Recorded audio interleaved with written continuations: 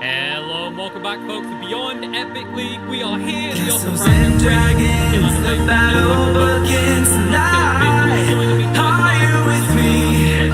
This is our kingdom, and we won't run tonight. We are a team. Very true. Castles and dragons, the battle begins tonight. Are you with me? This is our kingdom, and we won't run tonight.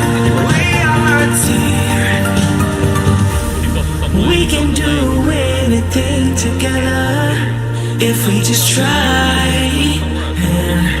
And as long as we have our backs whenever our foes come by, this time we will win.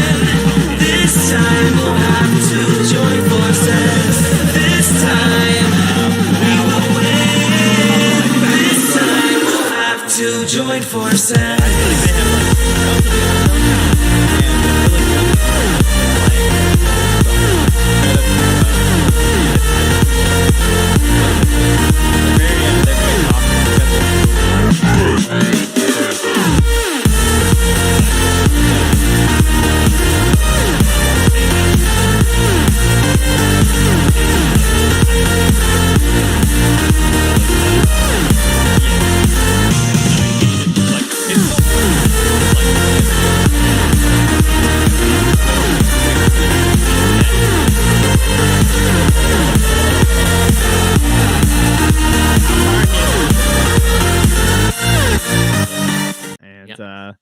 This is if you guys have not been checking out every day, we're now into the upper bracket round 1. So if you lose here, you're not out. But so far both Alliance and OG are eliminated. They're gone. To go. So we'll see who's gonna move forward here between Secret and Liquid, and then we're gonna have Fly to Moon versus Nigma as well coming up right after this one. So you're gonna get both your upper bracket games right in a row. And then I think later on we'll probably still send someone home, maybe, or no, we're not sending anyone home today. No, we do. We're gonna do the other upper bracket. Yeah, but like, well, these teams only just played. Well, they must dance more for our amusement. Okay, we'll get to the sorrow stories tomorrow when we just start eliminating team after team after team. I think it is better to not force someone to play twice for elimination. I'll say that. So I will approve of the current scheduling. So no one going home today. They'll just be finding out whether they sit in the upper or the lower bracket. But in terms of bans, I like these bans from Liquid in terms of the Ench and the Weaver, because from the Secret games I have been watching, Puppy has been a dominant force across those games. Like the way that he transitions, at least lately, into a core role. Whether he's on the Ench, he ends up just taking so much space on the side lanes with like a couple of creeps, and he'll just keep pushing down the lanes and getting lots of gold for himself, like getting a Necro, maybe some aura items.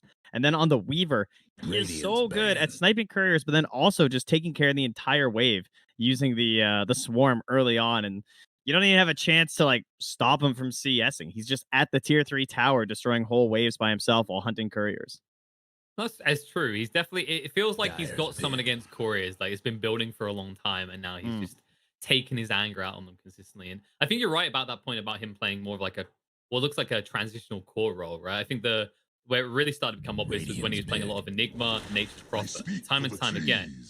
There it is. There's the Nature's Prophet straight away, which could be a Nisha hero, could be a Psy hero, could be a Puppy hero. It feels like Yapsor's given a little bit of gold early on, but then he becomes the POS 5 when you look at the net worth.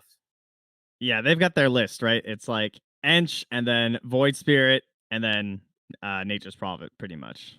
And so you just one of those three, whoever's available, they'll always be willing to take it first overall. And They have not been that hot on the Kunkka. I remember we talked about that. It looks like they actually did ban like one of their games, but like compared to a lot of the other teams, I feel like Kunkka's been like this super important hero in the drafts. And it wasn't until they were playing versus Nigma that they actually wound up taking it in the first phase because we had that Beastmaster come out. And of course, he is like the big guy still left in right now, I would say. Radiant's pick. Dire's If Liquid ignored him, I'd be a little surprised. They're gonna go for something else which they combo. do a lot, which is Oracle opener plus something. I feel like actually Liquid is the team we still most consistently see picking up the Oracle in the opening phase, right? Yeah, I would say that is definitely true. I don't think there's many other teams that do it at all. I think I've seen like a 10 couple. seconds to I was watching go. someone the other day who just did it too, but the reason they usually do it is because they're just trying to set up for a Bat Rider 5 pick. seconds. Oh yeah. Whereas for Liquid, that's not really the case. Like you just know that they play a really good Oracle. I mean, I saw one of their games earlier this tournament where they straight up Oracle Huskard, just like They did, just and like it got first counted two. the entire draft, I believe. They did try that again later on in the group stage against VP and got annihilated for it. I saw them. I saw them win versus NIP though, with like literally first two. Just Yeah, that or was the one Huskars, so where yeah. their Seconds to opponents picked go. up Viper, Chaos Knight. Like they was like, "Yo, what counts Oh, Huskar?" yeah. And they just kept picking 5 Huskar seconds. counters and it backfired. But yeah, they're kind of hit and miss with that strategy at the moment. Whereas Radiant's VP, banned. a solidly reliable hero, although Team Secret Serpent, there's no denying this. I mean, this is Zoom out, baby. This is central to what you want to be playing if you want to run over your opponents early and quickly. And there's that Kunkka ban actually coming out from Team Secret you're talking about. It's just, Yeah, I it's mean, still if the they're gonna, staple pick, right? Like it just fills gaps in your lineup. he's super safe. He counters 10 Beastmaster and any seconds to other really go. like Swarm strat. Because surprisingly enough, the Lycan's still in too, right? Wukong is also 5 very good seconds. versus. So probably gonna be Liquid's ban. I don't really think it's worth to give them the Lycan, even if they don't play it that much. I mean, they just won their last game versus OG with it, but aside from that, it's not really like a. I mean, it's Matu. You know, I don't want to give him Lycan. You know, give him Right. Lycan. There's still potentially Lone Druid if they really want to keep going into the Zoom meta here. The question is, does Team Liquid? I mean, they play a reasonable amount of Lycan, so like they could fit it into their draft right now. It doesn't seem like a terrible pick with these two heroes, Radiant's pick. and it is available because they get rid of the Morphling. Ban the Morphling. I mean, again, it's Nisha, so huh. That's interesting. Whenever I see a morph ban, even when it's versus Nisha, you have to kind of think like, what heroes would they be picking that really get punished by the morph? But the Ember's already gone. The gyro 10 is like seconds to go. used to be an answer to Nature's Prophet and Beastmaster, which would kind of make sense for a ban there. But 5 seconds. the only other hero would be like TB or something. You think about these heroes that morph just like loves to play versus. Kind of interesting. That's true. Is it maybe it might be to do with their post-4 role? Like if they realize they're not going to have a Spirit Vessel builder, they're worried about the Morphling, right? Because we have seen these lineups that don't really have room for the Spirit Vessels much at the moment. And it's just a really good hero. That too. Sometimes that we is go a always little true. too deep. I mean, we want to go beyond going, well, it's Nisha, you know. So yeah, you just go ahead and ban that out. Any other hero he likes, and then forget that Matumba Man also has heroes that you don't want to play against, and so does Zai, and so does All right. Puppy. This is a really tough pick. On the one hand, I kind of just want Dire's pick. but on the other hand, I'm a little worried about like the potential for the Zoo Swarm, and maybe because like Fable's pretty good there, but I don't know if Telekinesis is gonna be enough to help deal with a Lycan, right? If they end Yeah. up going that way, or even a Lone Druid, so they'll go a little bit different with the Treant Protector. Gives you more sustain, right? Because now you've got the Oracle heals, you now got the Treant heals as well. Like DP, this is a good way 10 to draft the seconds to Death go. Prophet and focus around the Death Prophet in your draft is making it nigh on unkillable. 5 seconds.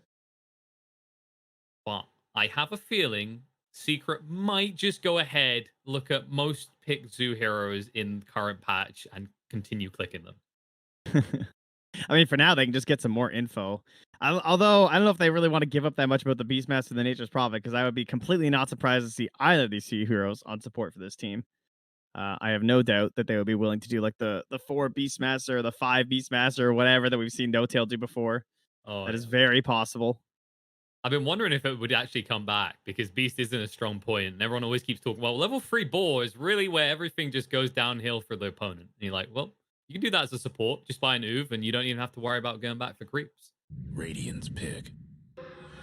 They They'll get take the the Rubik Rubik for themselves. Okay. Wow, Which guys, means Yaps that was this gonna play should be a cool Rubik. beast. Wow. What a diverse POS 4 we're seeing here. This isn't like the most picked POS 4 at all. Wait a second.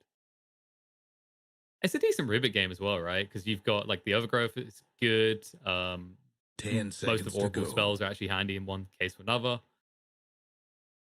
5 seconds. I wonder if they're comfortable at all with the potential of the boxy Treant Protector. I mean, for now, I'm assuming it's Taiga, but we have seen some teams try the core roll. Dyer's pick.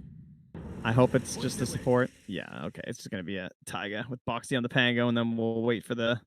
Now, our final pick doesn't necessarily have to be a 1 either, I think, for Liquid. I think they're pretty comfortable giving this Death Prophet to Mickey and finding a Quake for hero if it works out in the end. Remember, the Bat Rider is still in right now, too. I think it's almost a little surprising they didn't go for the Bat there. I think they're keeping their draft kind of open, though, right? Because we're keeping Pangolier 3, Treant 4, but it still could be the other way around. We do see a lot of Pango 4 still. Usually the Oof start. Like, either of these heroes, possible with Oof, is going to have an impact on the lane. I'll tell you one thing. I'm pretty happy with them Yaps, or they just picked Pango right into my Rubik. I love getting Rolling Thunder. I think it's busted. There's so many good spells in general in this game, like we said with the first 3 heroes, but like Pangolier, even if you just get Swashbuckle, like Rubik loves any spell that acts as a repositioning tool, right? It's why if there's an anti-mage in a game, you're like, oh, okay, I'm happy just taking the blink away from him. And then I can actually move around the fight, so I don't need to buy an item, which might be very difficult for me to get. This is where Secret decide, do they have enough Chain Stun for the Lycan or the Lone Druid? And do we want to pick Monkey King, I think, are the 2 heroes that really stand out to me right now. I think Monkey King really lets them just like dive and keep going aggressive. And okay, well, they'll take it in another direction, but kind of the same thing. It's a different bear, but he also dives. So it's a little bit of both. Yeah, Someone who does not care about living armor. Also, it's kind of easy to farm with the Ursa, right? Because the Battlefield build just feels so strong and stable in the hero. Plus, I guess on the lane against the Treant, that's another thing to consider is when the grasp goes down, you just have that. 10 seconds to go. You just roll out of it, right? You just use your first spell and you don't have to worry about being stuck in the 5 seconds. Whereas Monkey King doesn't have a great way of getting out of that. So the question is, I think there's still kind of a question in our mind if this is going to be the Prophet 2 or 5. Yeah, I feel like they don't usually give it to Nisha, but it's obviously still doable. But they like to give Nisha those big hard carries in the mid lane still a lot of the time. But the Nisha Prophet could definitely play that role. Yeah, I think the last time I saw him play it was maybe I think it was the bounty hunt. They gave it to him, and he had like one of the highest GPMs at the tournament on it. So he definitely knows how to play it. Dyer's case of, as you say, do you want someone flashy? Do you want your kind of playmaker type hero?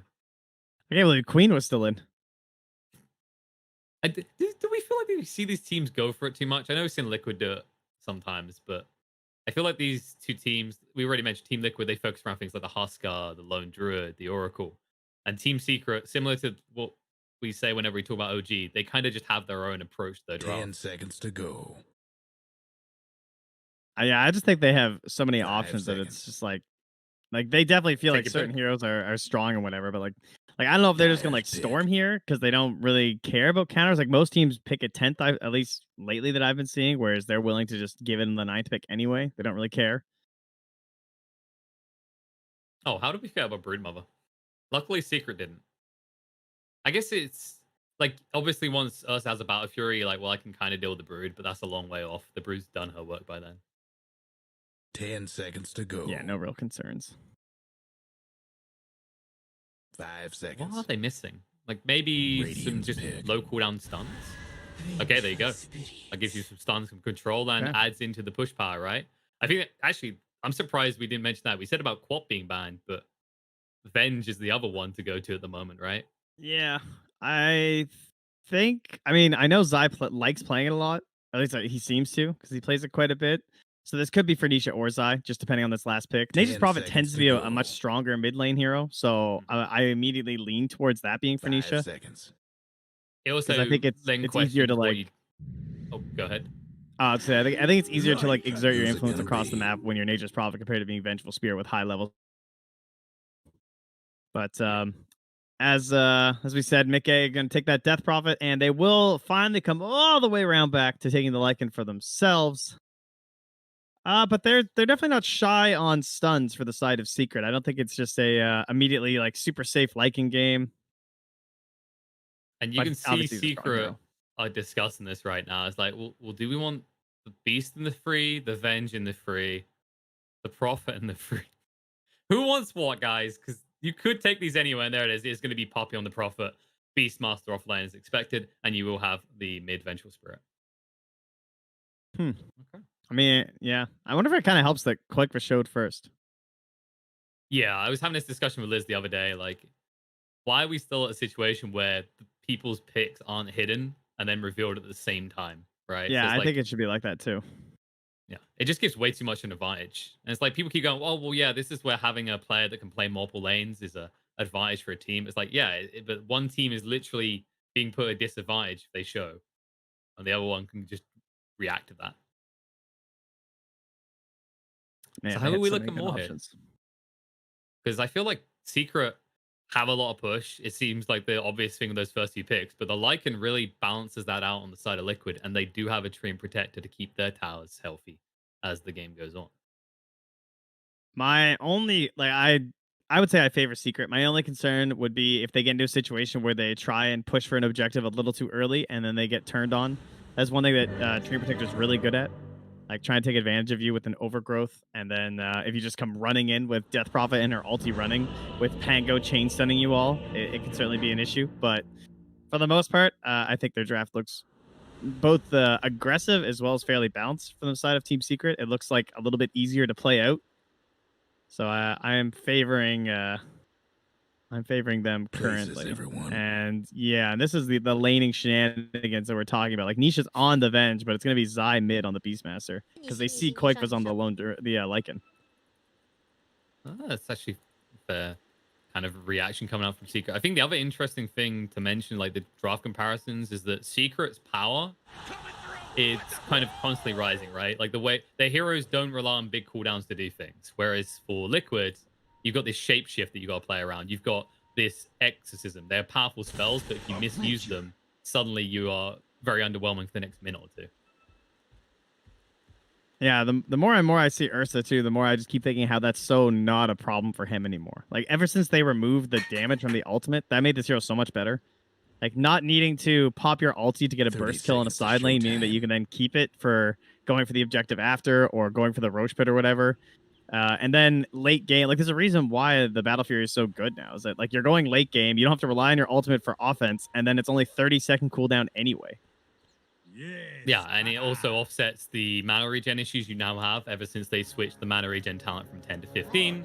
It's very hard to debate that item is the way to go with this hero now. Plus, Abyssal's busted. That didn't hurt. Yeah, that's like the obvious one we talk about, right? Melee heroes, very strong right now. Abyssal, why mini Blink Dagger? And when we talk about Ursa, it's a hero that essentially has two forms of Blink in that. As we just shoot off, and now she's going to go down. Insania got the final hit out. Man, I was not sure if Taiga being back there would be enough, but very well done. The Nature's Graft obnoxious at level 1. Yeah, and that does mean graft. that... It kind of is a graft. I mean, the rough part from Tumman now is he has leveled in the Earth Shock, which you can try to be defensive here, but it's going to be tough to overpressure, or is it? Oh, these blocks coming out. Poppy. I mean, this is why you give this man micro heroes. On point. It's hard to believe how nerfed Treants have been. And they're still so good. It's just so hard to kill. It's like we're seeing this overall from the Zoom meta, right? It's like you look at everything, it's just a bit too tanky for me to kill right now. Yeah, it feels like you just have to commit way more to try and deal with them. In the mid lane, it's summons on summons. With the Boar Man versus Wolf Man. And I think it's kind of a race to free, right? Once Zai has free, you can make sure Lycan doesn't feel confident, but at the same time, if Lycan has, level 3 or 4 too quickly, the regen means he doesn't care either. Yeah, I feel like Koik was going to be fine. I think that this is better for him in the long run. Just his summons, like, it's not like Beastmaster can really chase you down and try and kill you or anything, because the spacing's so small. Like, it's a lot easier to do that in a side lane with, like, the constant harass and, like, actually pushing you off the wave, whereas in the mid, Probably not going to get that same advantage. Oh, Nisha? Nisha. Yeah. Cheeky from Boxy. He does die, though. The Wave of Terror was causing too much damage. I'm always surprised how much farm I'm able to get when I'm dead as Venge with this. Like, even in the early game like this. It's not an advantage that you really think of, but he just got 3 last hits that no other hero would have gotten. You know? That's true. And it's also... we were discussing this, especially when we've seen like all the mid ones, like Thompson plays it a lot, right, on OG, is that even it allows you to play a very over-the-top aggressive style, because even after you die, you're still giving something to the fights that occur later on. It's not just about getting creeps, it's about this aura that persists and your right clicks that are coming through. I mean, we've even seen some clips where, you know, it'll be 2 or 3 kills claimed by a vengeful spirit. Yeah. Yeah, I think it's a little bit difficult to build the illusion right now and like build the hero just because of how good the illusion is, that you don't necessarily want to build items that don't benefit when the illusion isn't like you know, you don't necessarily want to build like plus damage items or whatever, because you want like all the agi, and you want to buy aura items too so that you're giving those off. It's interesting. Yeah, it's kind of like one of those examples where there's not really another comparative in Dota. It's this hero, you know, you can talk about, oh, his Chen army's still up, but in the hero itself, like, your punishment of dying is offset a little bit because you still exist. And Boxy's having a hard time down here. Can't really trade. I wonder if maybe a little level 4, because then the disarm lasts longer. You can get to a stage. He's going for it. Oh, he didn't actually get gonna it. die for it. Oh, that's so painful. I'd be so mad.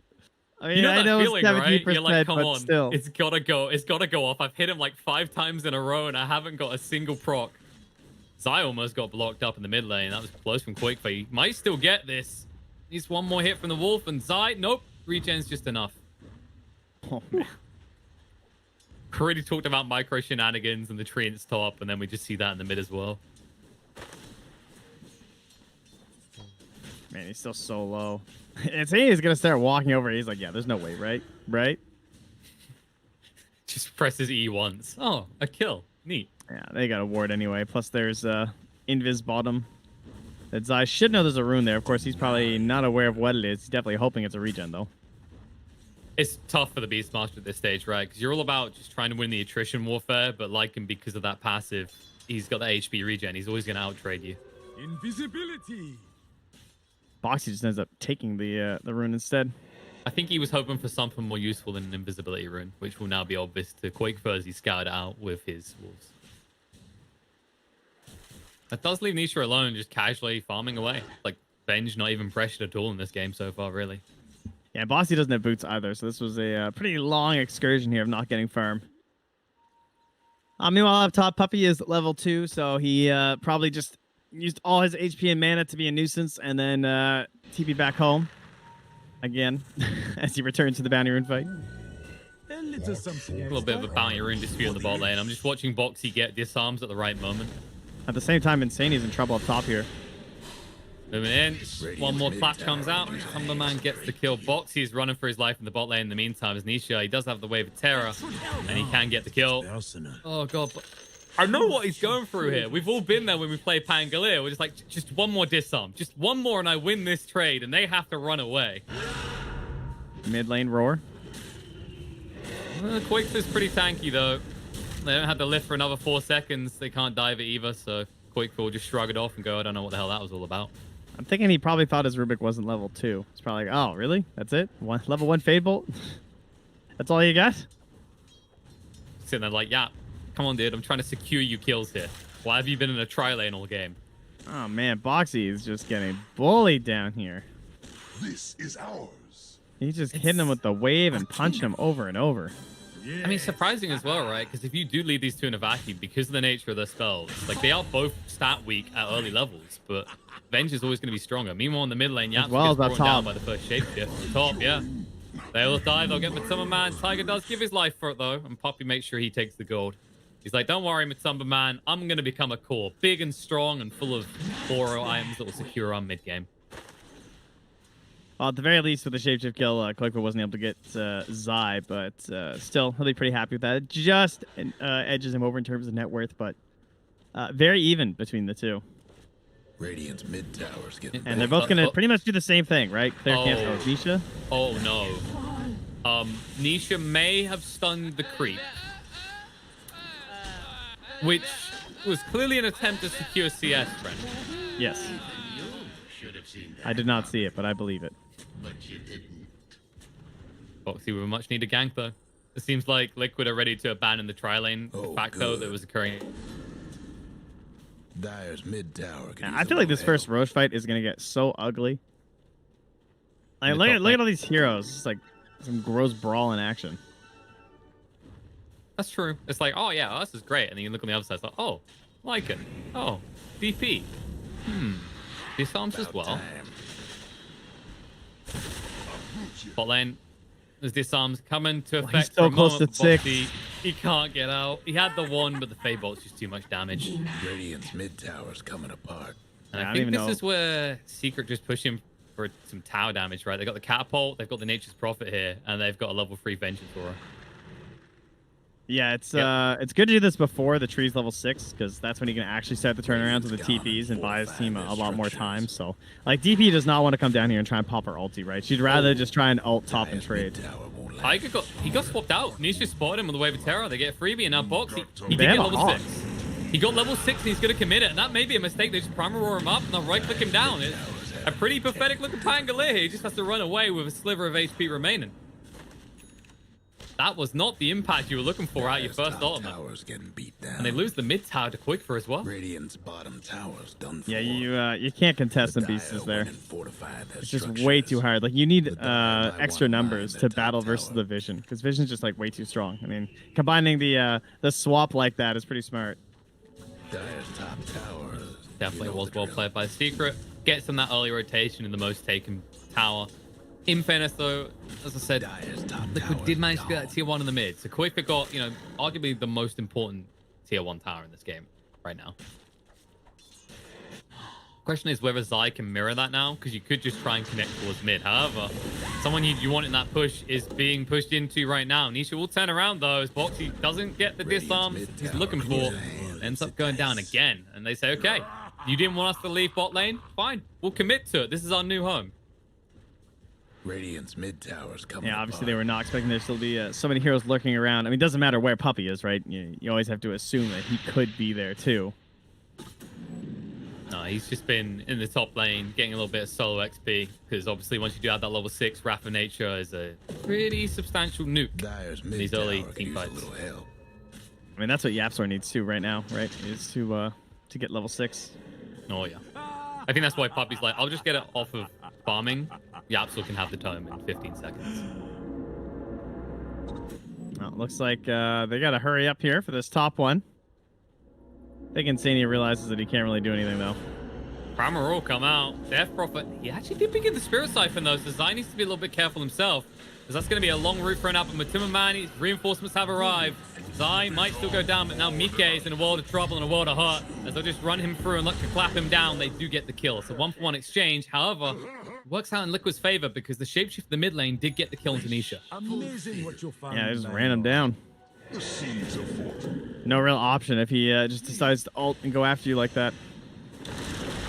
Oh, it's the top I think part. the only reason, the only reason Zai went for that was because of the trying to make sure they got that outpost. I don't think he thought it was necessarily a great play to go for a kill at that moment. He was just like, yeah, I want to make sure that we have this at 10 minutes so that we get the XP. It's just too valuable.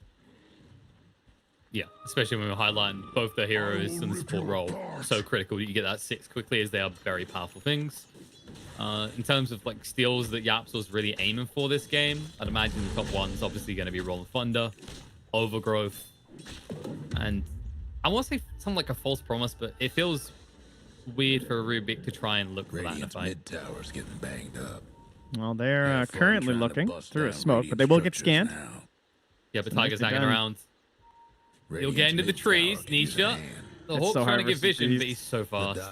They almost had him. Well, they won't make it for nothing, though. They do converge towards the mid lane. They say, okay, you basically forfeit this. And there won't really be a trade. Oxy down bottom did go for a jump down. He's whittling down Puppey to see if this is worth.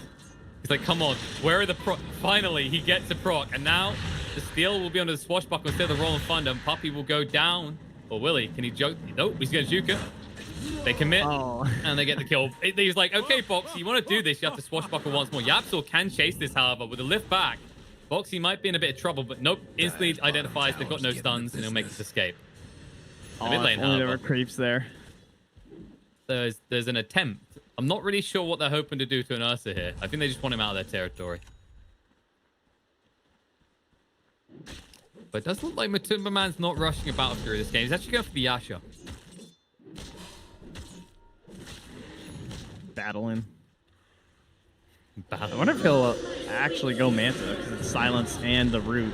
I mean, it's still an Ursa, though, so I hesitate. I assume he's going to go for more of a stats resistance style. Yeah, like Signs of Yasha with your Enrage as well. Having stats resistance is pretty strong. But, like, I don't know. If someone wanted to go Manta, this would be the game for it. Why stop there? They've won the battle in terms of who's going to get Roche first this game. They have. It seems like Secret maybe had kind of inclinations of this, but you can see they were already way too split up across the map to do anything about it. And Matsu's just going to take that Yasha and then start going for the Battle Fury. So I haven't actually gotten to see too many Ursas lately. The only ones I've seen have gone for the Battle Fury pretty much straight. Sometimes drums first. So I'm not sure if this is like a common thing for him. Oh, Nisha. Well, he knew they were just in the pit. He didn't think that they were going to come and punish him so quickly, though. He is healing up a lot, actually. Finding a lot of time. He might be able to bring Boxy down, but nope. Boxy just steps out of the way. They finally get the kill. They haven't got the creeps here, though, so they can't push the tower. And instead, Secret will be the ones doing some tower damage to the bot lane. Pretty good trades, but Liquid are really like on point with what they need from this lineup. And this should be at least one kill with the Yules. Should just be free. Well, Puppey has arrived. He's ready to give his life. He might have the Overgrowth comes out, Crown being thrown out, the Shapeshift's been used. Beastmaster already down, Yapzor. He's tanky enough to escape before they can kill him off. But Boxy pursuing on the Puppey with the roll through. They'll find and kill off the Prophet. Maybe it just felt like they had a good chance because of all the vision they had around the area, but that was a really dangerous attempt, I think, to try and save more than, try and save everyone to make a turn there. Yeah, it was actually pretty well done by Liquid. With it was just a rapid TP, right? Like, everyone on the team's like, all right, let's go. Especially once you see that Puppey's committing in with his TP into the fight, you don't worry about whether it's worthwhile rotating the whole team down there. Especially with this tier 1 still standing, at least for the moment. But probably not for much longer. So really, you got to look and see what Secret got to play around soon. Because they have now got the Helmet Dom complete on the Beastmaster, which gives them some more fight. And in terms of what Nisha's building, he's going for Yasha as well. So it looks like Secret just want to be speedy boys and girls. That's pretty speedy. Guess what's happening? He did die in a speedy way, I'll give him that. But yeah, Boxy definitely much more speedy when he picks up a haste rune like that. Question is whether they can connect into more. I think they just want the runes in tower, probably. It's a case of if they can get it without committing exorcism, you feel good as well. And they're kind of in an awkward spot, though, because top's just being pressured, so they feel compelled to try and take down this bottom tier 1 too. But, considering how much you're devoting to this versus your opponent, it doesn't necessarily feel that great unless you can really get good control over this area. That is really the power of the zoom out, right? It's like you don't have to commit anywhere near as many resources to these type of pushes. And they still haven't taken down that tier 1 in the bot lane, but they've already lost their one in the top. And you're going to see more pressure applied to try and force them back. It doesn't feel good losing towers like that, especially when you have a Treant to be able to prevent it.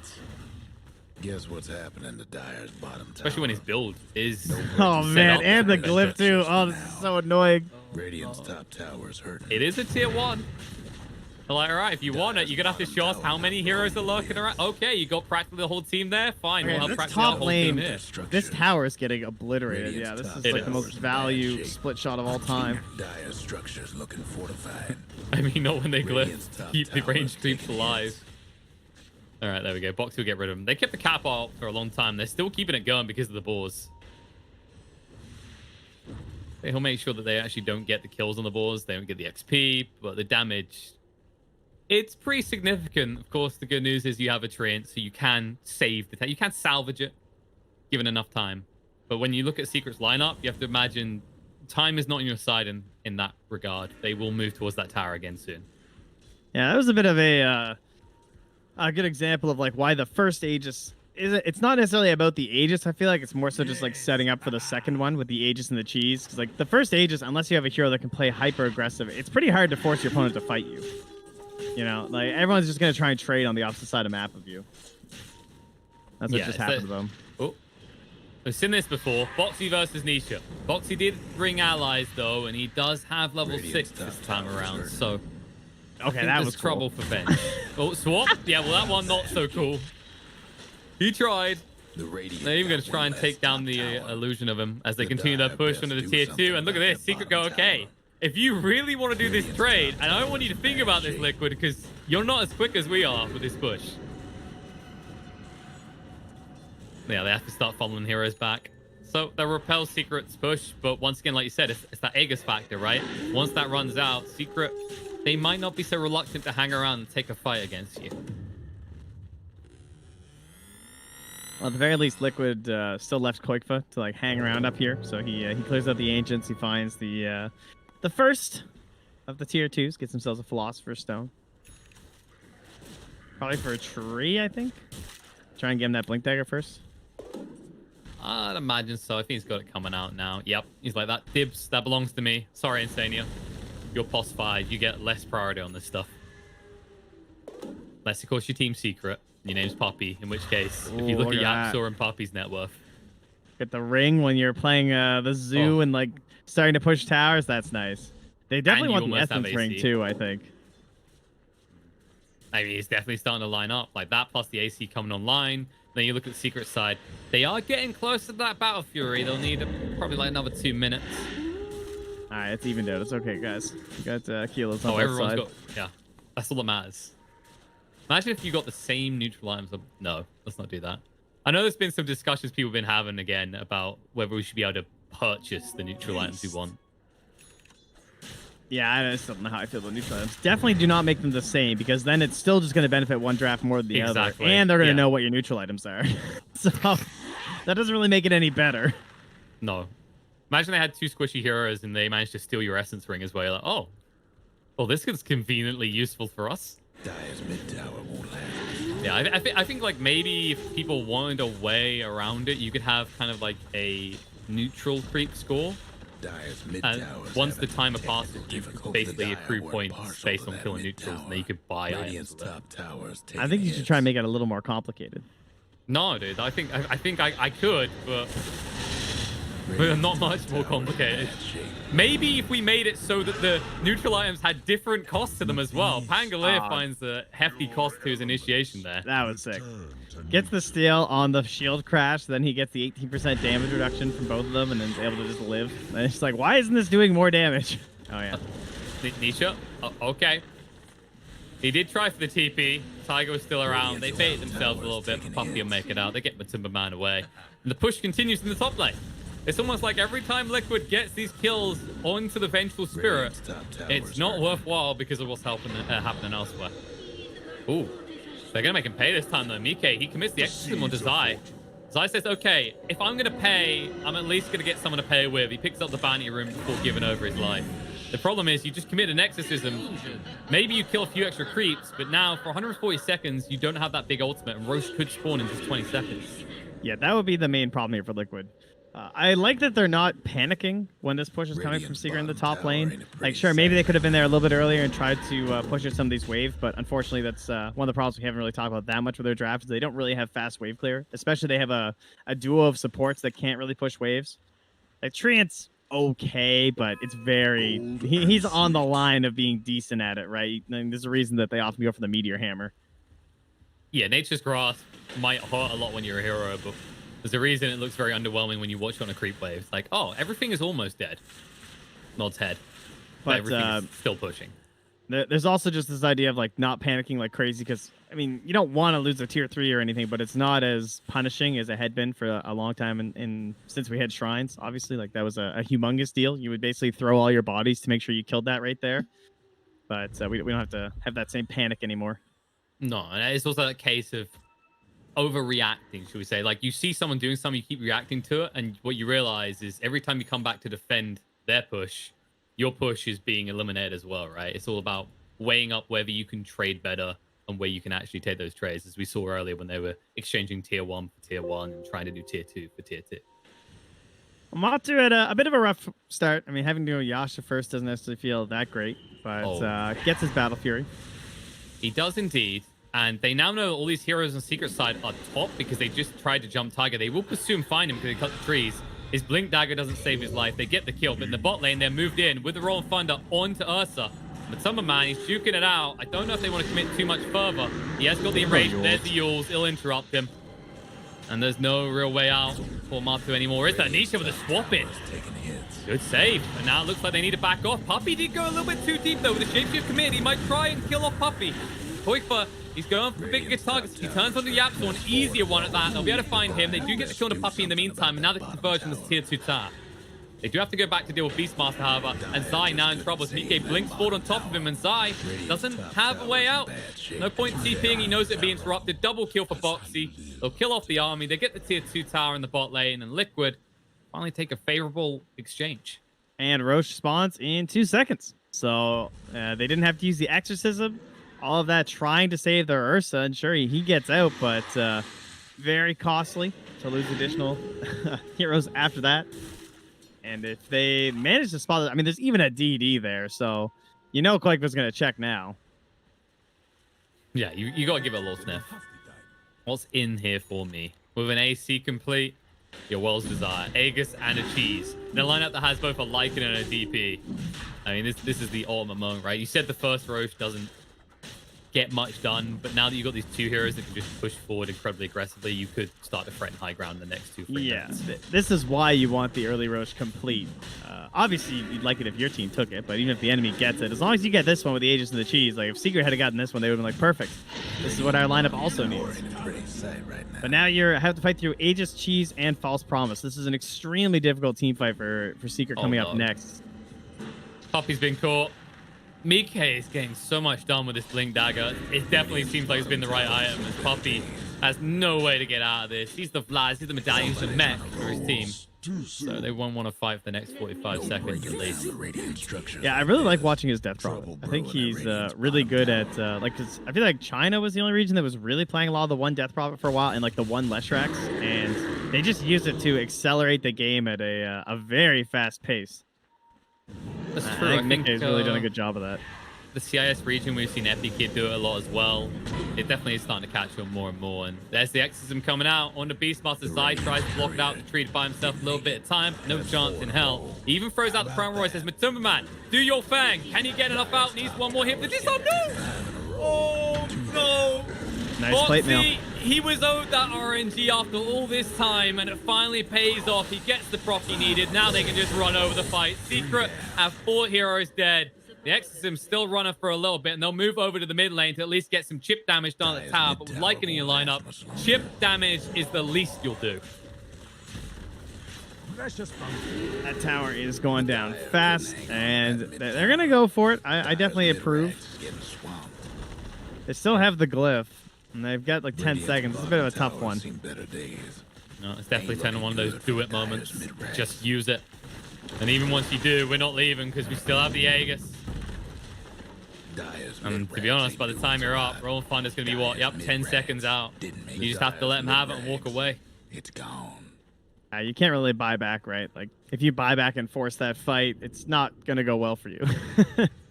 They still have the Aegis available there on the Lycan, even if he doesn't have Shapeshift. It still feels like it's going to be a rough one. Yeah, you wouldn't have even had the Primal Roar, right? It's that case you'd buy back. It's like, okay, our initiation stun is it's available soon, guys. But to be honest, it's available once you naturally have respawned. So let's just maybe save those buybacks for a more opportune time.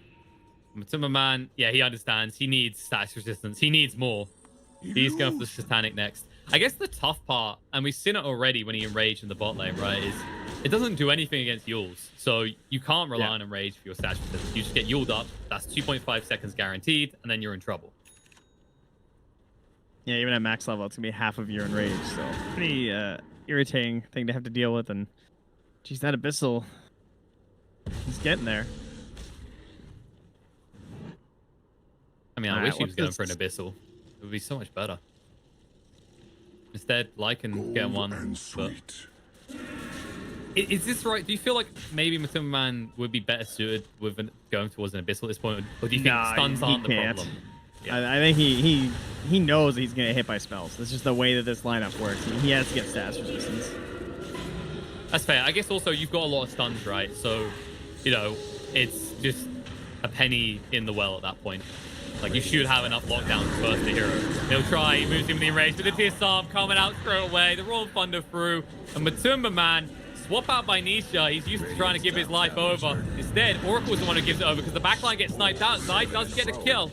Gives his life for it. The buyback was committed by Oracle. Now Matumba Man needs to back away after he clears some creeps out. They're just trying to slow down this push. They do not want to fight it directly. Quickfoot is getting a little bit low, but still has the Aegis to play with him. Bo3 just disrupting so many heroes here, these disarms. He's still got the Heaven's Halberd to work with as well. There's no easy way to approach this Pangolier even at this stage. Yeah, the right-click damage is running out a little bit here, but they're still just chipping away. It's taking so long to get through him. This AC, this Vanguard doing so much work. Finally, they'll get it, but there's the Enrage, the Yules. They say, now what, Matthew? What are you going to do? What's your move? Shapeshift gets activated. They move in. Nature's Prophet will be brought down slowly but surely. They'll chase through the Rubik. Clean up Nisha as well. The buybacks are being committed left, right, and center. But Matumba Man, he doesn't want to go in. No enrage for 20 seconds. They just have to accept. It's another set of buildings just gone. Liquid, they are starting to just establish dominance over Secret. Yeah, I think Secret made the mistakes that we kind of talked that, like, the only way this gets really bad for them is like trying to push too hard too early, and I do think they made that mistake. Like on that bottom lane, trying to make a save on someone like that's exactly what Liquid's lineup needs, because their initiation was relatively weak at that point. And now look at them. They're just going. They want this. They know Quickfoot has no easy way to escape this. They're trying to do damage to the 4 stuff out. It's good from Taigi. Saves the day. Bo3 rolls in on the Matumba Man. The front row thrown out onto Lycan. Everything but the kitchen sink for a kill on the Wolfman, but it's just not working. The sustain is too strong. And time again, Secret are repelled. They realize when it's over. They call GG. Liquid take game 1. That I can appreciate. Very well done from Liquid. I mean, they're not afraid to just open with these classic combos that... I don't know, it feels like one of these two heroes is usually banned, right? If it's like the Ember or the Coddle or the Oracle and the DP, a lot of teams will ban out the Ember in the first phase or the DP in the first phase. But if you leave any of those little combos in, Liquid are willing to do a whole draft around it. I mean, they have their other little combos, like their Wind Ranger and their Tusk. They have this like 10th pick that you never know what's going to happen from Quickfoot too. So you're forced to like ban this Brood. I keep saying, man, if they just got some Meepo in, like then they would really have everything on the drafting board pretty much covered. They're very hard to pick versus.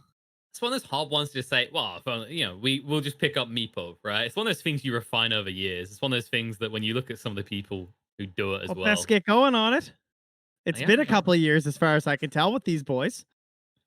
Maybe they just don't like micro heroes. I mean, it looks that way from the draft. Yes, you have a Lycan, but they let Secret have access to anything really until the end of that when they came out with that Lycan pick.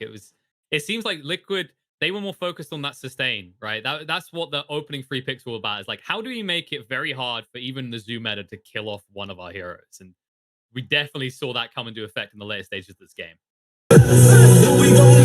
Man, there were so many good picks left there at the end for Quickfoot, like to play this kind of strategy. Like you banned the Broodmother, but there was still this Lycan left in. Maybe even like a Visage or something could have been a way to go too. So they're really good at.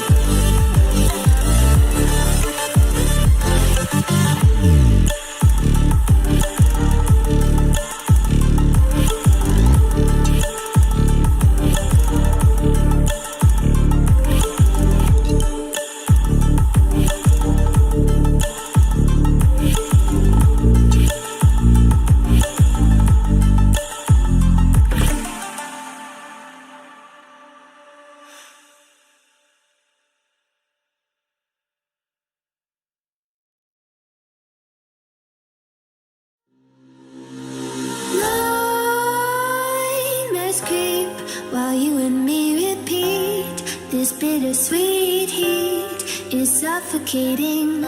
I'm waiting and always hesitating. Kryptonite desires set my heart afire. Heart on fire. Set my heart afire.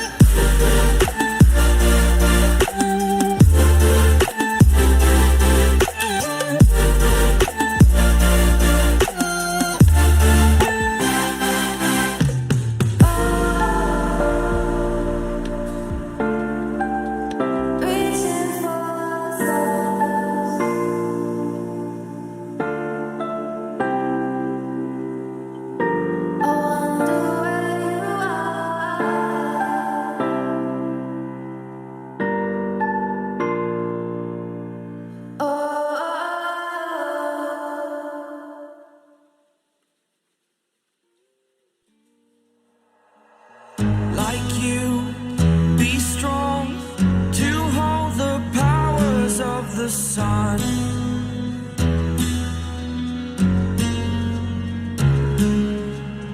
To dream, believe in strength. Now I'm the only one, only one.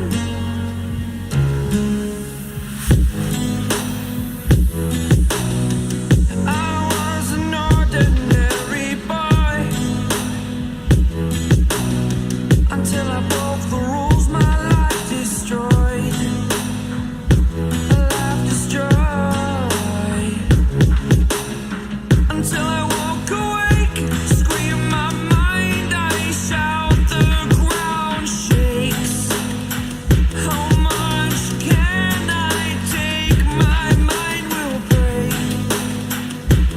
Will it break? Can I take? Can I be your superhero? Superhero.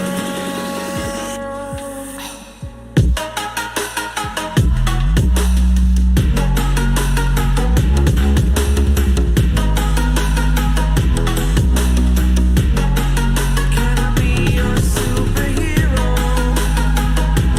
Superhero. Superhero.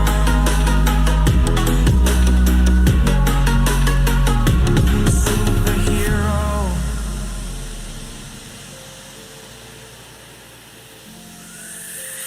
Fly away. It's the first time of today. Today. To dream, believe. You are the strength, you're all I need.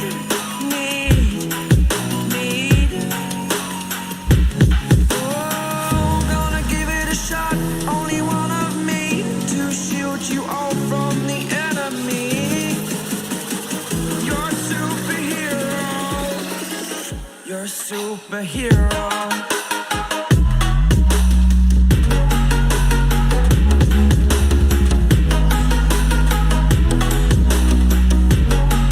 Can I be your superhero? Superhero. Superhero. Superhero. Can I be your superhero?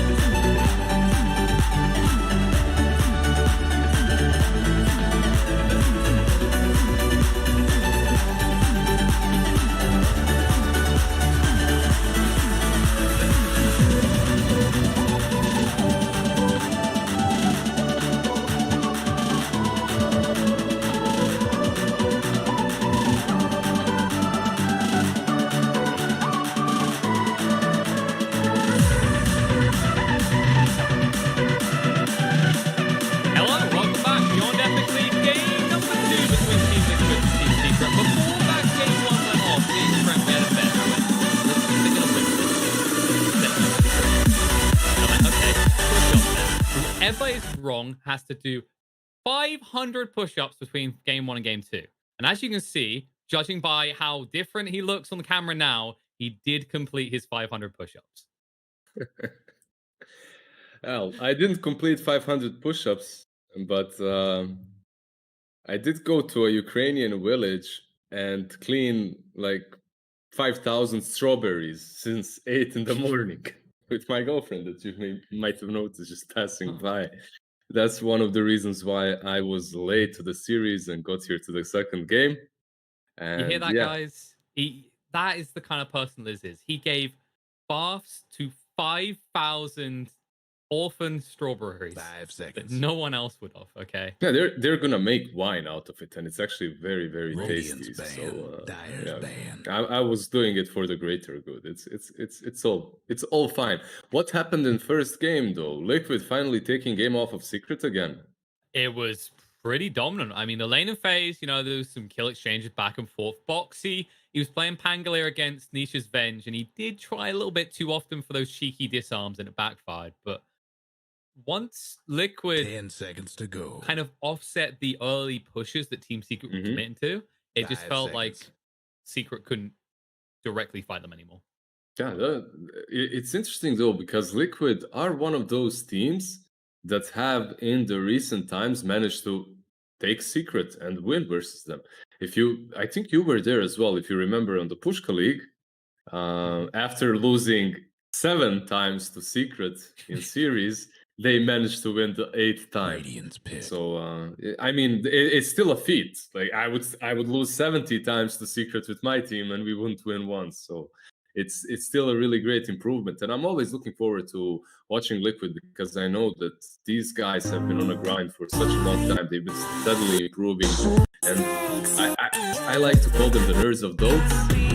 But everything in their drive and everything in their gameplay, you can really time it and see how well it works. It's just 5 an interesting seconds. team to watch. It's interesting you say that because whenever I talk to people who play other games, they already thought we were all nerds anyway. So for them to essentially be hyper nerds is an achievement in itself. I'm just kidding. I'm being bad, but yeah, they're always interesting to watch. Definitely. Why I say nerds is because You don't like Dota is really progressing. Yeah, exactly. I don't like losing to them, and I did lose to them quite a lot.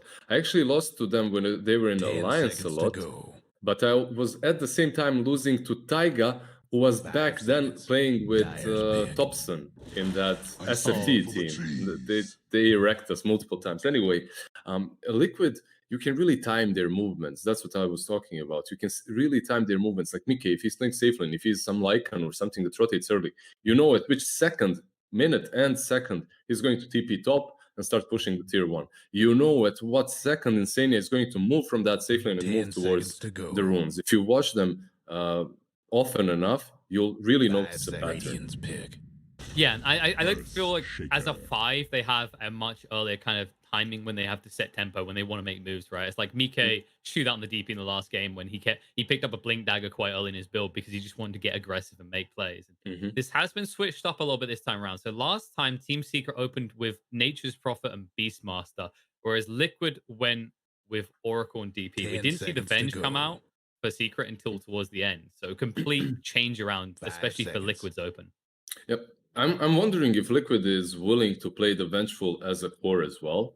Most of the time, you would think it's Insania because he does play this Radiant's hero. It's banned. one of his heroes, but Vengeful right now is even more popular as a core, be it offlane or mid. So I'm thinking maybe we'll see some Koikwa because this bat most likely will be Boxy, but maybe we'll see Koikwa Venge. You never know. Yeah, it depends, right? Like if you feel like your draft could fit a Luna, then definitely you're going to give it to Insania. Mhm. Which, yeah, I don't. How do you feel about Nature's Prophet versus Luna on the lane? I feel like she gets pressured a little, so maybe you aren't leaning towards that type of pick.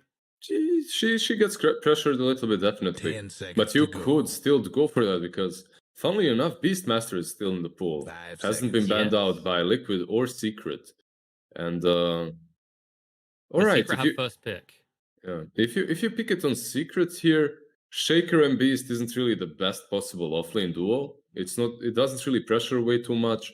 It's strong. It's strong, but there are stronger position 4s to combo with the beast, I would say. Shaker is mostly an enabler for something that's ranged, something that's a bit squishier. But we'll see. Maybe they'll still go for it because they could have the full zoo. They have the Prophet plus the Beastmaster. That would be pretty cool. I guess the thing that they're maybe trying to read as well is like, do we see much of Quake for Venge? Where we think this Venge is going to be, which you were discussing earlier, is like, I feel like that's more of a Mike hero between the two of them, right? If I was going to give it to Quake for a Mike, I'd expect it to be in the hands of Mike. You can see the team. Oh, I was just going to say, they do treat Quake for more like the POS 1 in a way, if that makes sense. They give him that follow-through hero, like a lone druid as an example. Exactly, and Team Secret is thinking the same thing you are, it seems, at least, because they did ban out the lone druid, and he is always played by Koikwa, obviously, so they're expecting a Koikwa hero to come next. But if you're Liquid, you can think about it, really. You're not really constrained by these two heroes. You can put them anywhere. Your Batrider can be offlane, he can be mid even, he can be position 5, you know. Vengeful Spirit is very similar too. The hero is just so versatile that you can put them anywhere. You just need to decide to in the next couple of picks. And same goes for Secret because they're also super versatile. I don't know if you watched the last series when they played Puck. It was actually Puppy playing it. Yeah, it was OG. Yeah. So they could put Puck on 5 just as easily as on mid. So we'll see. Yeah, because like you look at it like this: Team Secret, you could give Nature's Prophet to either Zai, Nisha, or Puppy. Puck, you could give that over to Zai, Puppy, or Nisha. There's a theme here. Like we almost 100% expect this to be a Yaps or Shaker. That's the only thing we can be quite certain about with Team Secret's draft so far. Yep, definitely. Team Liquid, they could still, when you see this Puck, right, you're kind of tempted as well to think about the TA because you would crush that lane if the Puck is mid, but you can't really know for sure. So most likely they will pick something also very versatile in their next pick. They're missing a position 4. If you look at Venge and Batrider, you can pretty much say that none of them will be a position 4. So some Taiga hero coming up. His Phoenix is banned out. Earth Spirit is still in the pool. Something like a Clockwork versus Shaker is good, versus Puck and Nature's Prophet not as much. Yeah, that's the tough part. Like, do you want the ultimate counter to Shaker that is going to have issues dealing with the other two heroes so far? Yep, and something like an Earth Spirit as well. We have seen Taiga played quite a bit of Earth Spirit, right? So that could be an option for them as well. You get that good silence versus the Puck. It's decent versus Shaker. Could be an option. I guess it's also what's synergized with the Venge if you want it as a support or bat. Support better right now. Okay, so that's likely. I want to say it's their 3, but you could run it as a 4 still. It's still viable in the 4 role. No, I wouldn't be surprised if they ran it as 4. Actually, recently, most of the pro games that I have watched on Sand King, it has been 4. So things have switched up a little bit. The same thing with Venge. She was almost exclusively played as 5 or sometimes offlane. And right now, so many teams are playing her as a 2. So things are switching up a little bit when it comes to what are the favorite roles for different heroes. But this kind of baits an anti-mage as well, right? Whenever you see a Sand King, your thoughts instantly have to go towards AM a little bit. But you're still versus Batrider, so it could be a bit hairy. Yeah, there's plenty of stuns available, even if you do have your counterspell. It's only for a small window.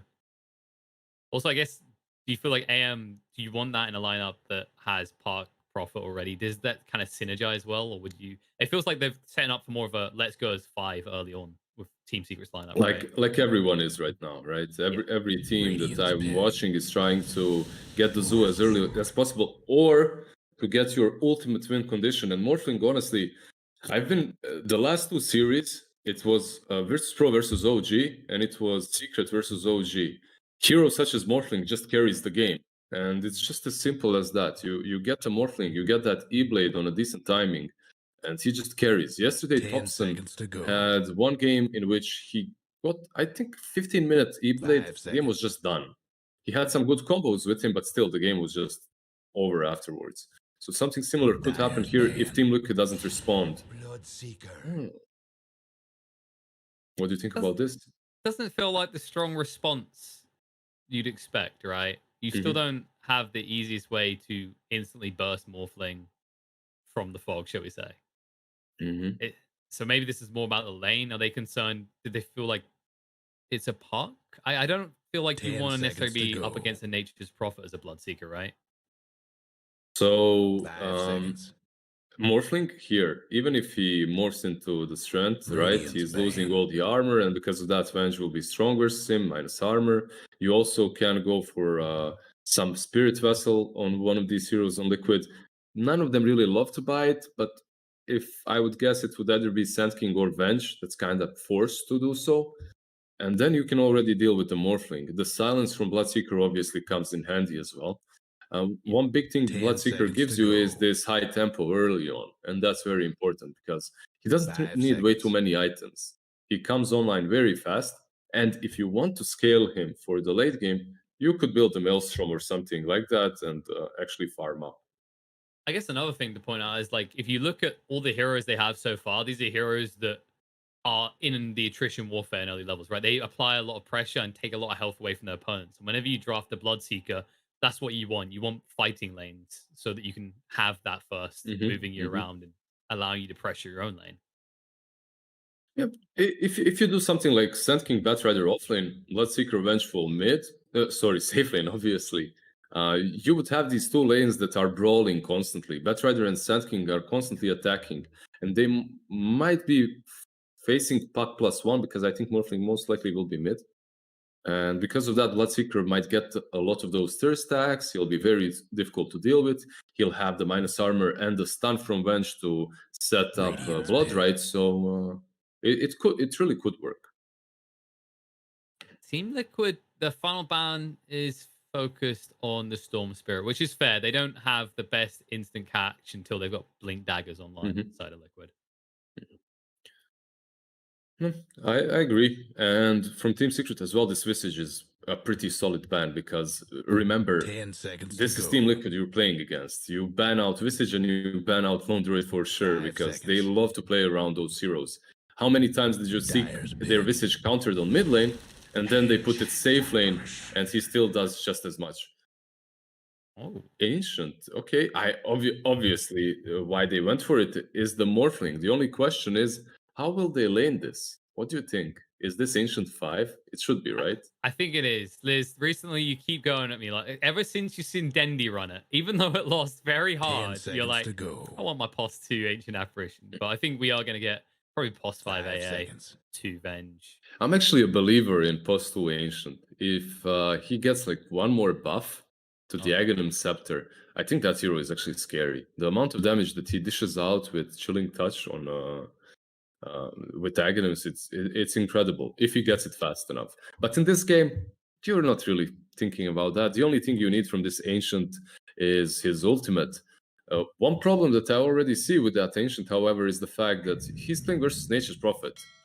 And those treants are going to be All set. very difficult to Time deal to with. pick some of these folks. And that may have just bridged some gaps in Team Secret's lineup. We keep seeing the Kunkkas come out every time for the same reason. You know, if you're a little bit worried, there's some gaps needed filled, sustain stuns. He's got it all. There's some counterplays as well here with the Kunkka, right? You're playing versus a bat, so that X marks the spot can save targets. And I love the fact that they're putting Zai plus Shaker on the offlane. But let's still see what Liquid is going to do. Okay, Bat Rider mid, nothing extraordinary. Poikwa taking the bat. The only And we question do is, get the Puck Puppy as well, Puppy Puck rather as well. Yeah. okay, so Ancient will be on the offlane. It's actually played by Bo3. Oh, yes. This is what I was waiting for. I was waiting for them to show their hand because I really couldn't feel Ancient doing well versus Shaker and Prophet. It's a terrible lane for him. But on the off lane, with the Sand King, suddenly you have the stun into the cold feet. There's a lot of combos that you can work with there, and already I like their draft a little bit better now. Yeah, and also, you know, morphling the early levels, you actually apply enough pressure, maybe even find a cheeky kill. Poppy, you don't want to level the phase shift too early, but you might be forced to. Look at that set on Morphling. He looks like some king, man. I don't know. Looks like some king from the depths. He does. It definitely looks like he's a filthy worshipper of Neptune, but he sits on the throne. And oh, we got the mushroom cap, by the way. I don't know how I overlooked that. The most important. I feel like we've seen it so much that we've become numb to how important it is that you always wear the mushroom cap as a nature's prophet. Yeah, the good old mushroom cap. It's actually the first item I won. You remember there was that website, Dota Lounge or something like that? Oh, yeah. Yeah, and shame on me, I was betting items there, Oh. trying to get something. That's one of the first. I got a rare mushroom cap, and I got a rare shuriken for bounty hunter. And you were so happy until you realized it was worth nothing. I was very happy. I didn't care, it didn't worth anything, because I didn't have any other items, so that was pretty cool. I was betting uncommons. Oh, no. See, it's interesting that we're going to get to see this Ancient Apparition for free, because I feel like when we've talked about it before, right? Apart from, like, the only cool one we've seen in Pro was, you know, Bait, Dendy trying to run it in the mid, it didn't succeed. I feel like we both agreed that the off lane felt like a good role because of the type of fours you pick at the moment, because of, like, the farm priority. I don't know if Boxy's been practicing it a lot, though, because if you take a look, I don't think he has a single cosmetic, so... That's how I measure people's play rates. Are there many cosmetics for the Ancient Apparition, though? You have, like, few. 2 sets, right? Or 3. Yeah. Any hero that can build necros on the offlane can work right now. And if you're an Ancient Apparition, I think you can still do that. I mean, he's already got the Sage Mask. He's already got one. He's queued up the other. So I think we know what he's building. Do you see the mid lane, though? It's going to be Matu playing mid. It seems like, at least. Or will it? No, it will be Zai who goes mid. He has Magic Stick already and 2 tangos. So Secret is switching it up heavily as well on their side. So I was like, well, you stuck me in the mid last game against that Lycan. So let's just, you know, I'm warmed up for the mid. Nisha was enjoying the out lanes. He got loads of kills early on. What do you think about this mid lane? This is going to be a little bit hectic for the Nature's Prophet. I think it's kind of the game is on. One of those situations where you accept that it's going to be tough, but the difference with the Nature's Prophet is you have teleportation and a TP scroll, right? So until level 6, barring a rotation, you shouldn't feel threatened too much about death from the barrier. You shouldn't be able to be caught that way. Similar to how a Kunkka functions in that regard, right? Oh, I've been heavily pressured. Let me just X TP back to base. You could do something similar. They ping him out right now. And it's so crazy that Nisha was hiding this whole period of time. He was hiding on the top lane, in the trees, until it was just necessary for him to start blocking.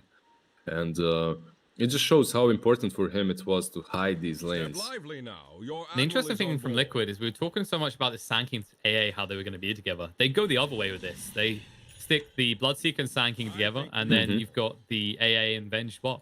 It's still similar, right? You have a stun combo with both of these heroes. So.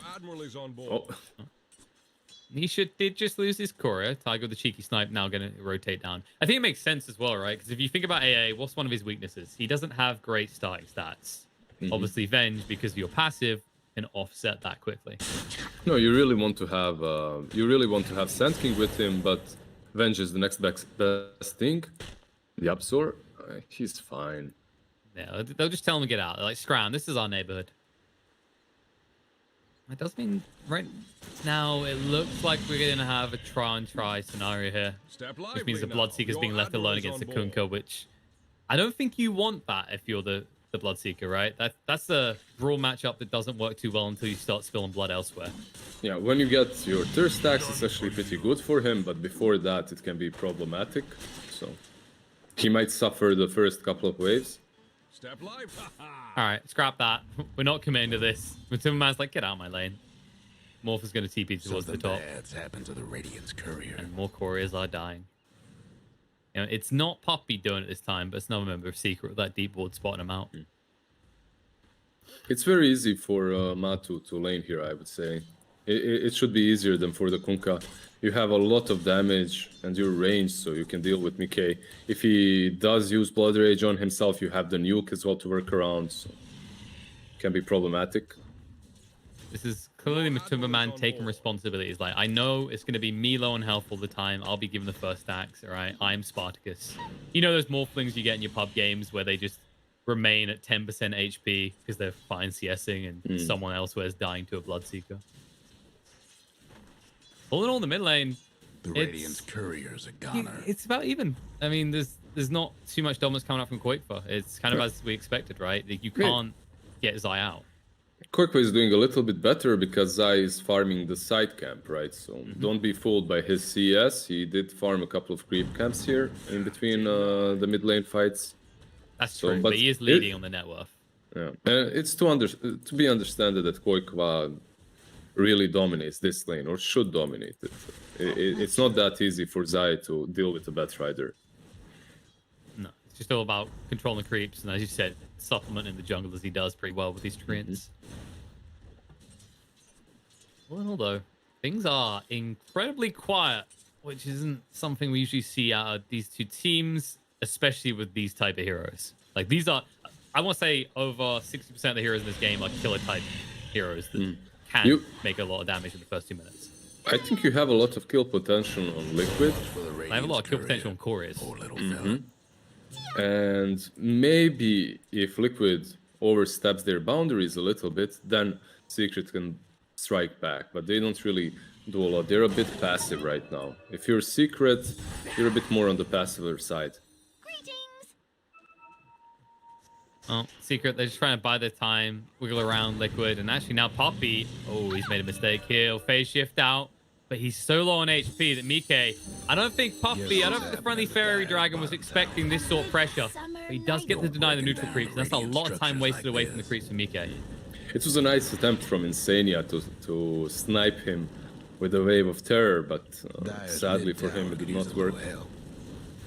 No, it's not an easy one to achieve. I think the other thing that maybe makes Bloodseeker's game pretty hard here is what we're seeing just now coming out from Nisha. He has X TP back, so he's not often going to be low. And we already said that Zai can teleport in and out, healing up, right? So it's not like there's going to be too many low heroes on the side of Secret in the early game. Yeah, Zai was actually forced already to do that once or twice. He goes back to the base with his old teleportation spell, then TPs back into the lane. But Koikwa is just relentless. He continues attacking him, and actually he has a haste bottle, so this is a huge kill threat for the Furion right now. It is now that he's got 6. Now that he has the last 2, if he sees Zai, Zai could just be as good as dead after like 2 sticky napalm stacks, and he's going. Someone activate the Jaws beam team right now, because that's what it feels like. And with Tiger rotating in, it's just a swarm of sharks. They finally get that first blood, and it's on the middle of Secret in this game. If you open your pubs every day, you can see a lot of tier 1 players playing a Batrider on the mid lane right now. I'm not sure that anything big changed, but Batrider became really, really strong on the mid lane, and he's played a lot. We've definitely been seeing it be flexible. For a while, we were seeing it in the POS 5 role, then back to 3, and then, of course, being upgraded that to priority. Nice snipe on the bot lane, by the way. They got rid of the Courier that had like 500 net worth or so for Bo3 on his way out. They got the kill on Yapsor, but you're happy to delay the AA. Top, however, Mike, he gets turned on quickly. This is the pesky more for you. You think you have him, and all of a sudden it backfires. So does it in the bot lane as AA goes down. Yeah. It was also Furion's ulti. Zai used his ulti, right, to help out with the AA. And you are a core on this Ancient Apparition, but that doesn't change the fact that you're extremely squishy. And he got X-marked, he got fissure blocked, and they just take care of him easily. Yeah, it's a tough lane to be in the moment Kunkka hits 6, and that's why they now rotate Mike down, because if the AA gets caught now, you know, with that boat combo, you die every time. There's no way you survive. But what about Mike? He's level 4. I'm not sure he has a range drop, but I'm not sure he's super satisfied with this exchange, because this level 7 Kunkka is going to hurt. Yeah, they tried to play the lanes early on and it backfired, and now as a result, you're left on one of Nisha's signature heroes, and he's not going to stump coming at you. He's got the double bracer, which means that he's going to regen well as well, so you can't win an attrition war against him. And instead, straight away, there it is, boat coming in, 3 heroes here, Zai with a rotation, Mike soon to be gone from this world. I guess they understood that this was about to happen, because they really need the level 6 on Ancient Apparition, and he can't get any experience on the bottom lane any longer. Top, maybe. Going. Good kill. He didn't get a chance to morph up, and the man will be killed off. They will still lose their bot tower though. Secret are relentless with this push. By the way, these 3 heroes on top are such an old school tri lane. It used to be played many years ago. But usually with Sand King a core, not an ancient apparition. Still though, it's very scary, and even if you're a Morphling, you can die easily. Yeah, it's definitely what we call just use your spells lol. Radiant's bottom Right. tower Just everyone has a stun in this situation. Although you should be able to anticipate as a Morphling more often than not. They have to play the vision game to catch you off guard. Trouble brewing at Radiant's bottom Yep, tower. so in from vision. He has got an invis room which is spotted quick for out, and they're rotating in. Dyer's top tower. Nisha, it's only You level know 1x, but they're too far away. They have to abort. He also didn't have the ghost ship. He used it down bottom to kill the Bloodseeker, right? And the cooldown on level 1 is pretty significant, so they decide to back off, and it's a better choice. You don't really want to dive that deep Trouble without all your brewing at spells. Radiant's bottom tower. Yeah, it's tough as well. There's no real way to bait out the Batrider because you can see he was just going to move deeper into the jungle to farm safer. And he sure is rotating towards the top. Bo3 is just about to get 6. If they could kill him just beforehand, this would be perfect. But I don't think you can stop him from getting it. Or he could just walk out to his casual death. That will stop him from getting it. He still gets 6, but he doesn't get to walk away alive, that's for sure. Yeah, that was so greedy from him. So he had a pretty decent ward there, and he saw Radiant's Puppy top farm the tower's hard in camp, bad right? The shape. hard camp that was so low. Radiant So structures he must have been figures, okay, it's a fortified. position 5 puck. I can go there, I can steal some experience. He didn't see Radiant's the Kunkka top though. tower's taking hits. No, it was a good rotation. That set up some pressure on the tower. This has kind of been the important staple part the Secret done twice now effectively, is Zai rotates in. If he's needed to kill, yes. Otherwise, you're immediately pressuring tower afterwards. And then you look at the mid, and it just looks like the let's just chill and not hurt each other lane, right? Mike just wants space. Matumba Man, he wants space as well. I think they're both satisfied with this, right? Matu on the top lane felt constantly pressured. I think Bloodseeker might be a bit happier with this because he couldn't lane top, he couldn't lane bottom.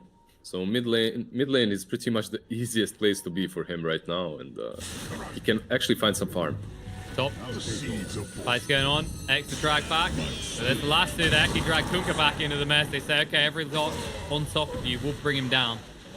Bot lane, runes will at least be secure for Secret. But big kill playing by the side of Liquid.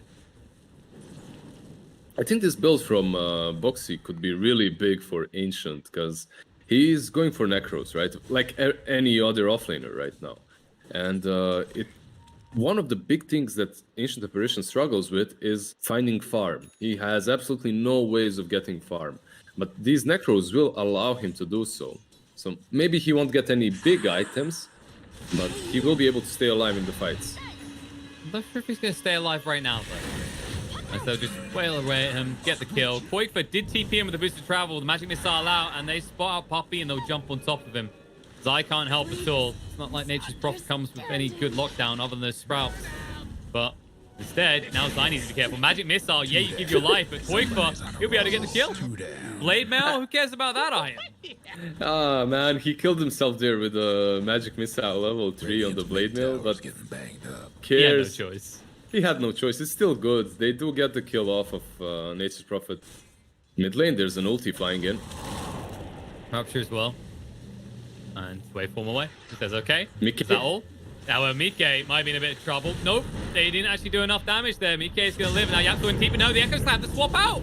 They keep him alive. Bloodseeker's going to live, but instead, Yapsaw is the one who goes down. And Nisha, the swap in. Now he's in a mess. He doesn't have any bow either. He just has to try and run this off. He will be able to because Matumba Man, the Rupture finally ran out. So there will be a rebuttal kill. It'll end up being a 1-for-1 exchange, but so far right. not too bad for Liquid. If they lose more, however, it could be a problem. Quickfire is sprouted in, the Fireflies ran out, but he will be able to get away in time. Made its final Yapsor, you greedy boy. He had an option to instantly echo the Bloodseeker right there. It wouldn't do a lot of damage, but it would secure them the kill. Instead, he decides, okay, I'm gonna keep it, maybe enchant Autumn last. And because of that, Insania gets enough time to swap the Bloodseeker and save his life. And all these small little things do matter. And, the Yapsor this time around, he should have just ulted. That simple as that. Oh, this poor fairy dragon. Poppy. Oh, he might. No, he had to go too soon. He only has a level 1 phase shift. They'll still kill him off.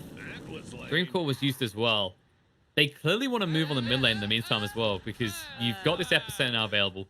Tiger is getting pretty close to that Blink Dagger, by the way. Like, you look at the comparison between these two pos 4s. It's very clear Sand King's going to have it 2-3 minutes sooner. It's understandable though. Sand King on a position 4 is a little bit different than the Shaker because he has multiple ways of farming. They gave him the Iron Talon. You can see that he has maxed out the Sandstorm as well. So farming the creep camps for him is a piece of cake. That's not something that the Shaker can do. Farming is now easy for Bo3. He's had that Necronomicon for a minute or two, and he's pressuring on Puppey, who is just gone perfectly timed from Bo3.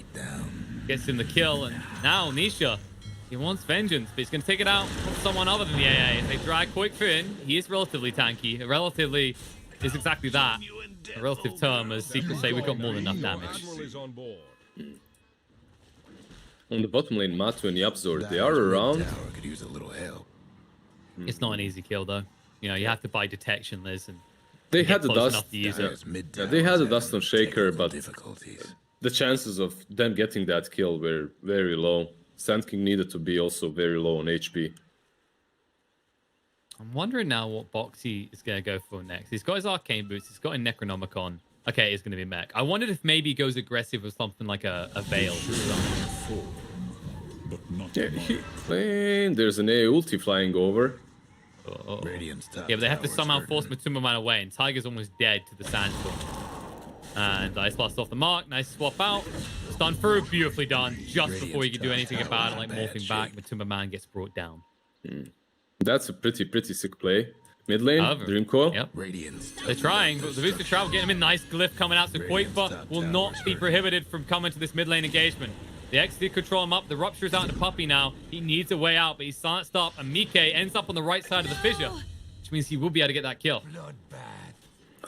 Puppey is definitely not having the game of his life. 0-5-3 on this puck. You could say that he's a position 5 though. You know, creating space, using this Dream Call to force some rotations, dying in the end.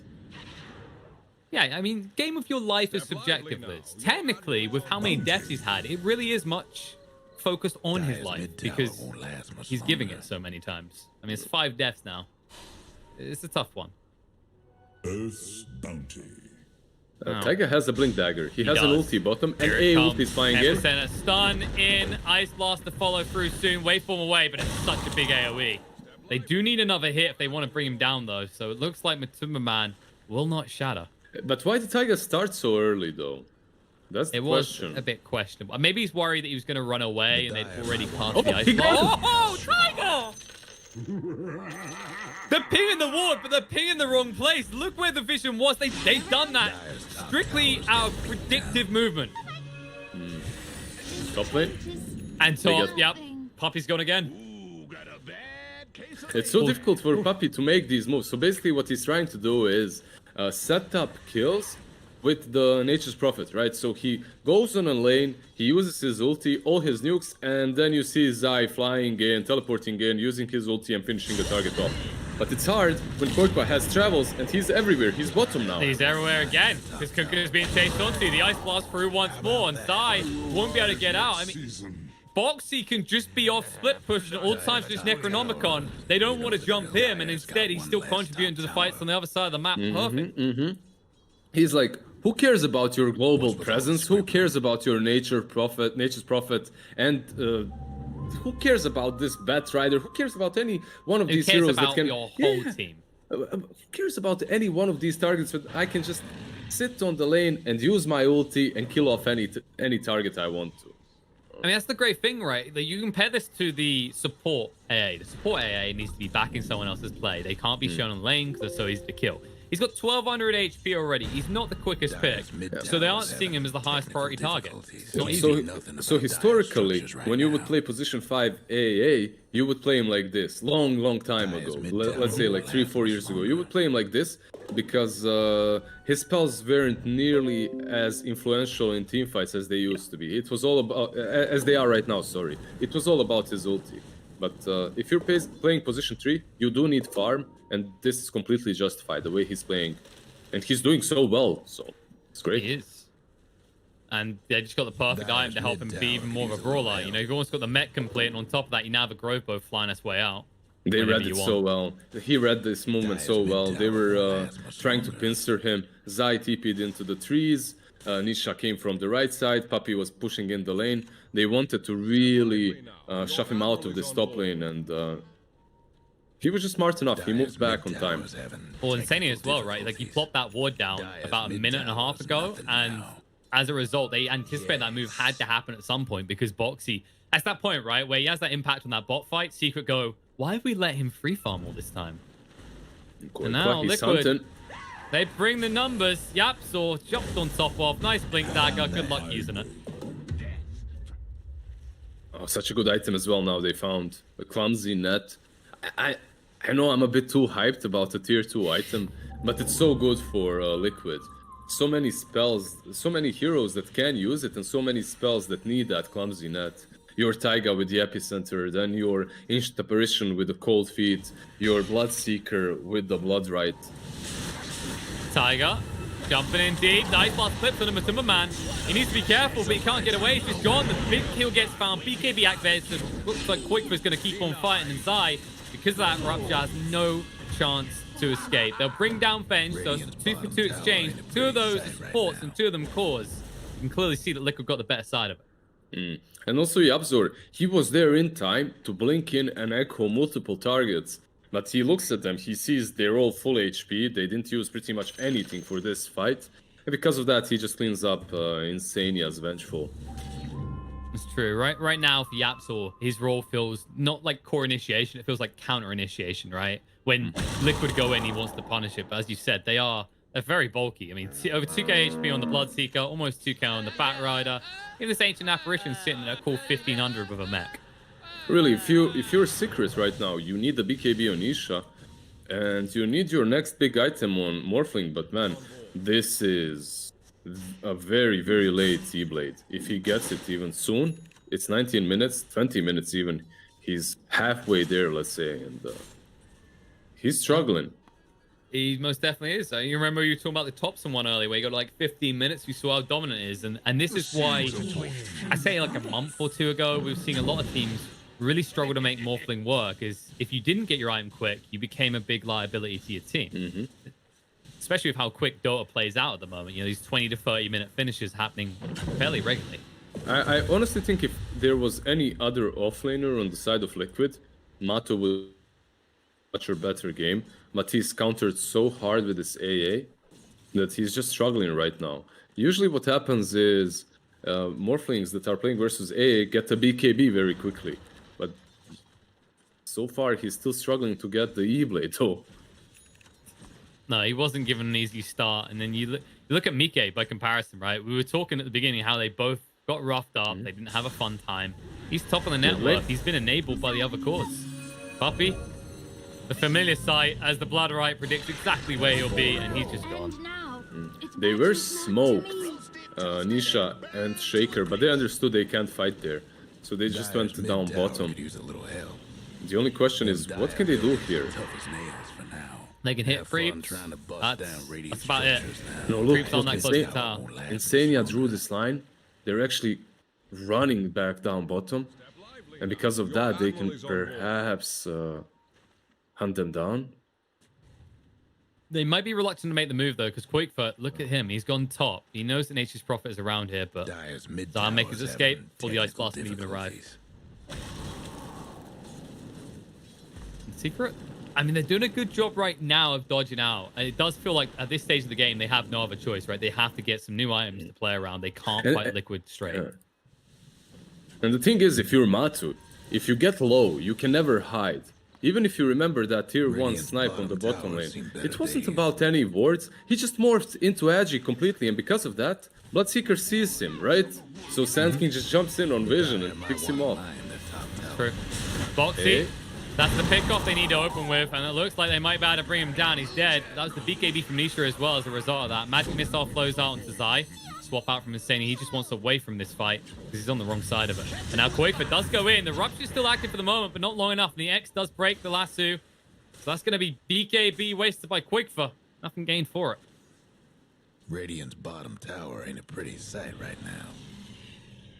As a result, Secret, well, they get a little bit of space to breathe. And with that space, they will look to plow into Liquid's towers as they push on the bot tier 2. some pretty big items, and their movements were really sick. Not, I still think you're waiting on that Vicky E-Blade from the Morphling. He has 3,000 gold, and he can pick it up. But the BKB on Isha, the blink on Puppy, the blink on Shaker finally coming into use a little bit. And Puppy, you can't blink out of this. Often. I mean, they're trying to reinforce him, but it's not like Zai can trap him. However, with an X, they could punish him. Torrent's going to be there. The Blood Right means they can't all pile on right away. That's it. Greedy gets punished. That's Puppy's attitude. You can kill me 7 times, but 8 times no one kills me 8. No one kills him 8 times, Admir. Okay, that's where he draws the line. Could use a hand. You know what it is? He's like, okay, my ratio of my deaths to Corey's must at least be 1. I've got some Corey killing to do and some not dying to do. So let's begin with the easier one. I'll control my own life better. E-Blade completed. BKB instantly queued by Matu. He knows what's up. He cannot wait for anything else. He needs to get that BKB to be able to deal not only with the AA, but the Sand King as well. Mm-hmm. The silences, the stuns. Like, it's not just the Sand King, it's the way that they stack the stuns. You mentioned at the start, right? Venge, AA, and Sand King used to be a very popular tri-lane for a reason. Did you watch Secret OG last night, though? They have this Venge bottom lane. There's gonna be TPs away. Yeah, still realize it's too late, it won't work. But it does cover the escape of Nisha at least. I actually think Taiga, he jumps in, he uses Burrow Strike onto the Shaker, and he instantly runs into the trees to seek for Nisha. He doesn't find him, luckily for Secret. But back to the point, last night, when actually it wasn't Secret OG, it was OGVP, they managed to deal with the Morphling with the Vengeful swap into a Hex. But there's still nothing like that on Secret. But you do have swap into, let's say, Sand King stun into AA ulti. So you could burst him down very, very fast, even when he gets that BKB. One last top tower. Yeah, that's the thing we've been seeing a lot right now. Is kind of an evolution of Venge to these things that we used to only see as a very fancy play you do in your pub game, try once and it fails. But now, like Mirana is an example, right? Like they ping the spot and then they swap into it. The Sand King already being primed for when the swap comes out. Things like this. Because another one's like Blood Right. You could time Blood Rights to swap into Silence as well. Actually, that's another one. Radiant's top tower. What we're getting at, folks, is Venge is a tad bit powerful right now. It's mostly the swap is obviously very important. Exactly, and this hero was usually picked mostly because of the swap. But right now, Wave of Terror and Venge Sora, there's crazy strong bottom lane. Poppy has to put the Dream Core down, but the stun coming through for Tiger will not allow the escape of the pesky Fairy Dragon. And Yapsor, bonus kill on the side. Actually, the real bonus, the cherry on top, is this tier 1 tower that's completely unguarded now by Team Secret. It's amazing. If you kill everyone who's guarding it, there's no one to protect it. Why is his Mjolnir so yellow? It looks this cool. Some competitive thing? Yeah, really he bought out, okay? He threw money at Gabe and he's like, particle effects, yes.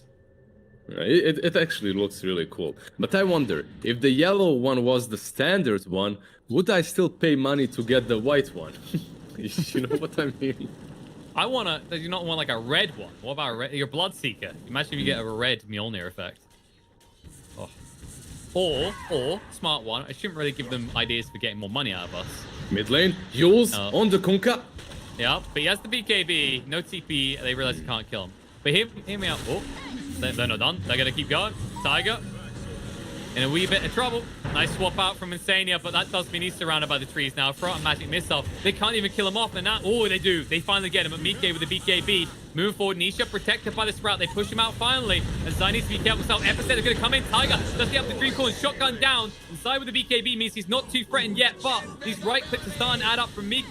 They'll keep pursuing through. Quick for his own BKB as Matoma stands his ground. It forces the back right away, and Yap's still being chased onto. Has the fissure, stun control on the Foxy. They actually push him on top of the Echo Slam as well. He's like, fine, if I'm going down, you'll come and with me. But it looks like they might lose Matoma Man as well. He's trying to morph over, but it's not good enough. The Lassie gets the kill, and they're still hunting Puppy, trying to move away from the Bloodseeker. They almost get the counter quick, but he's a little bit too fast to get out. And Zai trying to escape here, but the Blood Right will clip. And Mike, this entire fight has just been not hitting Bloodseeker. They've tried.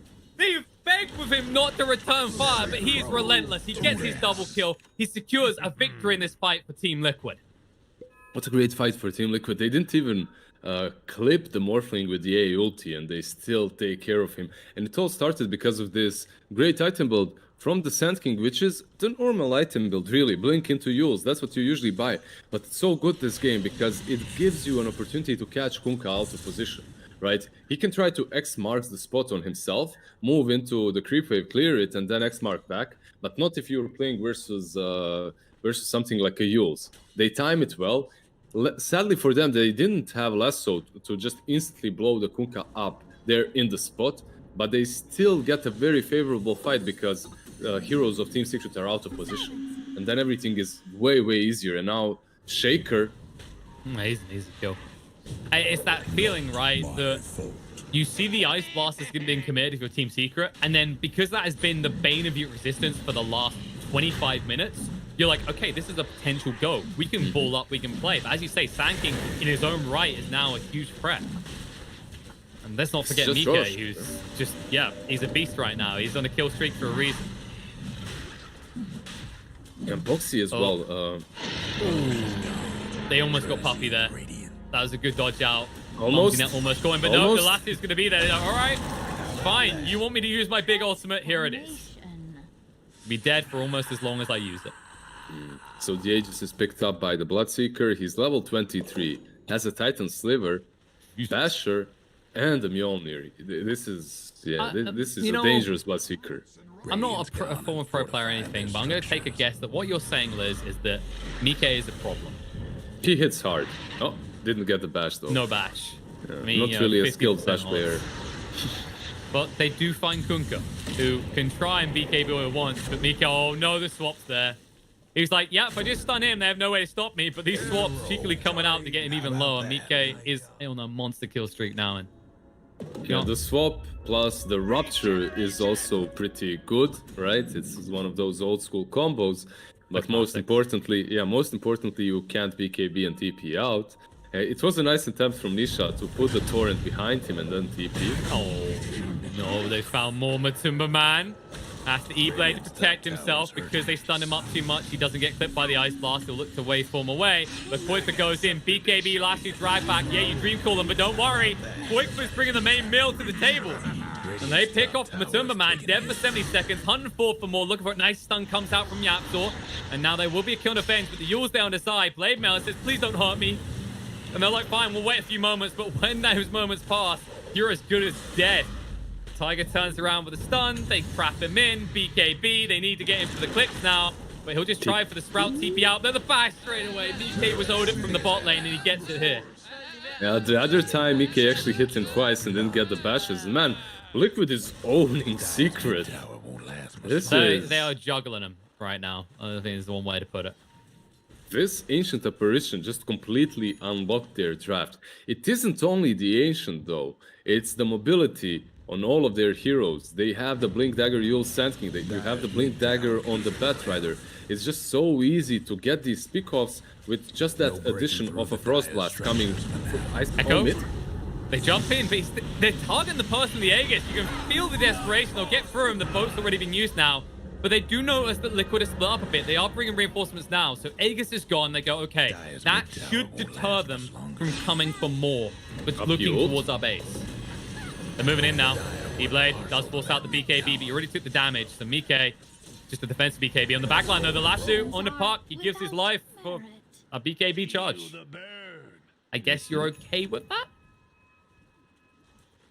I think Puppy is okay with dying this game. He's proven that. He's now 0-11-8. He's on his way towards the Malk Award. So, Secret really needs to buy as much time as possible for Matu so that he can finish off the BKB. Because click on Matu. Do you see anything strange in his item build? There is a slightly off-meta item choice, I'm not going to lie. Can you name it? Is it the sticks? Oh, no, wait, no, sorry, it's the Mithril Hammer. Yeah, why do you get a Mithril Hammer? You're all stats, right? So he has gone for a blink. It's not what we used to see it. But I guess he's Morphling. Leading the way, okay? Next time he plays Anti-Mage, he's gonna get a Blink Dagger as well. Hey, I do it just for the voice line, okay? You know the one. Well, jokes aside, it can work here. You can get on top of that ancient apparition a little bit easier and blow him up with the E-blade, or at least you were able to, because if you check Bo3's items, it's also unconventional for an ancient apparition, but it's really good this game. He has a BKB and Guardian Greaves. He's basically unkillable in these fights. I mean, he's basically the second hardest person to kill on the side of Liquid at this point, because he's got the Guardian Greaves, he's got the BKB. Yeah, but Koifa has more health. I'll give him that, but he hasn't got the heals, and he's usually in a lot deeper. And speaking of Koifa, Yapsaw is ready and waiting with the Shadow Amulet. They let him go by. They say, "Okay, you came to us. You got no one but yourself to blame." But there are reinforcements coming in. The buyback out from Batrider. The Rupture being thrown out on Anisha. He just needs to get the hell out. And with the TP out, they won't have vision. No. Poppy ensures it. He gives his life by using the weight of risk so they will not be able to stun or stop him. If these two heroes are the only two that they've killed, it's great for Secret. They buy more time for Matu. They also force a buyback from the Batrider. You're super happy with that exchange. I love the setup as well, with Yapsor in the Shadow Amulet, impersonating Choppy there on the stairs, waiting for anyone to show up. He was close enough to the creep to get XP, that's true. It was very much a Chappy amulet. And just one thing that I also really want to mention is Ancient Apparition and his neutral item. This Grove Bow is so good on him, because you have Ice Vortex with 30% increased magic damage, and then you have 12% magic resistance reduced. Boy. Well, we said they only find small picks. How do we measure Zai? Is he a big pick? He's a dead pick. He also used the BKB as well there. He's a really, really big pick off. I liked your point about the growth bow, right? It's like we saw it come out. I was like, oh, this is good for chill and touch. But as you highlight, it's the magic amp, right? I wondered if he'd go for a Veil build, but because of this item plus the Ice Vortex, what's the point? Like, you're already negating enough magic resistance. But you know what as well is so cool about this Ancient Apparition? Because it really proves a point that right now on the offlane, as long as you're building utility items, you're contributing to the game, right? He's doing way more with his Ice Blast, yes, but as long as the hero is right for the game, just put it on the offlane and buy utility items, and that's it. It will work. That is true. Right? If you think of positions, I feel like the offlane has the one that can get the cookie cutter items, right? Like, oh, we need a Crimson Guard. Oh, we need a pipe this. Yeah. Oh, we need a Vlad's. Also, being 9k helps, but yeah. That does. But for those people down at 3 or 4k, just build all the utility items, all right? And then when you lose, the team can't blame you. They can't say you didn't give them the best chance of winning. That's how it works, right? I would actually say yes. I would actually say yes. Building utility items is very undervalued in most MMR ranges. Everyone wants to carry, you know. So yeah, everyone wants a rapier. Step lively now. Your we were saying before, you know, rapier gets dropped on the ground. Even your POS 5 is pinging it saying me. There's a Blink Dagger also on Bo3, by the way. He completed it too. Well, that's interesting. And the Dagon on Puppy, so he definitely wants to carry. I'm not sure how much this Dagon level 1 is going to hurt the side of Liquid, but we'll see. In fairness to him, he dies after about 5 seconds in a fight, so you might as well have something that gets damage out in those first 5 seconds. Matu, he did complete the BKB though, and they are smoked up. Perhaps they can find something else than Insania down on the bottom lane. Koifa might find Zai though. Lasso, Dragon, they got the Blood right available. Zai may already be too low. E-Blade to buy him a little bit of time. BKB gets activated. They're moving to Morphling right now, but he's beginning to morph up. However, the damage coming out from Mike is way too much. Waveform away. Dreamcool gets thrown down, but Koifa sidesteps it completely inside. He's trying to clip Batrider away. The boat flies on through. Kunkka is stunned up for the time being, but a swap out, Mike is safe. And the swap back in, they say, whoop, just because I got my carry out doesn't mean you get to leave as well. They force the BKB in Epicenter, being charged up. Tiger jumps in, Blood Right's there as well. Zai, he has no BKB anymore, is gone. And they move forward. Koifa with the Shiva's Guard to slow them down. They do ping him out. Yapsaw with the Shadow Blade, looking to move forward. He's got the Echo Slam, but how godly can it be? Do you even have the damage to utilize it right now? They started that fight so defensively on the side of Secret. Zai first was scouting out so that the smoked gang can come in and help, right? Get the pick off. He was baiting, But the problem is they're so fat on the side of Liquid that this Nature Prophet dies so fast. Morphling had to use the E-Blade defensively. And once you use that E-Blade defensively, you don't really have any offensive power on your side.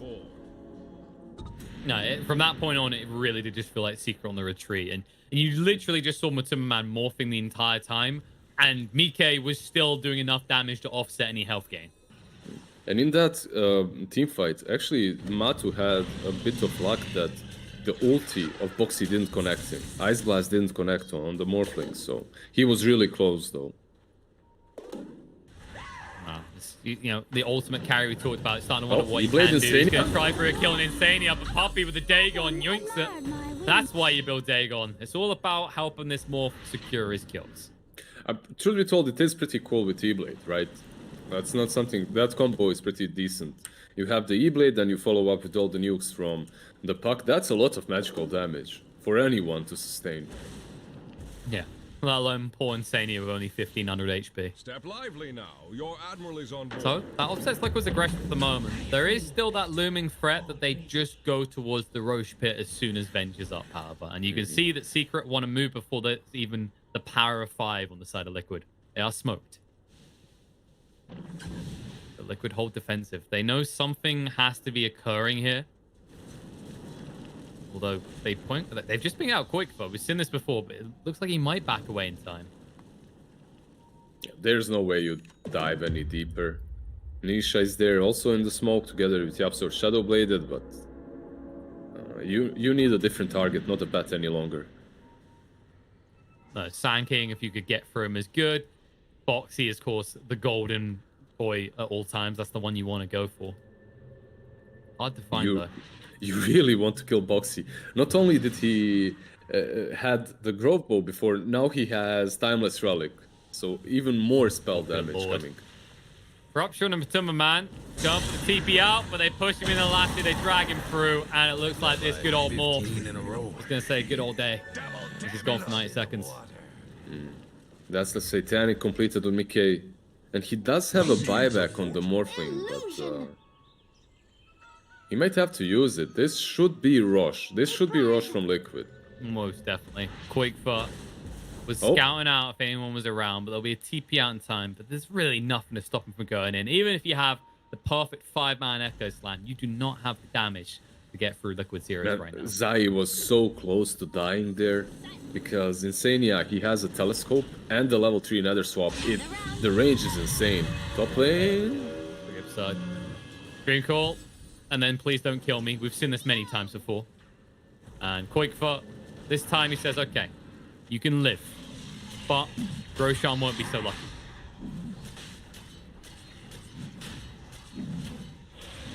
Now you have big problems. Aegis and Cheese in the hands of Liquid. Secret already struggling to keep this game running and keep themselves in it. And they need to. They're already one game down.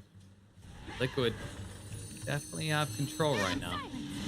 So Zai can really hurt a lot in this next fight. He has his Dazzle completed. He's really close to the Daedalus as well. Needs about 1,000 gold. That could make a solid difference.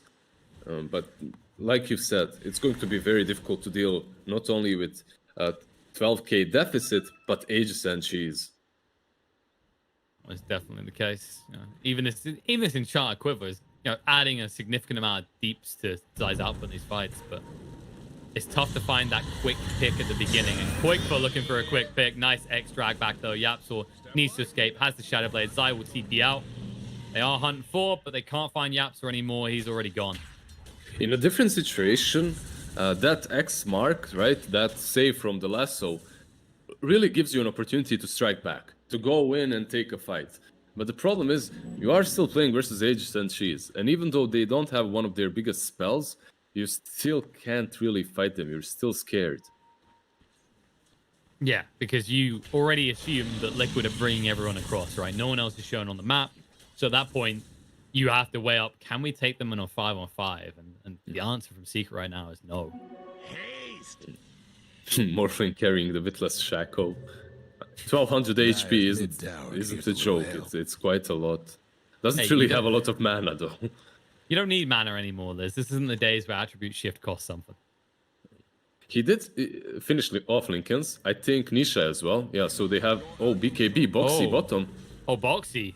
He blinks in. He's looking for a target. He will whiff on the Ice Blast. And Puppy, he's just juking and jiving. He'll look for the TP out, but the Abyssal flips on. Kills him off. Dead for 75. Yeah, that was a nice play from Puppy. Trying to juke them on one side with the orb and then shifting to the other. But Abyssal Blade...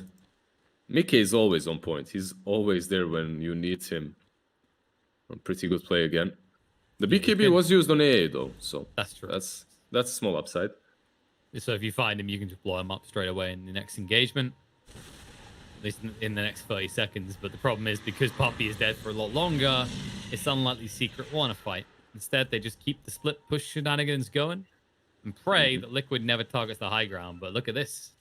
They're coming in on the mid. Radiant's top tower. Zimmer man, nice pick off. And he could be. Wait, he's the X. They're not X stack. Mike, he's gonna be able to get the kill. Zimmer man did get back. Top tower's hurting. Dire's mid towers have. He's immediately did the X break. There was no line to drag him back anymore. Them Dire buildings. There was literally no way to save Matuma man. Dire's mid tower needs a little help. He has no buyback. They thought it was going to be a clean-cut kill. This is at least two sides here. Maybe they can take a fight, but it's going to be so difficult. Lasso.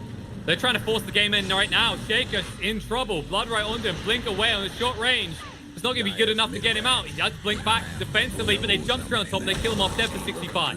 DK is sprouted up, but there's no way in hell you jump on top of him. Nice and quick for to let him out and let him continue to wail on these buildings. Yeah, Yapsor tried to go in there and perhaps bait some spells out and use the flicker to get that debuffs, to get all those debuffs off, but it just didn't work. They have way too many spells to work with.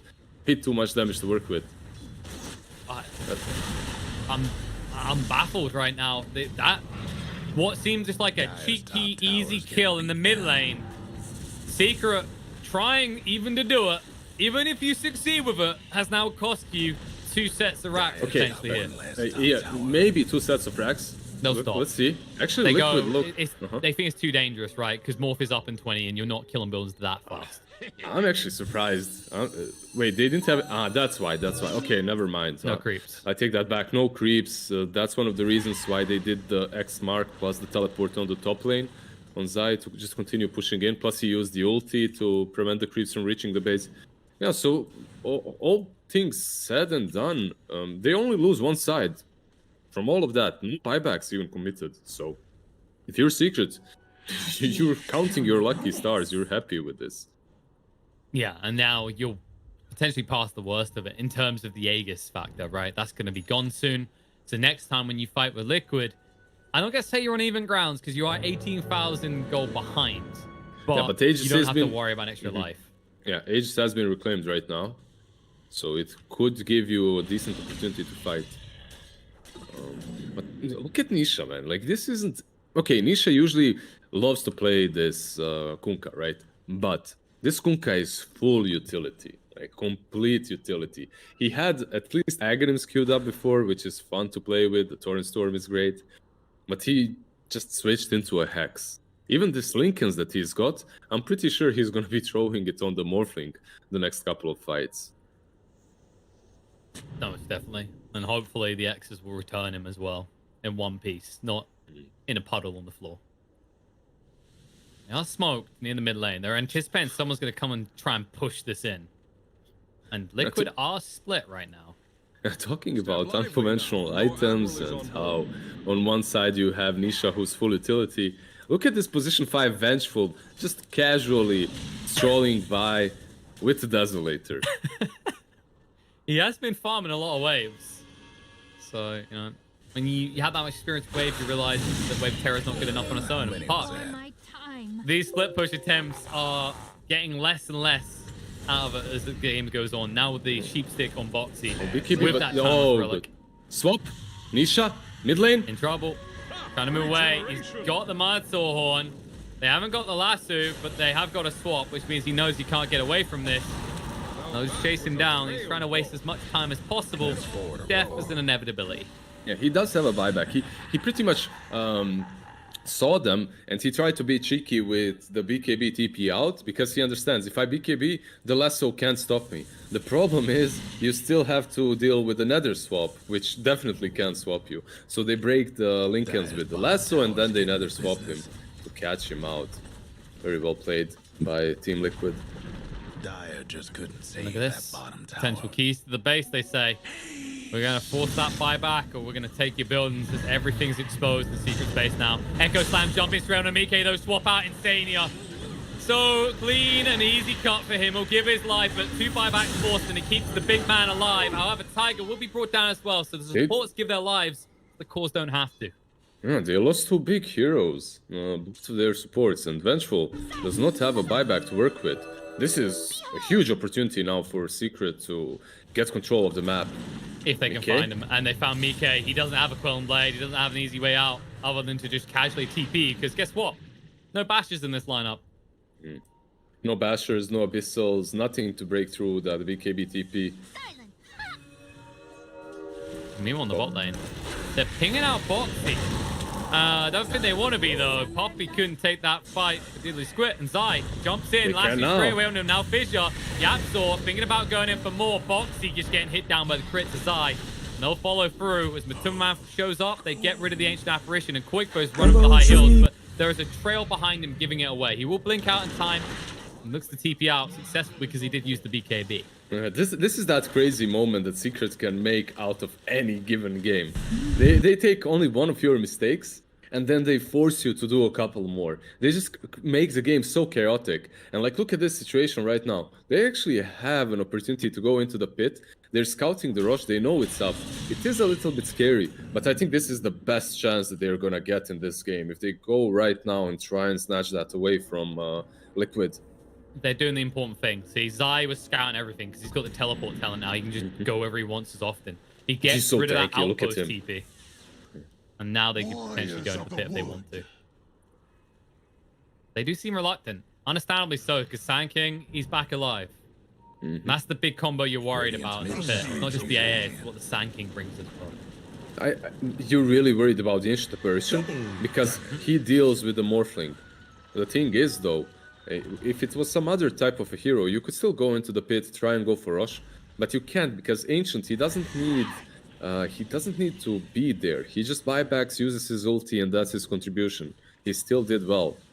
Exactly, and because Boxy hasn't bought any new item, they didn't know for sure that he doesn't have buyback. He's only 630 gold away from it. He did get hexed though, right? But they're probably thinking, yeah, it's a while ago, and probably thinking it's not big enough. Especially with the way he's been farming. Instead, Liquid, the moment they're all up, they're in. And the pings, they're coming out. They know about it. Kunkka's Chorus spots this, but Team Secret, they're smoke. Are they fast enough? The problem is that Liquid saw that Chorus, so they are anticipating an intervention from Team Secret. And Zai, oh, this is... Ooh, okay. He's just faking him out. Liquid. Like, if he's going to toy with us, we'll come to them. Right now, Zai, he's just trying to play mind games. The problem is they're not where you think they are. This is a wide wraparound from Liquid. They might snipe out the back line perfectly. Jump in. Yasuo's been spotted. That's the perfect pick for him to find to open up the engagement. The last two to make sure there's not even a cast of a spell coming out. And now they move forward. Linkus gets popped. Nisha has to use the Mindstore Horn. There's the use of the Dream Core. Buyback comes out from Shaker, trying to get into the fight right now. They've got rid of the bench. Bench is down. Mike taking way too much damage. He can't right-click up against this. He's just overwhelmed by the forces of Secret and brought down. Now they're hunting for more. They'll move straight through on the Sand King. Yours has to be used defensively. Matumba Man will move away. X won't drag him back here. Now Puppy trying to hunt for more. Zai is on the chase as well. Tiger will just go for the TP out. And it looks like he'll be able to make it. But the problem that you have if you're Team Liquid is you just opened up the gates to the Roche Pit for the side of Secret. Okay, you still have the epicenter. Ancient Apparition is up. He's going to have his ulti in 15 seconds. But that's nowhere nearly fast enough. No. We just saw the physical damage that they have in that last fight. That Sprout on Mickey completely ruined him. He couldn't use the Satanic, he couldn't be hitting anyone, and Morphling just stood right next to him and just mauled him, destroyed him. I tell you what, Liz, if you are a Bloodseeker in that situation, are you crying in your hands right now going, why didn't I build a Battle Fury? Or just a casual quelling blade. Sadly, How could he had it. I'm kidding. I know you can. Yeah, but, you need 6 seconds there, my friend. yeah. But also, it was a little bit unfortunate for Liquid. But so this is my point. They caught the Shaker first, right? And it's unfortunate for them because Shaker is the only one really that can contribute a lot with that buyback. He buybacks, goes back in, and changes the fight for Team Secret at that point. The question is, did Secret put him there on purpose? They were all retreating to the left side. You could even see Zai TPing from that spot down bottom. So they knew the smoke is coming. No one was in the pit. Where can they be? They must be smoked. That's true. And the thing is, you know, you could argue either way, right? If they come from the left, they run into the front line of Secret, and then you're strongest. You come from the back, because you have that outpost control, there is a question in the mind. As you said, was this all a great bait? Probably a little bit of I don't both. think this one's a great bait if it happens, though. Yeah, Yaps will move away quickly. He has a ward down to cover him. Moving in. He actually came back. I don't think this is a great bait anymore, Liz. This is something entirely different. They've lost the Shaker. No way back into the fight. Puppy will go down as well. It's a double kill for Mike as he got the procs. And now they're going to chase through looking for more. Lashley's going to come out to control upside, drag him away. Nice X back to interrupt that, though. And now Mike chasing on top of Zai. Yes, when you sprout them, you're strong. But when the epicenter, when the damage comes through in favor of Liquid, there's no way to stand against it when you're divided. Matumba Man is trying to move away. Morphin and Tully in the strength. He doesn't have the damage to really follow through anymore. They are scaring away Mike for the moment, but Nisha is just being ignored at this stage. Instead, they know they have to address Matumba Man. Fire Strike through. Gets hexed up right away, though. Cold Feet's coming out before he put the big Brits to hurt inside. Standing his ground with the blade mail as well. Works against Mike, and Zai is able to get that kill. But now the stun through. They're getting green blow. Zai is going to be killed off. That's going to be his dieback. He's gone. Out of the game for 2 minutes. And Nisha was BKB trying to stand up against this, but now they're going to chase forward. Matumba Man, Aegis has big claim. As his head was taken down once, but they can't find him again. They will, however, find Nisha. And yes, you keep your morphing alive. Yes, he's the focus for your draft. But now, who the hell do you have left to help him defend? Okay, let's see. 1 versus 5 for It is the Matumba Man Morphling draft, Liz. with the He's blink got to show dagger. us what he's got.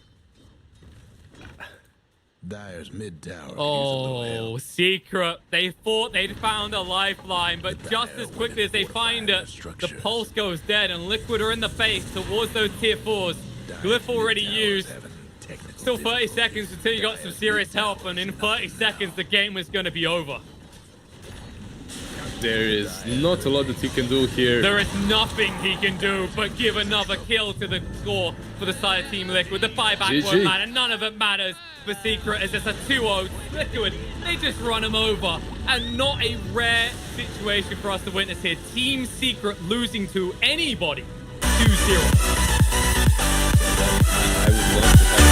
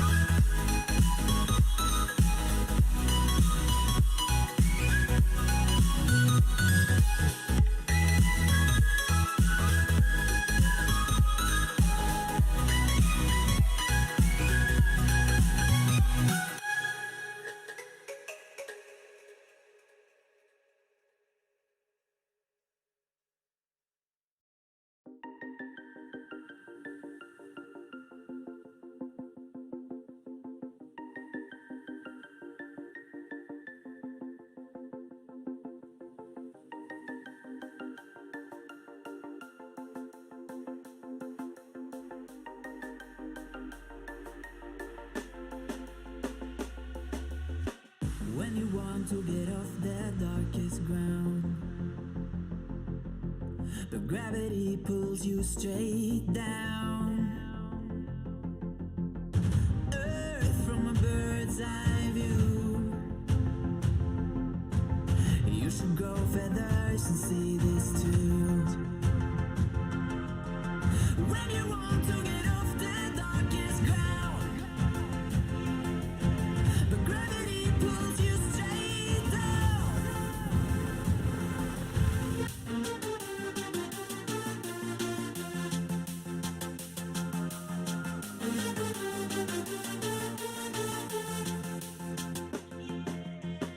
When you want to get off the darkest ground, but gravity pulls you straight down.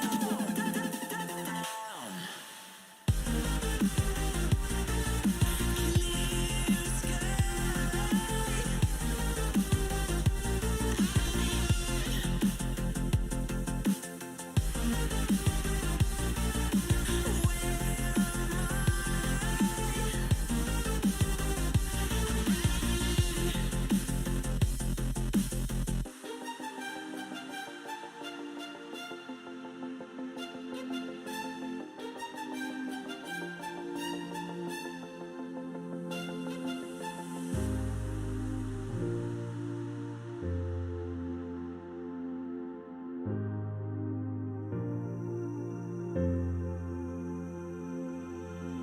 When you want to get off the darkest ground,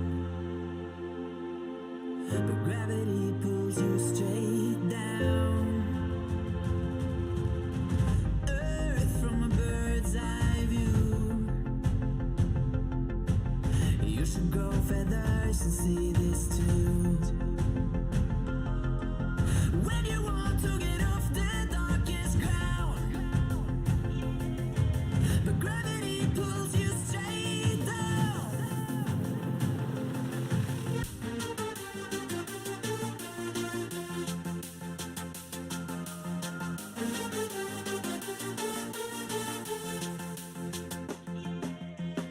When you want to get off the darkest ground, but gravity pulls you straight down.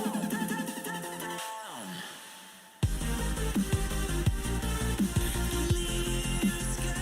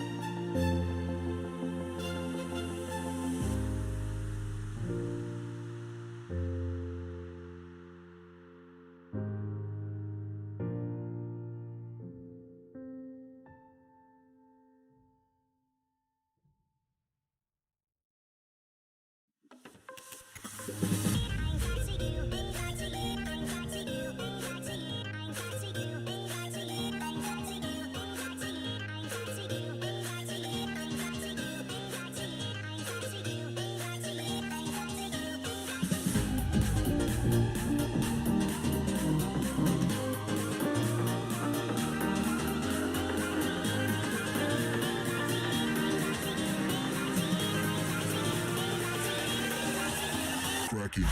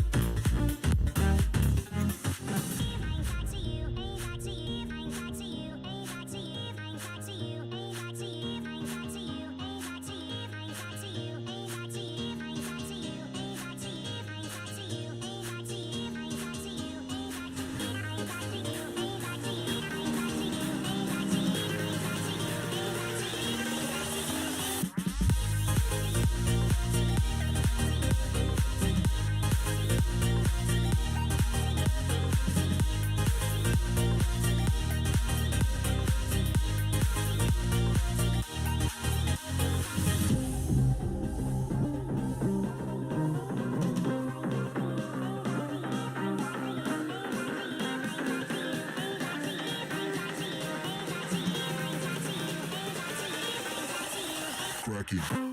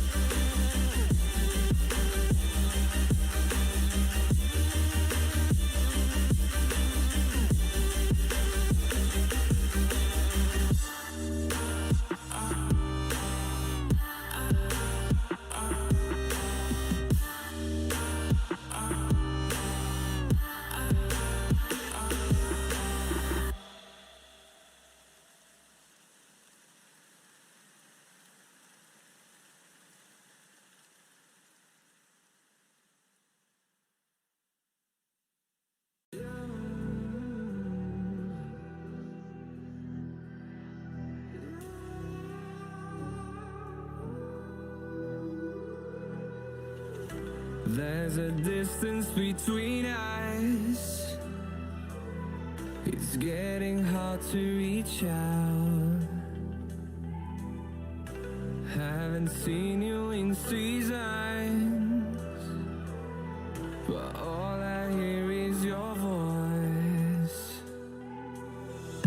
I know my limits, you can break me down, but I'll stay till the finish line.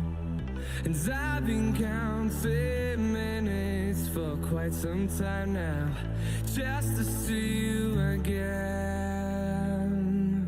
And I've been counting days to get away, to see you again, see you again. Been finding ways to get away, to see you again, see you again.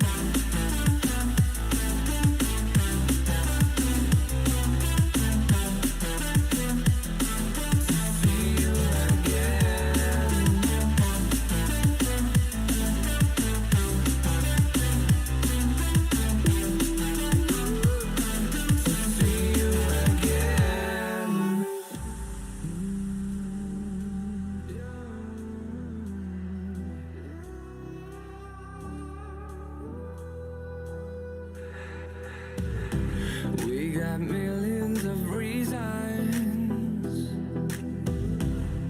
to let it all go. Hope we're not too broken. I know I'm not always strong. And I've been counting days to get away, to see you again, see you again. Been finding ways to get away, to see you again, see you again.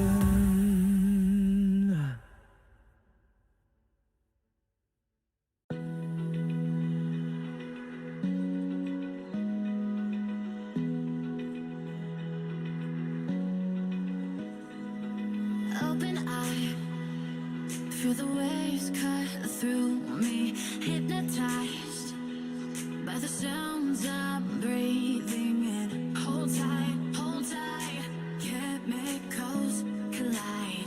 Hold tight, hold tight, hold tight. Dripping lights paint the skies, all because of you. Dripping lights paint the skies, only you.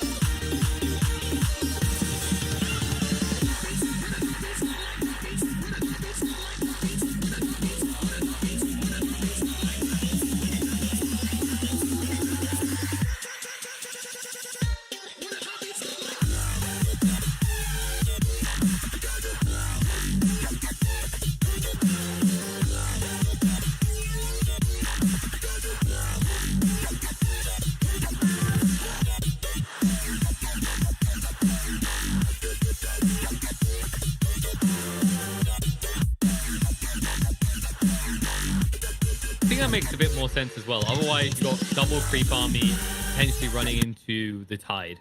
And then you're like, okay, so... You don't want that. You definitely we're just don't wasting want us. that. But you see mid, you see where General is. He's also swapping things up. Not only that, you see where Kuro is. He's like, I can't be asked for this, boys. I'm just going to And they're TP out when off. you figured out the rest.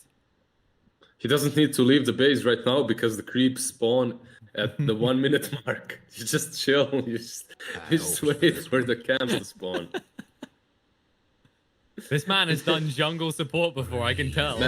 Wait, he's actually not gonna move. I was He's- joking. I think he's actually doing jungle support, Liz. We're getting treated to something different here. Yep, he's actually doing it. He's doing it. Yeah. He's optimizing it even. He's literally optimizing it because he summoned the wolves at the 30-minute mark. He has full mana now. He'll get to the desired creep wave. I admit, I tell you, as a person who used to do the Nature's Prophet jungle from minute one, I can tell that this man has done this before. He has optimized his timing, as you said. This is definitely not a Kuro first. There is a Aloha dance though. No, he's just blocking the small camp. Oh, you naive boy. He doesn't know what's hit him yet. He'll walk in and maybe discover. He's going to click on Kuro and go, why does he have a Quelling Blade, guys? It did Yeah, they're the find him things. though. Yeah. We'll have to see if they can actually shut Mind him control, down. top lane. Might be Moving in, and it looks like he might tick out. He gets one heal out with the Fate Bolt. One more hit would do it. He's trying to juke and jive, but they'll get him. It's just a matter of Rubik trying to leave it for someone else. Or not. Oh, he's still They're not even What killing is this? him. Just kill him! Okay, they could have had that. That could have been the easiest first. They were being too generous. They were being too gentlemen. They always want to fly off V-Tune to have it. And the amount of time that you have actually wasted trying to kill that Necro. Meanwhile, Lycan is just free farming the jungle. This is the bigger problem, yeah. Oh, there you go. Interruption finally occurs. Lord Dance has found out that he's also a jungler. He has to be careful here with the good... he can't block him. You would have to block him for 20 seconds, I think. Yeah, that's true.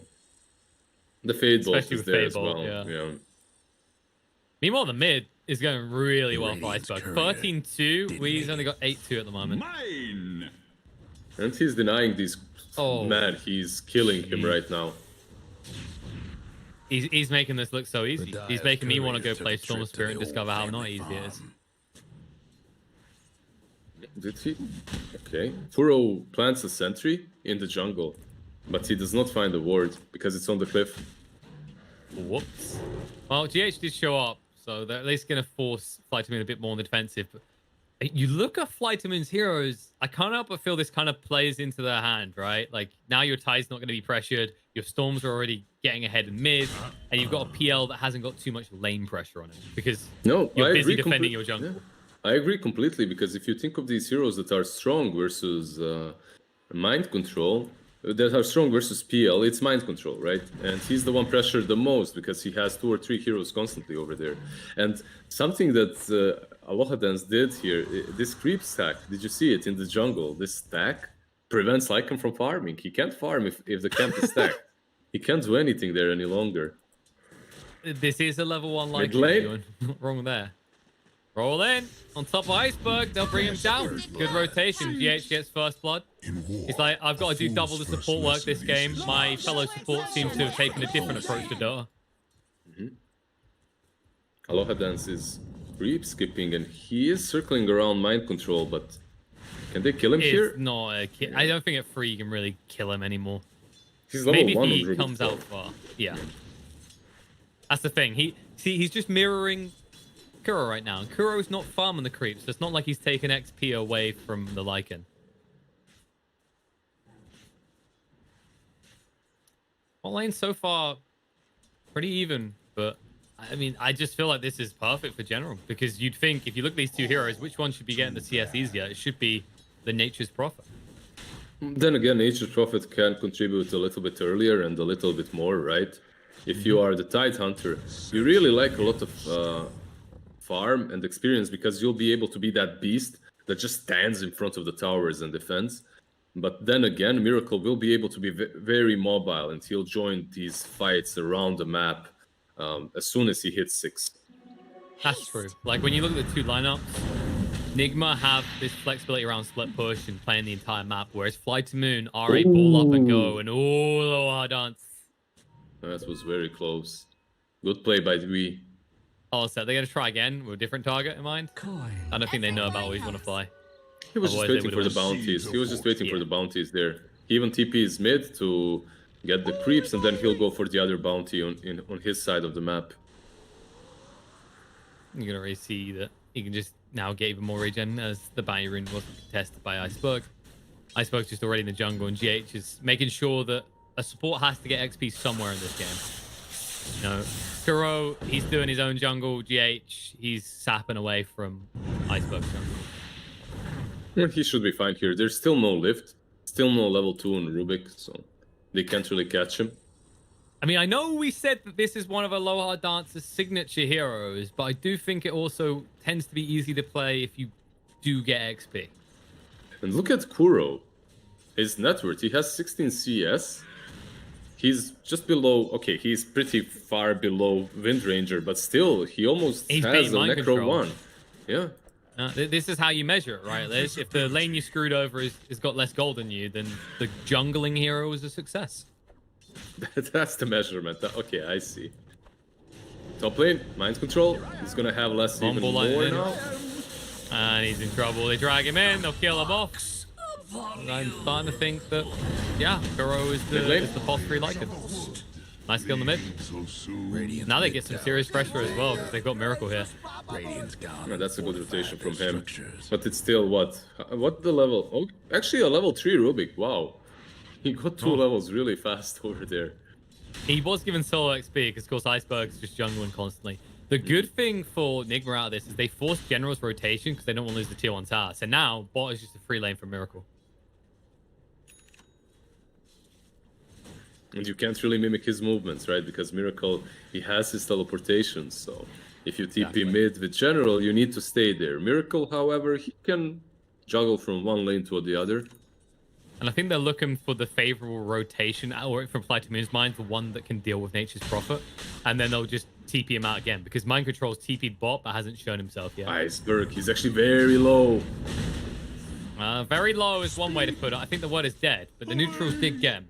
Radiant's bottom tower seen better days. I think GH is still fine with that. He obviously would have loved the kill, but he gets some CS instead. Trouble brewing That's at what he saw Radiant's through. bottom tower. CS got spotted out by Lower Dance. So they know what the move was now. But Nigma don't care at this stage. Bottom tower Miracle seen is better strong days. enough to just click down this tower, and that's going to be a freebie for the side of Nigma. There I like goes what they're doing in Radiant's that bottom regard as tower. well, because like, who can you make plays around on the side of Fly to Moon right now? None of these heroes are good to go before like the 10-15 minute mark. I guess around General, right? He's good to go already. He has Vlad's and Faded Brooch. So he is definitely tanky enough and strong enough to fight. He has his Ravage too. But what do you follow up with? That's the question.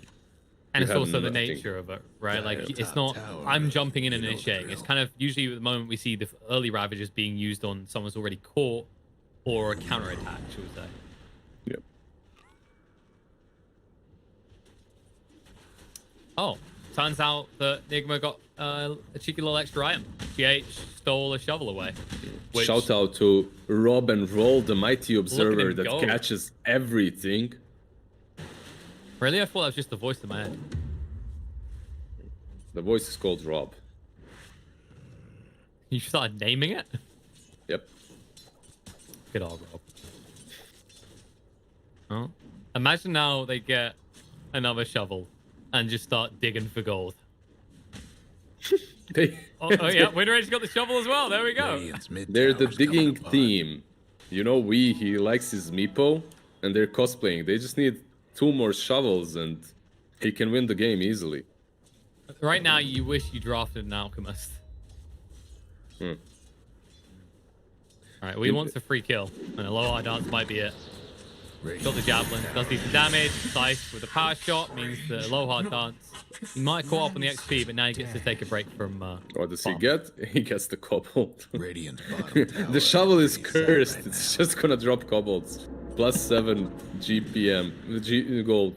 It's actually +6 in that situation. Feels bad, man.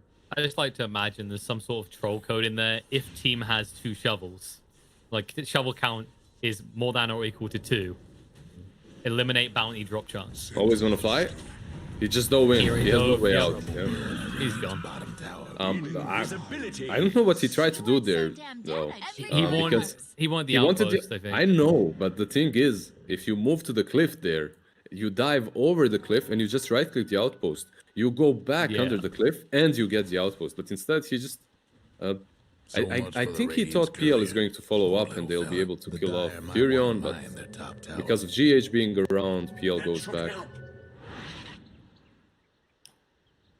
I don't think it was. I haven't played this hero enough. I don't know, considering how much we see always want to fly playing Phoenix at the moment. Yeah, he loves the hero. He plays it quite a lot, quite often. And I love the build on him as well. This is what they need. This vessel will help them tremendously versus the Necrophos. Don't even need boots. I mean, boots, they just slow down your farm towards that spirit vessel. They're nice, but they're not the most needed item on Phoenix. Definitely. No, Windlace will do. See, Miracle has got the Blade Mail. Yeah, straight into the Maelstrom next. Just going to your standard cookie cutter build for the Nature's Prophet right now. GH is getting some space, though, and it's interesting to see that he's going for the Vlads in this game. Man, there's a Necro too on Lycan. I would argue that this hero is Is the what? strongest one. Yeah, already on the side of Nigma. He could start fighting. He could pop these Necros and just Wolform any of these towers. His issue, however, still stands. There is a Ravage against him. True, but one day he will emerge from the woods. After mastering the art of the wolf, he'll become one with the rat and overwhelm these towers. So You know what it is? You know that he... oh, they spotted him. He's thinking about ulting here. He doesn't want to kill a bird that badly. Maybe they find a different pick though. Roll in on the Rubik. He did get the steal. The shackle shot doesn't land, but the power shot did connect and he's dead. And this might allow them to push, but reinforcements are coming in. They force Iceberg back to the mid lane. The one they're interested in is what's General Storm? up to right now. Low mana? Oh, that's all his mana, more or less. He's got one small bull line left, and Kuro knows, so he shapeshifts up. And now you're in trouble. Shackle shot. There's trees all around. No way out of this. He's going to go down, and as a result, you've just forfeited your tier 1 tower in the mid. That was always gonna fly. They're hunting for sure. Power Power shot. shot, beautifully done.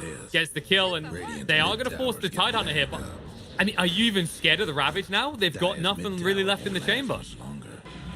Shackle shot off the mark a bit. Needs to be careful he doesn't get shackle shot himself. No, you So don't have seems the with wolf that, they'll form. back off. Yeah, you don't have the wolf form. You don't have the ulti from the prophet. So I think you're still scared of the watermelon. Tidehunter is level 10. He's really difficult to take down. For that kill, you need mind control, and he wasn't joining, so it's better to back off. But such a weird... I could see Iceberg. There was a region rune, right? So he really wants it, but that was so greedy. It's such a classic Iceberg move, though. Yeah, if I just pick that up, I can win the game. And then he forgets all the other variables around it. Like, oh, someone else is closer. Oh, I'll have no mana when I arrive. That's the curse of level 1 ball lightning. You just don't really get around too far. Yeah, they're He had getting the some car pretty out. big. Yeah, they're getting some pretty big items on Nigma. Vlad's will be completed in 180 gold on Earth Spirit, MKB in 1,000 gold on Wind Ranger. Your Maelstrom, like you. Level 3 Necronomicon as well. I think that's the bigger one. That's a huge one. Yeah, and they're smoking up for it. It's on the way out in the courier now. It's a slow courier. But once it reaches, you're ready to rock and rumble. And as you were going to say, the Maelstrom, right? Just always miracle farming on the side. Wait to his heart's content. Bottom lane. I like how He's there's hiding. the advanced squad that are here to kill people, and then there's Kuro coming in behind, who's here to hit things. Roll in. It's good. Always want to fly. We'll go for the dive away. He's got the egg. He will Egg. commit it. But has they can, Ravage. they can blow it up straight away. The Ravage doesn't change anything. They only catch DH. Maybe they can find a kill because of it, but they've still lost their Phoenix. And now Nigma, do they want to fight? Miracle chased into on 2. V-Tune does have the disco already, and Miracle with the blade mail protects himself to the side. Comes down on V-Tune's head. He's gone. Kuro, he just popped his head in with the shapeshift. Look at the He's had a Loha look and dance. left. He's just dying to the creeps. He is. Kuro went the long way around, but he had enough time. He just returns to the scene of the crime, gets the kill, and now the pressure goes onto this tier 2 tower. Kuro went back, got himself a coffee, got himself a drink, and then returned. Just to get the experience. That's just to be in range, just to see Rubik as he's dying, nothing more. Because the Loha dance was about to die to the creeps alone. I think you're right. I mean, that was one of the slowest moving people I've seen with smoke on them in a very long time as he approached that lane. The problem was there, Flight to Moon, they scouted the movement, they used the scan, they knew exactly what's going to happen. However, they didn't expect the GH's blind rolling boulder. He just blindly rolls in, he catches Phoenix. Phoenix does manage to get the egg off, but it's too far from the Tide Hunter, and because of that, Tide can't Ravage to protect it. Dire's mid tower could use a little help. And it's kind of, they done a good job of narrowing down where it could be as well, right? Because they split into 3. They looked for the smoke break. At that point, like, okay, if we know someone's here, they must be in the most predictable and most used spot behind the tower. It's still good and well done by them. No, Not only they got the mid-tier 1 as well. They did see him. They knew he was there. They just, I'm just saying it's Didn't blind have the because he exact could, position. he could be a bit to the right, and then your boulder doesn't connect. Well, this one went blind. They had full vision for Tide Hunter. They're trying to bring him down. They don't have sight for 25 seconds. He moves away from the tree for no shackle shot. But this is the problem. You know, it's similar to the Enigmas that we've seen. The moment you don't have that big ultimate, no respect is given. You just die.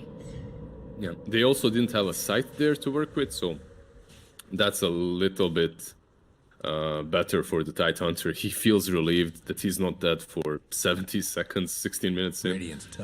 But Storm might not be as lucky. Well, they're hunting him. He knows about it because he's on the high ground. The shackle shot to try and buy some time, but the silence is good. But the boulder smashes off the mark. So it looks like Iceberg will get away scot-free, at least for the moment. Nature's Prophet wants to get involved. They decide against it as there is a regen rune on the Storm Spirit. Always want to fly, TPing out, Prophet. Ooh, it's one going to be close, and he couldn't get it. And that would have killed him. That was a hard enough hit. That's almost 200 damage coming out. Or actually, over 200 damage coming out of Miracle. Yeah, the Blightstone, the Maelstrom. Yeah, it would have been a lot of them. I'm not 100% sure it would kill him, but it would be very, very close. I agree. Grove Bow, picked up by Storm. That's a pretty solid item. It helps many of these heroes, right? Not only the Storm, the Phoenix, the Rubik also benefit heavily from it. But Greaves completed on Necro. Yeah. Greaves. Like, just look at his positioning. Mind Control is, he just wants them to initiate him right now. He's casually walking around. Raindrop, 21 charge, Greaves. And they know that they can't go in with that target in mind. They need something squishy. Maybe we, as an example, would probably be your best pick right now. So the big thing for Flight Moon right now is they have their big spells. They have Hood completed on the PL with the Diffusal. So he's pretty much set and ready to fight.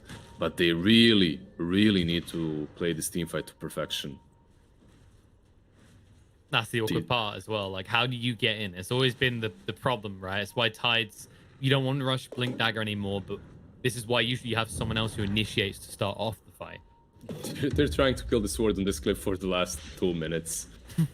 Scout, look, they just can't. Someone just give it. There we go. By the time the courier arrives, they've already figured it out themselves. Always want to fly. There's not many places to hide down here anymore, have there? You know the drill. He realizes that it just keeps on running. Roll, and he'll be out, but that zones them away. This tier 2 tower is going to die. Dire's mid tower's having technical difficulties. They are coming though. GH did TP top. Maybe Yeah, Iceberg because is in look, problems. He's in a lot of trouble right now. They've got the silence. They should have the damage to get him low, but not finish him off. Just TP away. And now you're split. You need to get everyone out of bot lane because you know that this is where Flight to Moon can now fight. They get the Dota on the tower, but they're a bit paranoid. They don't know for sure how many heroes have come. Do you actually need to run? You have Greaves and you have Lycan with Wolf form. You're pretty strong here, I would argue. Look at Mind Control. He's just still standing his ground. It's true. And Flight to that pick of a Wind Ranger that I was talking about as the important one became even more important now. He's got the MKB completed. He's going to delete whoever he targets. There is no question about that. And he's also not buying any sort of blink dagger, no mobility items. He's going straight into the BKB. He just understands what's necessary here. And all these BKBs are there obviously for the Storm and for the Tidehunter, but they will help them with the egg as well. Exactly. The big factor is that right now, as we said, the only thing you're really scared of is Tide. Let's see if Tide gets scaring up the top lane. Mind control. We did say he was tanky. I don't know about that, though. The egg may not have been needed, but they do maybe find weird as a result. If the lift came out before the shackle shot landed, and yeah, he might get a kill, but he gives his own life over. 2-for-1 exchange. Big move coming out from Fly to Moon. Well, I say from Fly to Moon, it was more Nigma getting a bit too cheeky. That was a... Yeah. That was a big head move from the Necro, definitely. You did tell him he was unkillable, Liz. He believed you a bit too much. He had the Ghost Shroud, and he had Magic Wand to use, right? So if he maybe... He still dies there, 100%. But maybe if he uses Ghost Shroud, he'd stay a little bit longer alive, but he's still up against 5 heroes. Yeah, I think what you're describing here is, do you want a quick death or a slow death? Neither of them sound good. He's just trying to get away. He doesn't want whatever the hell they're selling. Man, he's juking them so hard. He is. He's actually going in. Holy. I mean, they get the kill. The vision was good enough. And I don't know if they're going to be certain about that ward, because it's possible that rolling vision gave vision for the Raffinacio in their eyes. No. They will know the ward is there because he tried to roll onto the Phoenix, right? He tried to roll aggressively, and there's no way you see him unless you have high ground vision there. So because of that, they know, but still, they get the Phoenix. Man, GH is a scarier spirit this game. He has Vlads, he has Ogre Axe, and he's getting closer and closer to the BKB as well. He is. All right, but hear me out, Admir. Because he missed the rolling boulder, maybe they don't think that there's a ward there. So it was his next level play to protect the ward. Let's see, always want to fly. He's got a sentry. He's going to ruin it for us. He's like, no, this got to be... Or is it? He's been distracted in the bot lane. We've been caught. Not so tanky. We said it was a very vulnerable build. I mean, MKB, we see it a lot. It's good on win rate, but not when you're making plays alone like that. Dude, Kuro is... Okay, he was just third, now he's fourth on the net worth charts. He's going for Shivas on Lycan. That's not really something I see often. I would expect him to go for an AC at least if he's planning to buy a plate mail. But Shivas is really good here because you're playing versus a PL, and it really, really helps with the illusions. If Mind Control at some point gets Radiance as well, Necrophos, then you're just making PL's life a living hell. But it's just ridiculous. You have a position 5 Lycan just farming away. I don't think we call him a position 5 anymore. Yeah, jungle Lycan. Yeah, he's the boss too. All right, can you please not discredit the junglers in our community, Admir? Bottom. Oh. Nope. Miracle. He gets out. So, if you're Nigma, you just need to weather the storm and get the BKBs. Radiant's mid tower. They're going to be a massive power spike for your team. They don't want to wait. They're smoked. Yeah, they're smoked. Yeah. This is dangerous because Flight to the Moon do have all their ultimates available. Roll through. Beautifully connects right at the tip on the Phoenix. The shackle shot full up means there's no Phoenix to play. Even spams out the remnants to ensure the Magnetize is helping. Good kill. And now Flight to the Moon missing some key components as both their supports are dead. So if you do strike on the 2 supports somehow, if you do manage to pick them off first, then you don't have to wait for anything. That's true. This 5-on-5 engagement, I would argue, is still better for Flight to Moon if they manage to use all their spells. But if they get picked off like that, it's difficult. So what you're saying is your 5-man isn't as strong as your opponent's 5-man if it's not a 5-man. That's very, very well put. Thank you. Thank you. They won't snoop into Roche just yet, though. They are paranoid. They realize that Roshan requires 50 seconds plus without a Tide or a Phoenix, or their ultimate's used. You never wanna. Oh, mid lane Shackle general. shot, side straight away. Kaboom! He's gone. Trying to eat into Necrophos. Just too damn tanky though, and Aloha Dance can be whittled down as they hunt on forward for more. Iceberg does get stunned up. He still has half a mana pool. Look at him away. The roll! Just off So the close. mark. It was so close. I mean, the thing is, if he'd actually read that right, if Iceberg used all of his mana before TPing out, done. Yeah, but you can't use all your mana before TPing out because then you don't have any mana for TP. Well, What that's- are you saying? Because you KP? target on the other side of the map, Liz, and then you hit TP. That's how it works. God, someone clearly doesn't fail on mid and Storm Spirit like me. I'm just messing with you, really. Oh no. Roche has been messed with a little bit by Nigma. Aegis picked up in the hands of Miracle. They go, nah, we don't give it a we. We know he has a habit of hunting heroes alone and dying for every once in a while, but Miracle will win us this game. That's the Shiva's completed on Kuro. BKB will fly out any second now to Wind Ranger as well. And slowly and steadily, they're getting all their items. They're getting everything they need. I think it's fair to say that Kuro is now Koro. He's no longer a support, all right? Koroki, yeah. There is... Koroki. Wait, but isn't there... There was a Korok, right? There was an NA player. There was a with- Korok, yeah. Yeah, with that nickname. But not Koroki, all right? So he can coin this one. He used to be a core player. We should have expected this, really. Always on a fight. Shackle Shackle's shot. there. Oh, look, no trees. They're going to move in, though. Sansa's going to come out. They may be getting a bit greedy here. Now the extra go down. General trying to move in quick enough to throw out the Ravage, but he can't. We use the BKB to ensure that that will never occur, and they'll just back up to the tower to take it. You did use your BKB. Miracle. Miracle. That Aegis is going to be burnt pretty damn quickly and pretty casually. Shapeshift used. Tide TPing him right now. He wants to try and jump the Miracle Blade Mail, trying to move away. The Spirit Vessel as well. Goes to the TP out. The Shackle Shot didn't last long enough, though. General is unleashed, and the Beast ensures that they are Wolf. going to lose Nature's Prophet on the side of Nigma. And on the downside, look at this, Kuro. Just checking whose base this is. Tries for the TP away. That won't be successful, though. The Stolen Power Shot to melt him down. They'll kill off the Lycan as well. They take down the Aegis, they take down the ulti of Lycan, and they kill him. A very good fight from Flight to Moon, which didn't look that great. I thought that fight might go Nigma's way, or that they will be able to back out completely. Egg was used so passively that Nigma did have a chance to just go back, but Storm, man, he jumps in so fast, catches Nature's Prophet, kills off Miracle twice. And retreat seems simple for Nigma, but it's just not at that stage, right? Like, well, this is a tough kill. This is a very, very tough kill. They have to run. We need to be very careful because the hunting is beginning, and he might be the duck, not the hunter in this situation. Has a BKB TP though. Is there a basher? There isn't a basher, so should be No, fine. just try and run it off though. He doesn't want to have to use that BKB. Yeah, I think the thing to highlight here, right, is like what we saw in that fight under that tier 2 is retreat isn't easy for Nigma. They have to split up to retreat because of the impeding threat of the Ravage at all times. So while people are going to be like, oh, they could just left, it's really not simple of just leaving together, because if you do that, everyone on your team is ravaged, and the result is even more devastating. Well, that's true once Tidehunter gets the blink.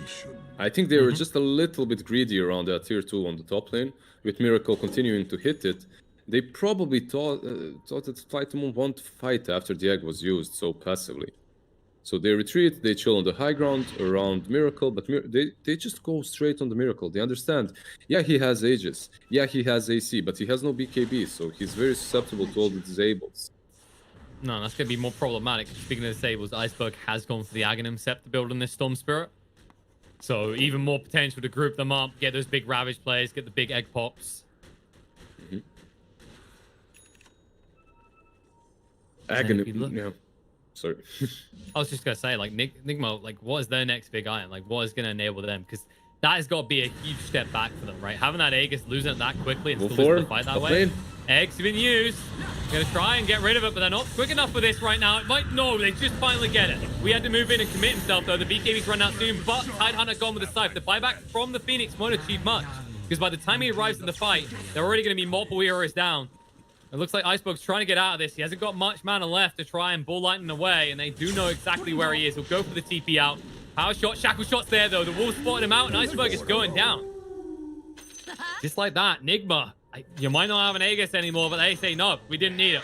If we strike first, you're in trouble. And but always want to fly to commit the buyback like that as well. That is now Fly the Moon in a very vulnerable place. It's all about picking the right targets. Oh, he's trying to... What's he trying to do here?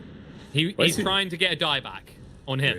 He's baiting, right? Dive away. V-Tune is around, that's why. V-Tune is around, and if we commits, maybe they can make a turn kill with the defusal, but we just backs out.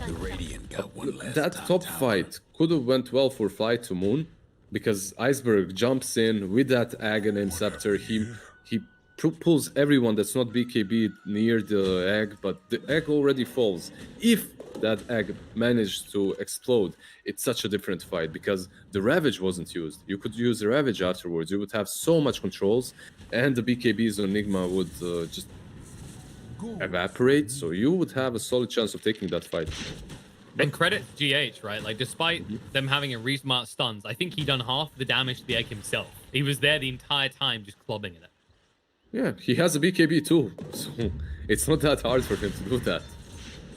And that's just a continuous problem when you look at Fly to Moon's lineup. They're very reliant on your opponent's BKBs. And here's someone who doesn't have a BKB. Mind Control, he is tanky. He's still alive, but for how long? They're going to keep pursuing this. And now maybe we looks for a turnaround. Shackle shot out beautifully onto Storm Spirit. It does connect BKB. They commit the Egg, which will force Wii away. He did use his BKB for this, but they had to commit one of their big team fight spells. Now no Egg for 110 seconds. They're actually thinking about going further, because there's a lot of mana on Storm. There it is. Left's going to come out, drags him in without a BKB. Wii is a very squishy target. They'll bring him down, stance onto the Phoenix. They're looking to jump him right now. The low hard dance does get netted up by Kuro, and with the army there, they'll be able to bring down the Rivet. But General still fine into him here. He's holding with the Ravage. He wants a good target for it. He doesn't want to throw it out willy-nilly. Big chase down. Will die to the Necro army, but now trying to turn around a Miracle with the Flame Mail activated. They don't even care. The Ravage, the Dragon, it stacks them all on top of each other. Now V2, he thought he could fight, but he's wrong. He's so low on HP. He needs to move away. The Fable's going to come out. Iceberg's going to go down to Miracle in the meantime, but they're still hunting. Sprout's going to be there. V2 needs 2 more seconds, but they won't be there. The Scythe clubs him in the face. Dead for 110 seconds. Getting into this fight again. There it is. Yasu, buyback straight away. That's the biggest buyback they could commit at this stage. Can they even get anything for it? They just turn on him right now. They say, okay, you want this game to end? Well, here it is. That could easily be the dieback, and V2 is brought down once more. That is going to be keys to the base. GG comes out, and Nigma take game 1. Man, what the... I don't know. I'm just excited to watch every series of this tournament. Like, every series brings something crazy, and my Dota crashes, obviously. It had to. It's like, whoa, what do you mean people are watching a POS 5 like right now? Crash the servers. They can't know about this. That was just crazy. That whole last fight was just insane. He forces them to egg passively again, but he uses the BKB. He runs away, and because they know he doesn't have a BKB, they jump on top of him. They do kill him, but he has a buyback. He buybacks. He joins the fight again, and they think, okay, we killed we can deal with them, right? They lost their position too, but they have 2 position 1s this game, as that jungling Lycan comes out and just shreds the Rubik, then deletes the mana of the Storm Spirit. The Ravage was good, but it still wasn't good enough, because you have so much armor from the AC, from the Mjolnir on the Furion as well, that the PL just got deleted. He did. It was pretty insane how quickly his health went down. You thought, oh, this is a turnaround opportunity. All this stun control, but just the kind of passive damage that's coming out from things like the Mjolnir procs, it just didn't matter. And you know what? We're used to seeing these Nature's Prophets and these Lycans being on different sides of the map, starting their lanes elsewhere and coming together. I don't think we're really used to one of them starting in the jungle and then uniting with his brother to just rat out and zoom meta their opponents away. And it's not like the lane was bad for him and then he rotated into the jungle. No, he literally waited the 35th second mark to summon the wolves, to go into the jungle, to start his adventure as Lycan the jungler. I don't know. It was just cool to watch. It's always cool to watch different teams adapt differently to the draft. And this Lycan in the jungle wasn't something that I don't think they planned it from the start. Maybe they did. But I also think it's a big response to the Tidehunter. The Tidehunter pick just crushes Lycan in the lane, and it's hard to play against him later on. But who cares if the Lycan is jungling? It's a completely different story then. And he done it how you Crazy. should, right? Like you should in your pub games. You gotta do this, stay in the fountain for 30 seconds so it's clear to your teammates you are not coming to the lane. And I Don't do shouldn't be this, giving guys. tips on Do this. not do this. Do not do this in your pubs.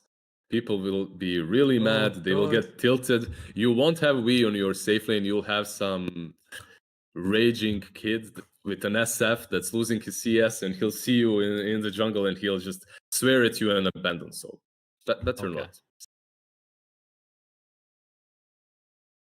Remember, I remember you. You lift my spirit. With you high is all I'm feeling. Remember how we felt alive. I remember you. You make me stronger. Can't go without it much longer. Remember.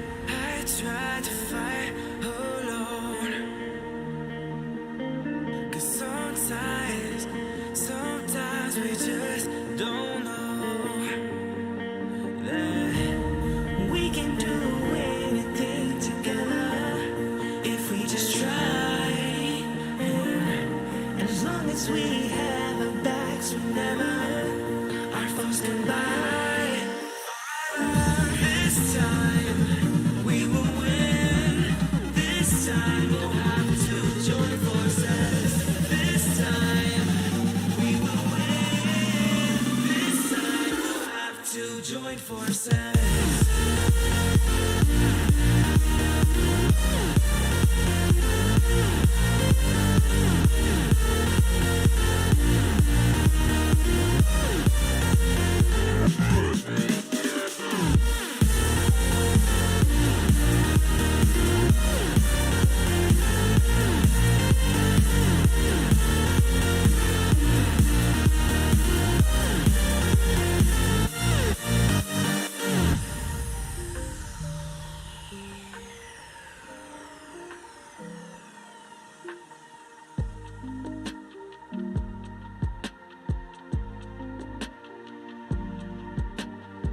Castles and dragons, the battle begins tonight. Are you with me? This is our kingdom, and we won't run tonight. We are a team. Castles and dragons, the battle begins tonight. Are you with me? This is our kingdom, and we won't run tonight. We are a team. We can do anything together if we just try. Yeah. And as long as we have our backs whenever our foes come by, this time we will win. This time we'll have to join forces. This time we will win. This time we'll have to join forces.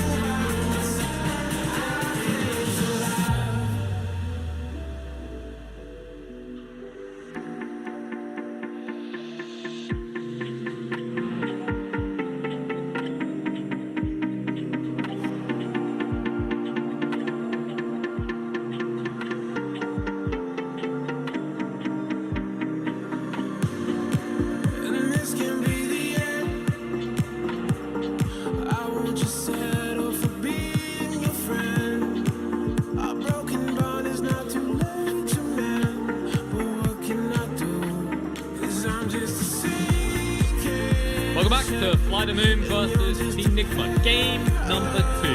And Nigma already up 1. That's right. The first series may not have given the expected open up, but I'm pretty sure people were expecting this from Nigma. However, I don't think Fly the Moon are out of this at all. We've seen what this team can do when they get a favorable draft. They look down unstoppable. Wait, what exactly did people expect? The position 5 Roki in the jungle from the start with the Lycan? Is that what they expected? I can assure you no one expected that. I get to tell you that what happened is they would have shown the draft, bets would have been played because the Lycan named proper. People would have seen that Lycan was top 5. The odds would have went in Fly to Moon's favor. Someone would have very smartly patched in, going, there's no way Lycan fails in any position. And then, money. Yeah. I mean, overall, I think that the odds are in Nigma's favor anyway. Whatever they draft here versus Fly to Moon, people just believe in Nigma more. Fly to Moon, they go with the Phoenix again. And they do fix things up a little bit. They ban out the Zoo. So the Lycan is banned, the Nature's Prophet is banned. On the other hand, from Nigma, you see Beastmaster, just another part of the Zoo that stands out where he wants to really deal with that. Yeah, and then the other ones kind of go with things between the pain, and then the other 2 are these kind of absolutely simple handlers we don't want to hear them. Let's see how they want to open this up. There's still a fair amount of ways they can go. They could open up, for example, the vent already. Obviously, some people go for Snapfire when it's down. I really don't think Snapfire works any longer. No, It only used level to- 1 egg, that's it. Yeah, it's not even that. It used to catch people off guard. Radiant's pick. Like, okay, you'll egg, and I'll just will shredder you down. And a lot of teams did try that, but recently every single Phoenix just lands his egg so far away from the Snapfire, or waits for Snapfire to start the Mortimer Kiss and then uses his egg. So there are ways to play against that. It's not unplayable for a Phoenix. But Nigma, they open up with something a bit different. They go with the Bounty Hunter, they go with the Enchantress. Interesting, because we don't see way too many Bounty Hunter picks any longer. Why isn't that it? Because of the Zoo, right? There's just so many other offlaners that are picked up all the time.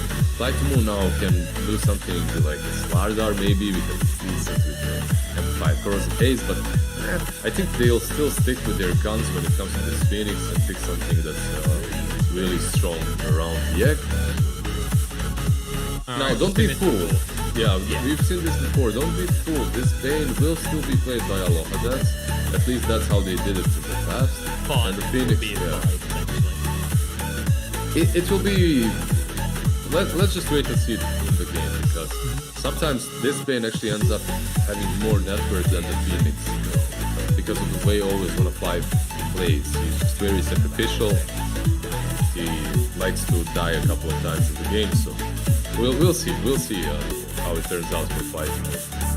I think it depends on like the way that the draft is meant to flow, right? Like, if they've got a pick-oriented draft, then they usually give more gold to Aloha down to Bane because he's making kills happen. But if it's a split push him and just buy time type lineup, that's where we see always Wanna Fly in the essentially dead lane, just farming free keeping the base.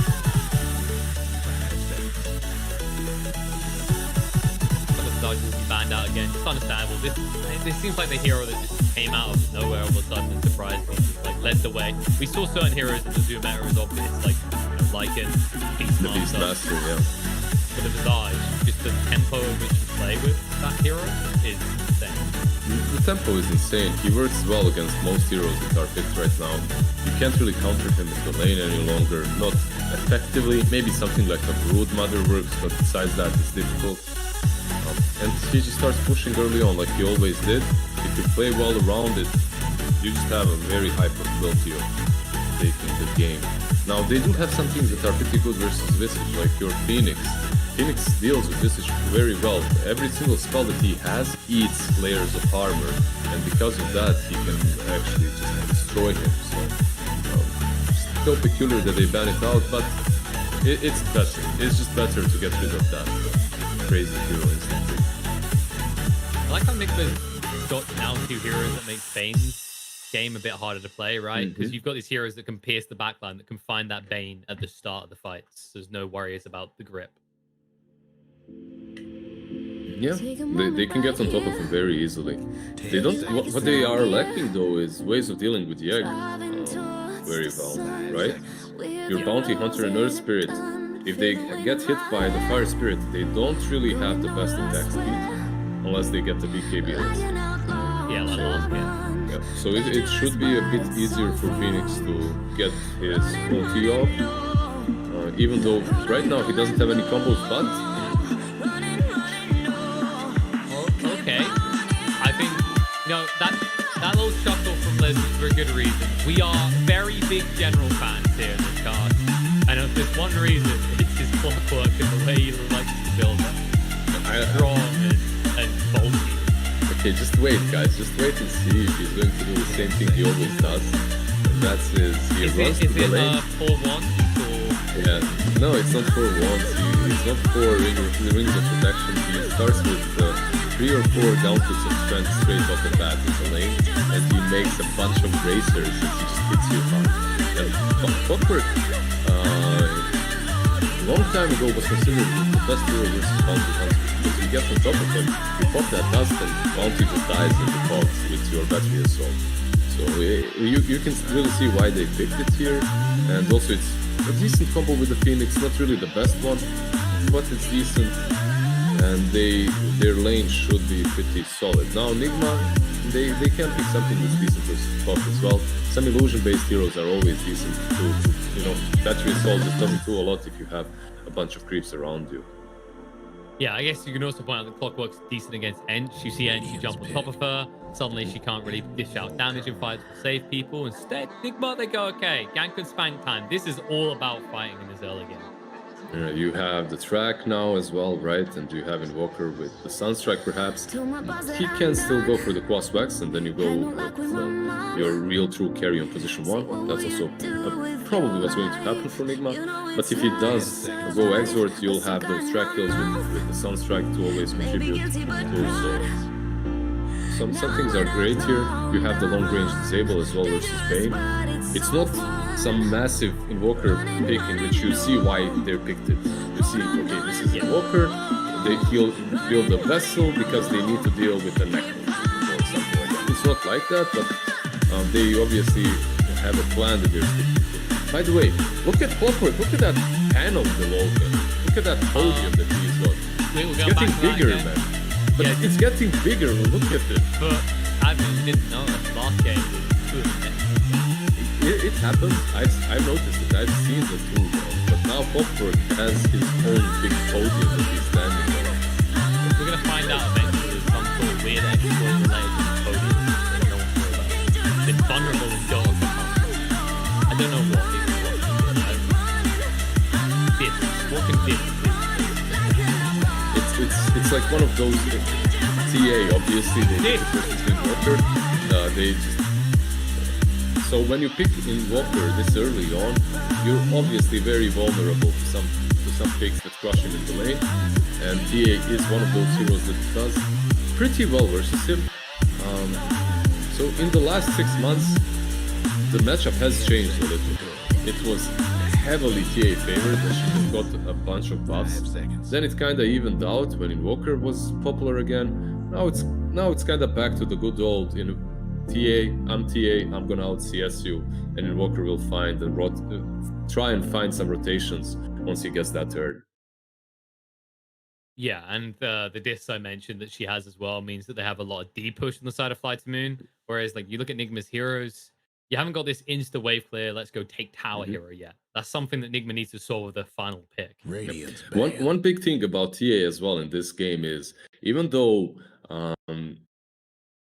you're thinking, okay, they have track to deal with the melt, right? And you will have Invoker with your Urn, your Cold Snap, you'll be able to deal with Third Spirit, you'll be able to deal with refraction charges because of all of the dots, right? it can backfire as well if he takes the talent that clears 10 all the seconds to debuffs. go. Then suddenly your track, your Earth Spirit, your Invoker aren't nearly as strong. 5 seconds. And it could be a pretty solid Templar Assassin game. And I have seen Iceberg just carry games multiple times with this hero. That's true. And then it makes you think maybe Fly to Moon, is there someone they could pick that amplifies the TA threat? We've seen things in the past like a Bloodseeker example, someone that just turns her up from 10 to 11. I think they could still go with the Solid Heart carry as their last pick. You don't have to amplify her. Bloodseeker obviously Radiant's can be pick. pretty solid. But in like these bans from Fly to Moon and Nigma confused me so much because I It's thought the other way around, yeah, right? yeah. I thought PL would be decent for Fly to Moon and Ix would be good for Nigma. You know, I actually because built-in Rage, good versus Phoenix, but you are playing versus Bane and Clockwork. And on the other hand, you would have PL that's pretty good laner versus Bounty Hunter, and 10 seconds inevitably to go. becomes this huge threat versus the Invoker as well. Let's see what they got 5 in seconds. store instead. Yeah, they don't have much reserve Dyer's time left. pick. And it's going to be the Ursa. Okay, so more physical damage. Very, very clear way to take early Roche as well on the side of Fly to Moon. Yep. You have the TA now, you have the Ursa, you have a lot of teamfight around that Roche, so it should be easy. Don't be fooled. Ursa is obviously considered one of the stronger laners when he's melee. But the way the new 10 Bounty Hunter seconds is to played, go. with the Shuriken toss maxed out, if you buy a bunch 5 of mangoes seconds. and just spam the Shuriken toss on the Ursa, it can get a little bit Venom difficult for him. And there's your But- classic counter. Yeah, this should be the Veno then, right? Will they lane the Veno there? It looks like it. Wait. Oh. Is this Miracle Veno? Is this POS 1 Veno? Or POS 1 Bounty? It could be POS 1 Bounty. We've It could seen be that. POS 1, yeah. It could be POS 1 Bounty and Veno on the offlane versus the Ursa. They're doing it again. They're just waiting for Fly to Moon to pick their hero. And they did, so I mean, in fairness, Alright. there wasn't really any flexibility with Fly to Moon's lineup, right? It was very clear cut what roles these heroes had.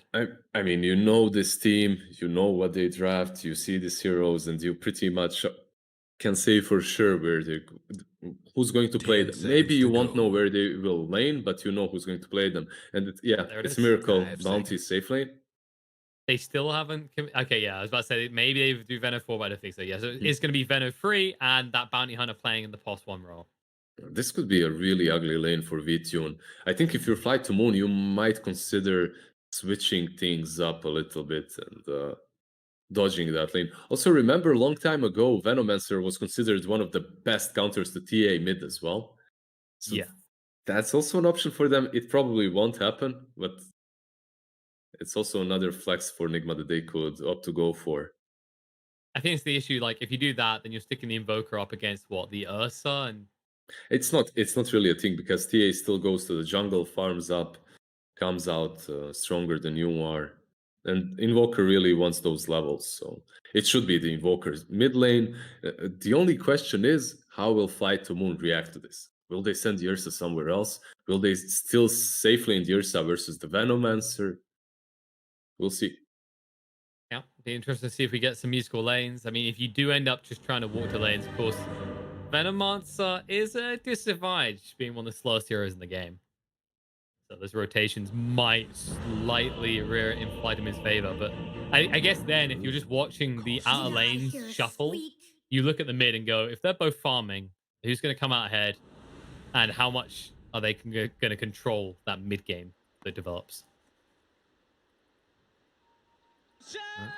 Straight into a pause. Mm-hmm. Wonderful opportunity to talk about how these lanes will kind of play out if we get optimal scenario versus, optimal scenario for Fly to Moon versus optimal scenario for Nigma, shall we say? Because if you do get the Veno up against the clock, I don't feel like Veno's unhappy about that. You just feel like you Veno haven't is fully fine. used it. It's Veno, man. What do you say?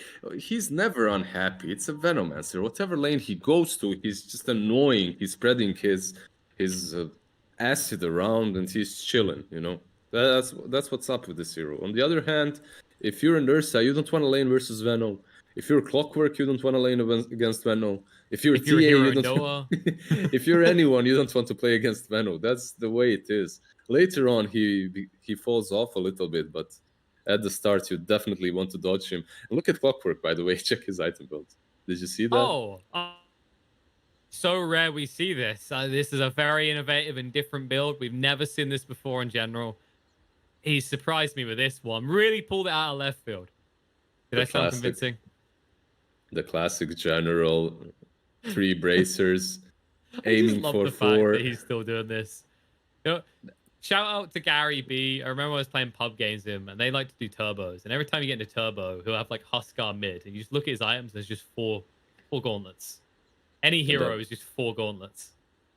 Yeah, it works in turbo, I guess. But Huskar used to have 4 gauntlets as his starting build for a really long time. Remember, it's nothing. Oh yeah, no, That's I'm just saying extraordinary. like that was my.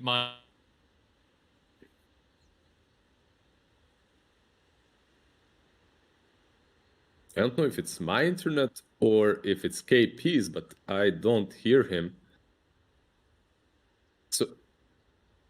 So guys, you have a 1-man solo cast right now. Slavic solo cast until KP comes back. And I can see him blinking in the camera, so I guess he's back.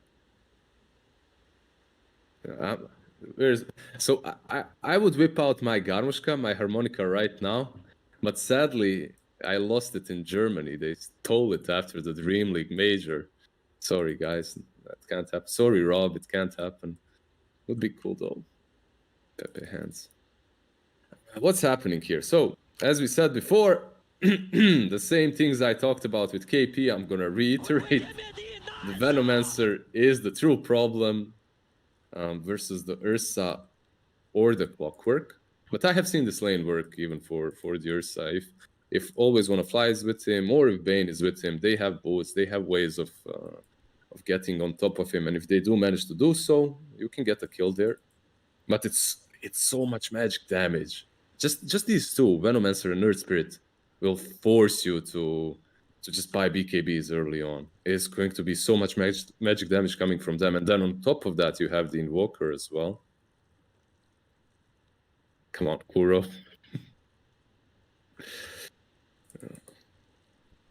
The TA versus Invoker lane should still be heavily TA favored.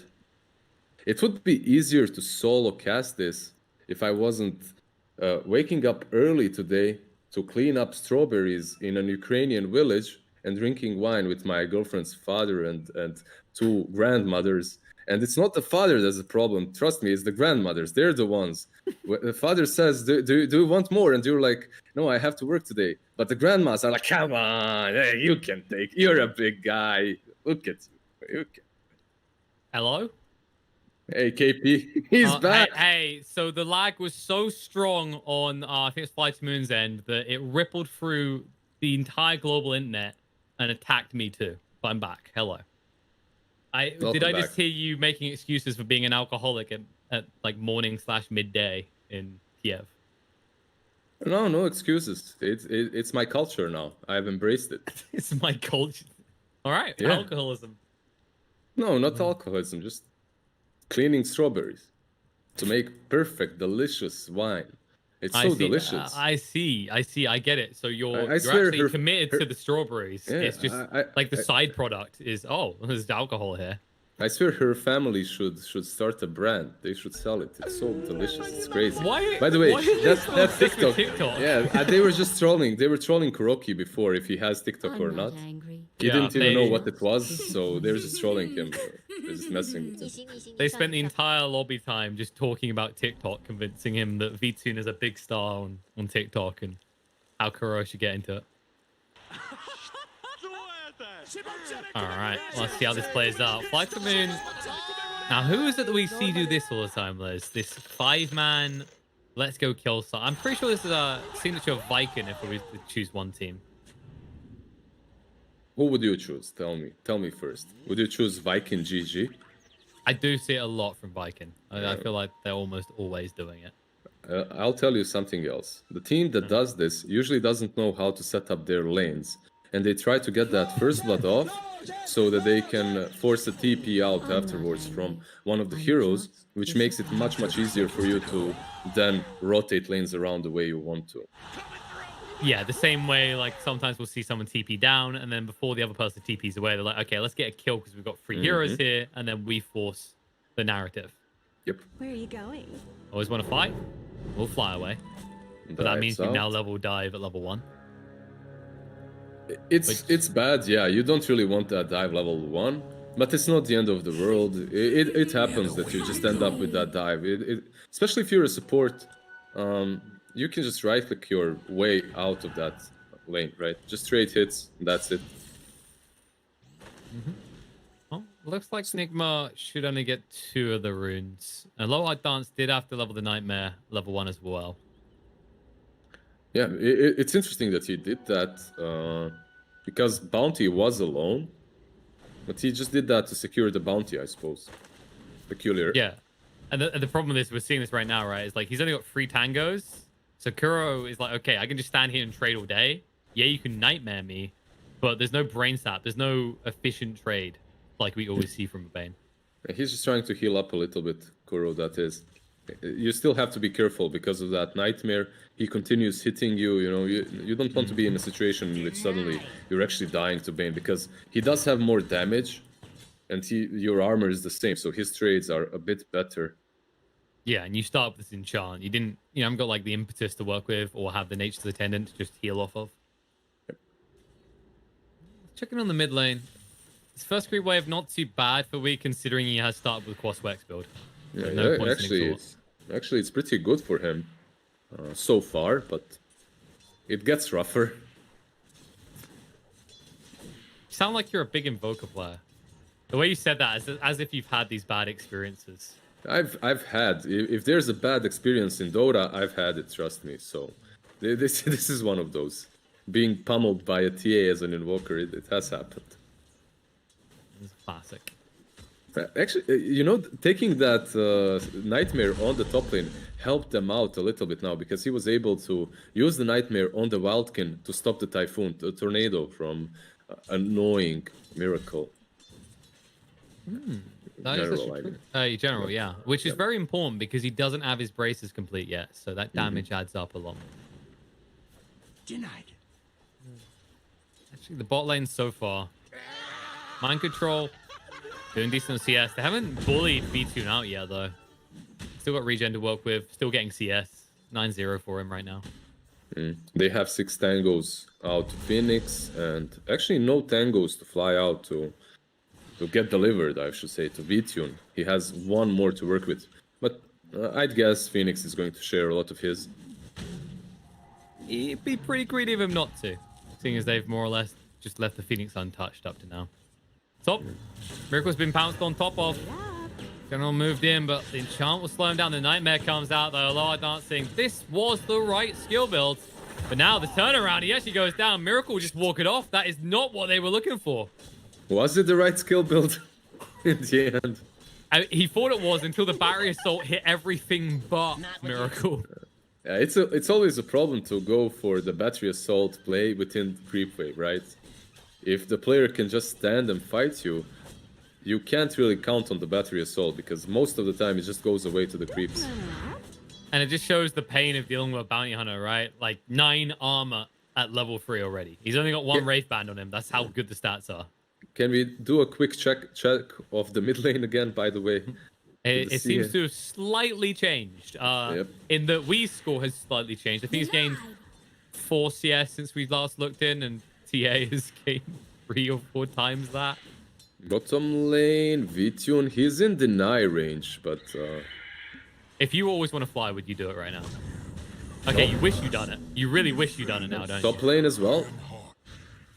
Miracle, they get him this time.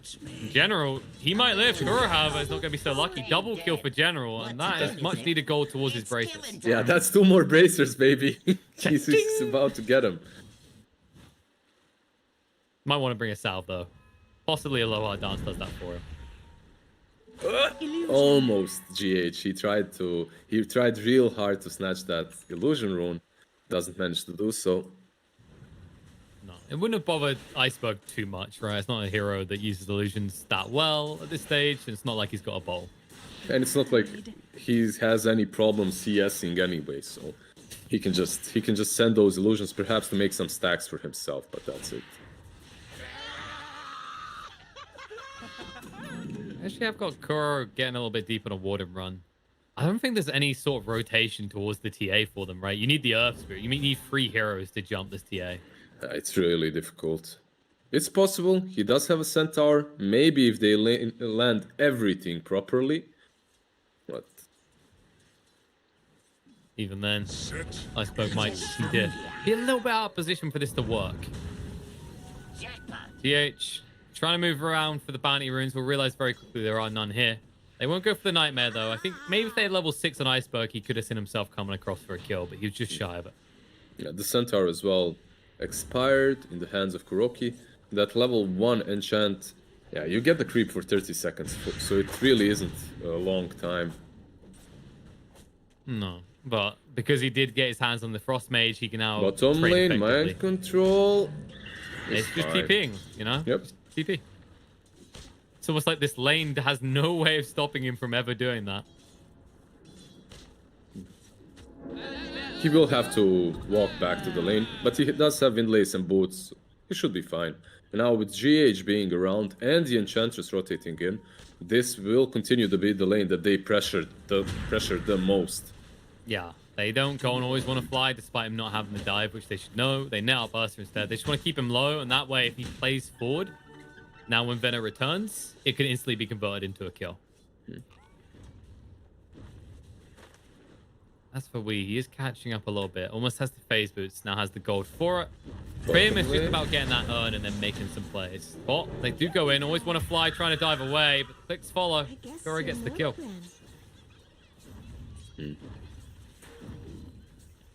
Ursa, level 4, hiding. Yeah, you don't want to be him. Please, just give me CS. The good news for him, at least, is that Nigma, while they can pressure the tower a bit, they can't take it down because their catapult did die. They do have creeps with the Enchantress. And because of that, they will deal with the creep wave very easily. I'll definitely trying. Although, a lower dance is committed to making some stacks here and there, but that does mean that he's just not present in the lanes at maybe a critical point. There's the TP coming in, and it actually gets cancelled. Clockwork says, nah, damage is done. V-Tune is dead. They don't even get the deny, and instead, always want to fly, needs to be careful himself. Does dive away just in time. But that means that you're probably losing half the health on this tier 1 tower. Their structures. One good thing for for Flight of Moon is that General did get a lot of levels and his 3 bracers, so soon he'll start rotating. And Yeah. Trouble brewing at Radiant. he is a very, very tanky boy. He is, but because he tried to TP bot, he now doesn't have it for 50 seconds, so... He does have a nurse on the top lane though, and Aloha Dance is rotating in with the dust. There's no need for a dust though, but... No, better safe than sorry, my friend. Miracle cannot escape. He will be going down here. As much as he'd like to try, V-Tune even gets the kill. They lose the tier 1 on the bottom lane. Yeah. They do have a Carti on the top lane though. The catapult is there. And maybe they can pressure the tier 1, but it looks like they're going away. No, I think they're trying to draw attention away from the Ursa, right? They can see how hard of a start V-Tune has had, but in fairness to him, has decent network. So they want to make sure that they don't have justification to bring the whole team here because, oh, Flight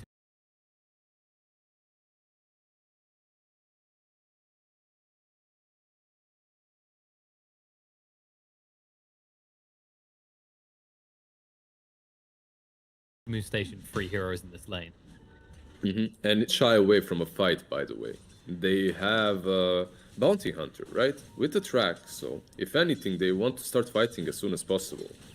Exactly. When he gets those drums, and then if Wee is close to having a maybe Spirit Vessel, you feel strong.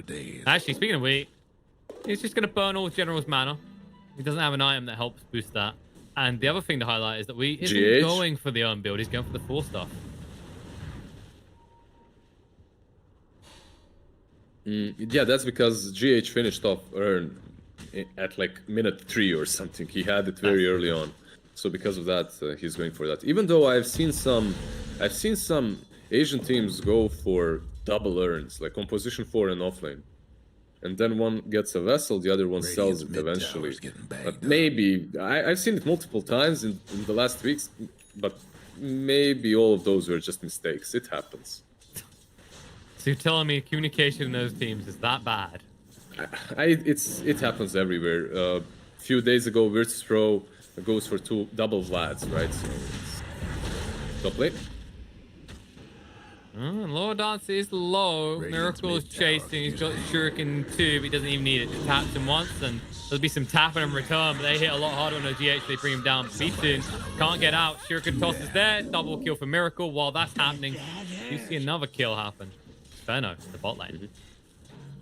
General, what's so good about Hawk here is first, battery assault won't go on the snakes, right, on the plague wolves, so he will maximize his damage on the Venom. And also, it's one of those rare heroes that doesn't need a blink to initiate with, so the wards won't really damage you that much. Iceberg. Oh, Iceberg's gonna feel the damage though. 3 heroes are hit. Boulder Smash 3 is off the mark, so it looks like he will get away without paying the ultimate price. However, Mind Control might not be so lucky. General's caught him again.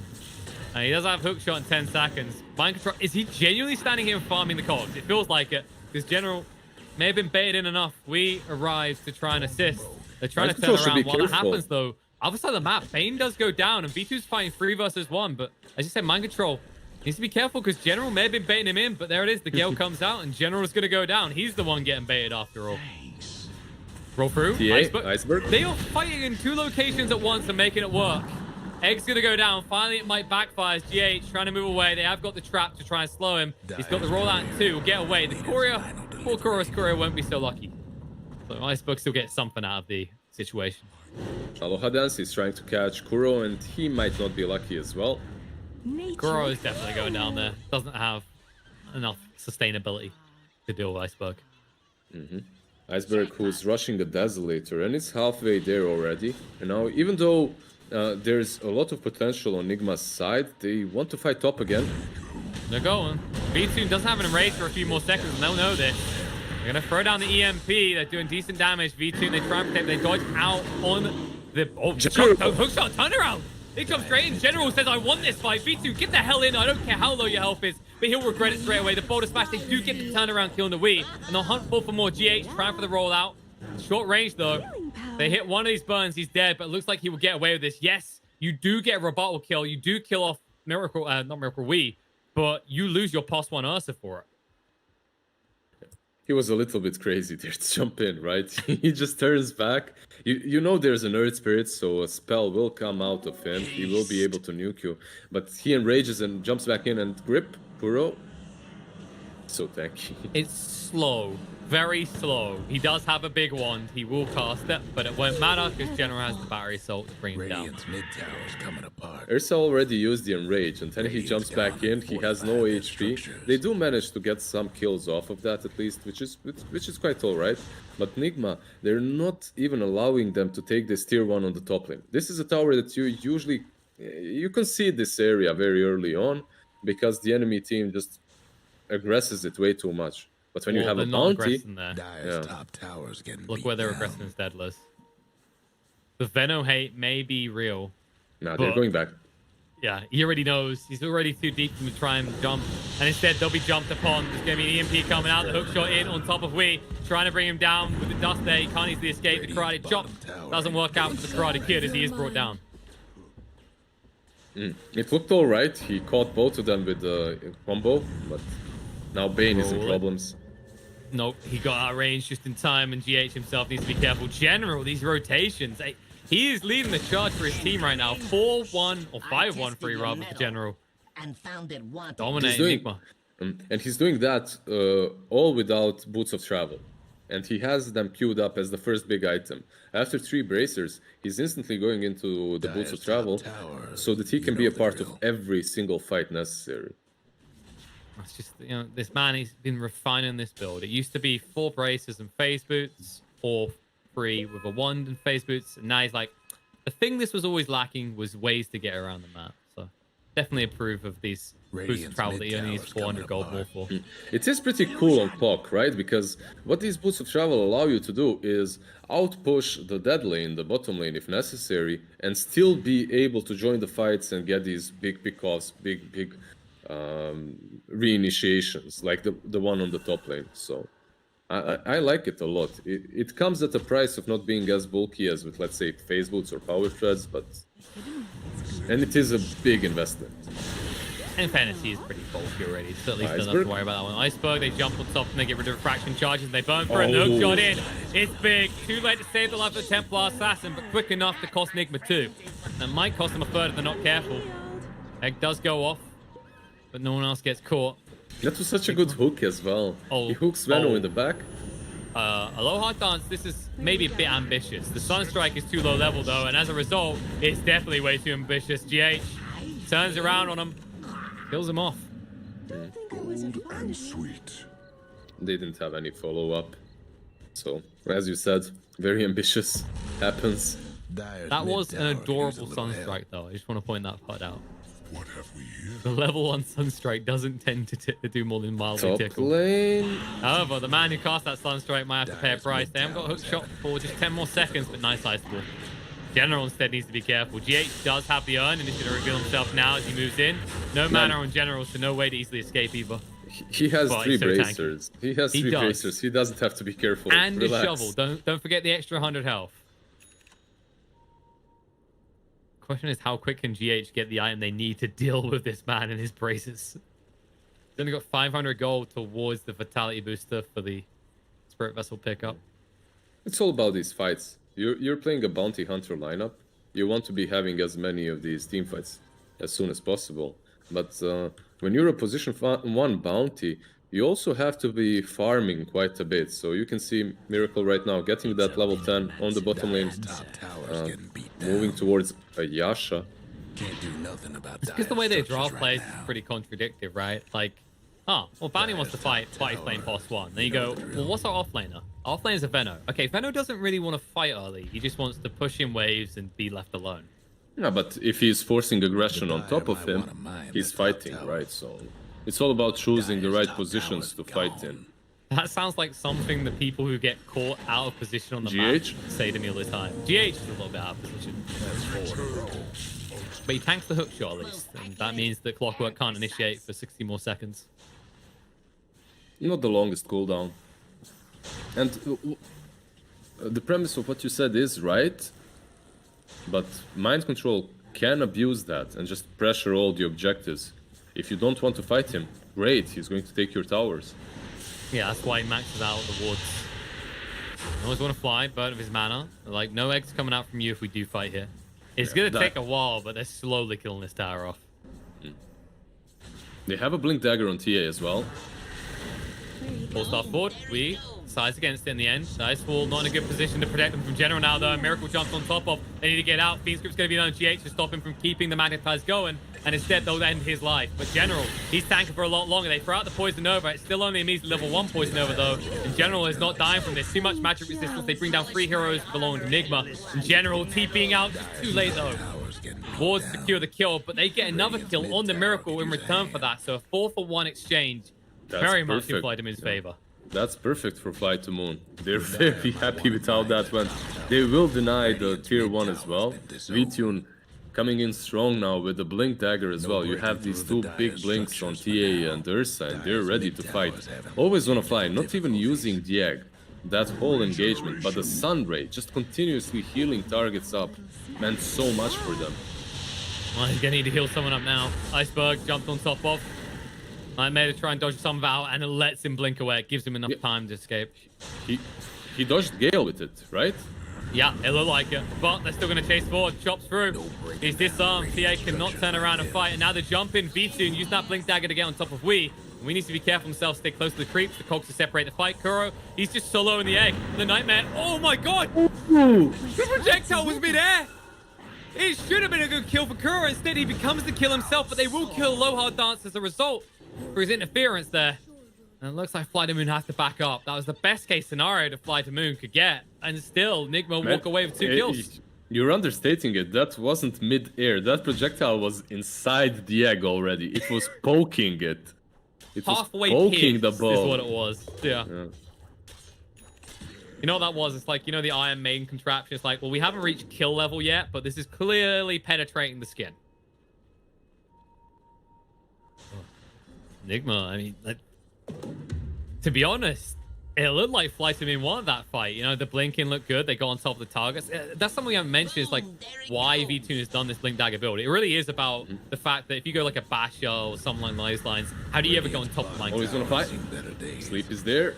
He's not flying his last with a hook shot in again. General carrying this game on his shoulder at this point. GH is going to be brought low. Rollout is going to be blocked and stopped. And they are still hunting. They do see Miracle. The dust is running out soon, though. The enrage from V2 to try and move forward isn't going to change anything. The bounty hunter gets away. Yep. What's carrying Nigma right now are these 4-staffs.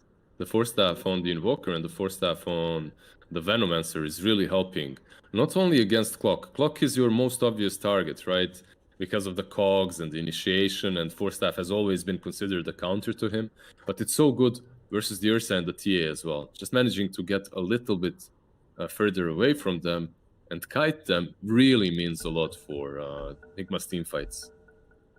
Yeah, and then the fact is, when you look at the lineup, they know they're going to have damage scaling, right? When Poison Nova level 2 is going to be there, this Bounty Hunter, with the type of damage he's already putting out. Like, you think of the way Bounty Hunter functions now, it's not how it used to be. It is a potentially lethal late-game hero. Whereas before, it used to be, oh yeah, you peak in the mid-game, you give your team a gold lead, and if you don't close it, you lose. Yeah, but the thing is, I have seen many bounty hunters buy some farming accelerants early on when they're playing position 1. One of those heroes that still buys Midas, let's say, on position 1 is a bounty, because you really need that boost in your farming speed. I guess you could say that the Rams and Yasha just allow him to run from one camp to the other fast enough and also contribute to the fights more, so it's solid. Aghanim Scepter on bounty, if you're playing offlane, is purchased constantly now, but I don't know if you can afford it as a position 1 bounty now.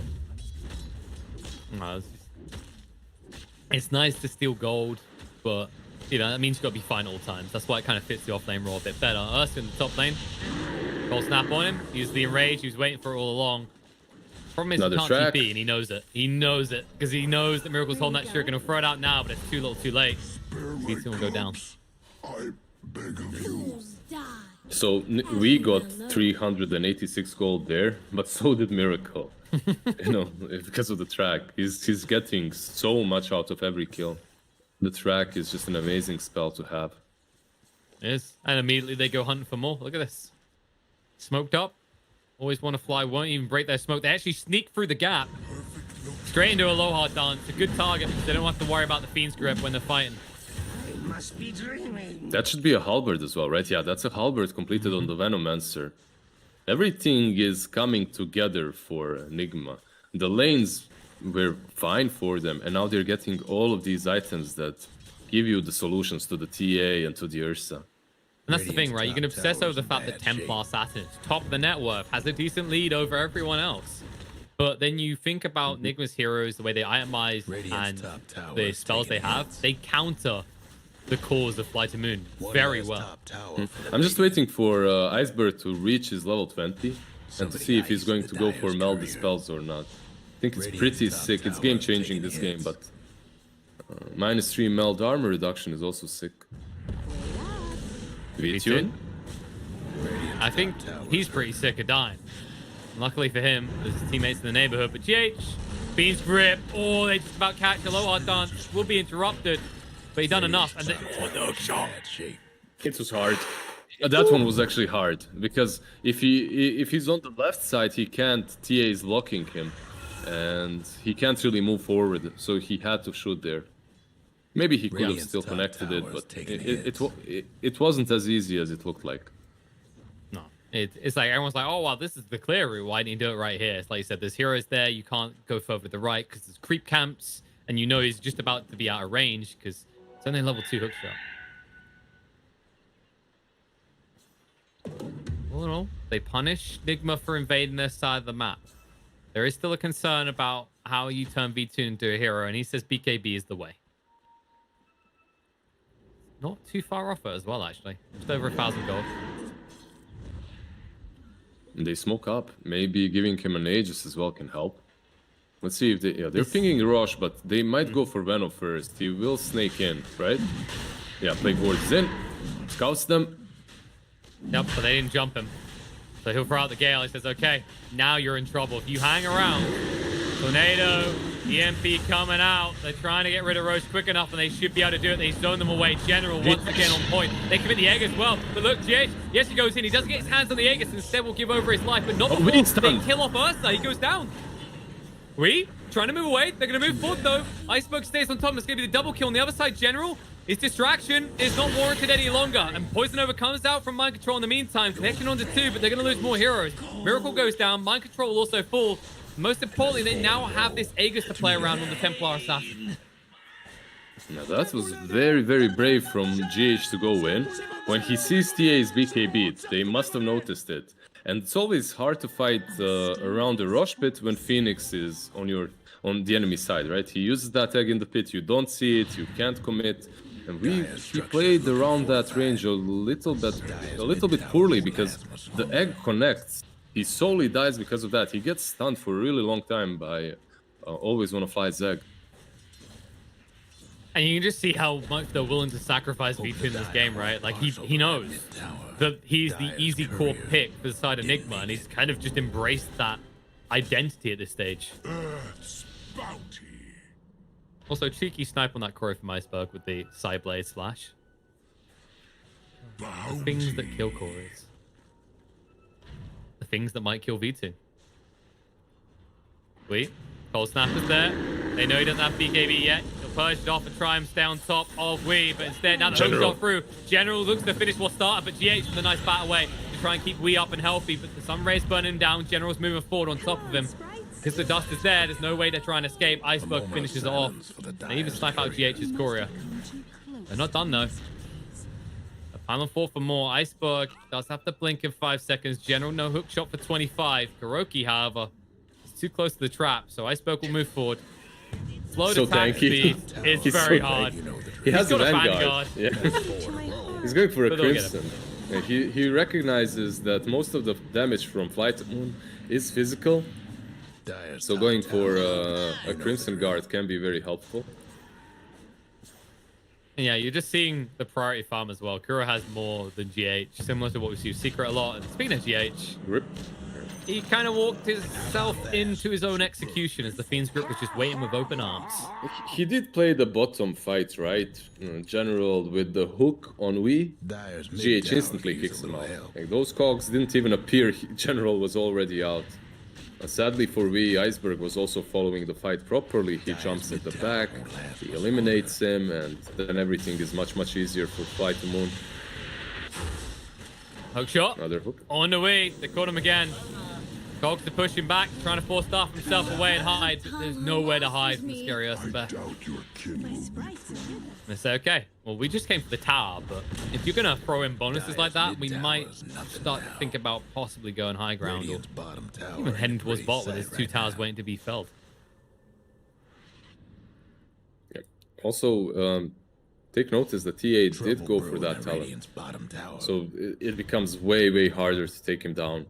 When you're thinking about Nigma, they really rely on their dots, right? They rely on all of these debuffs that they've got on their side, but Iceberg doesn't care about that any longer. Not only does he have the BKB, he can just get rid of those with the melt.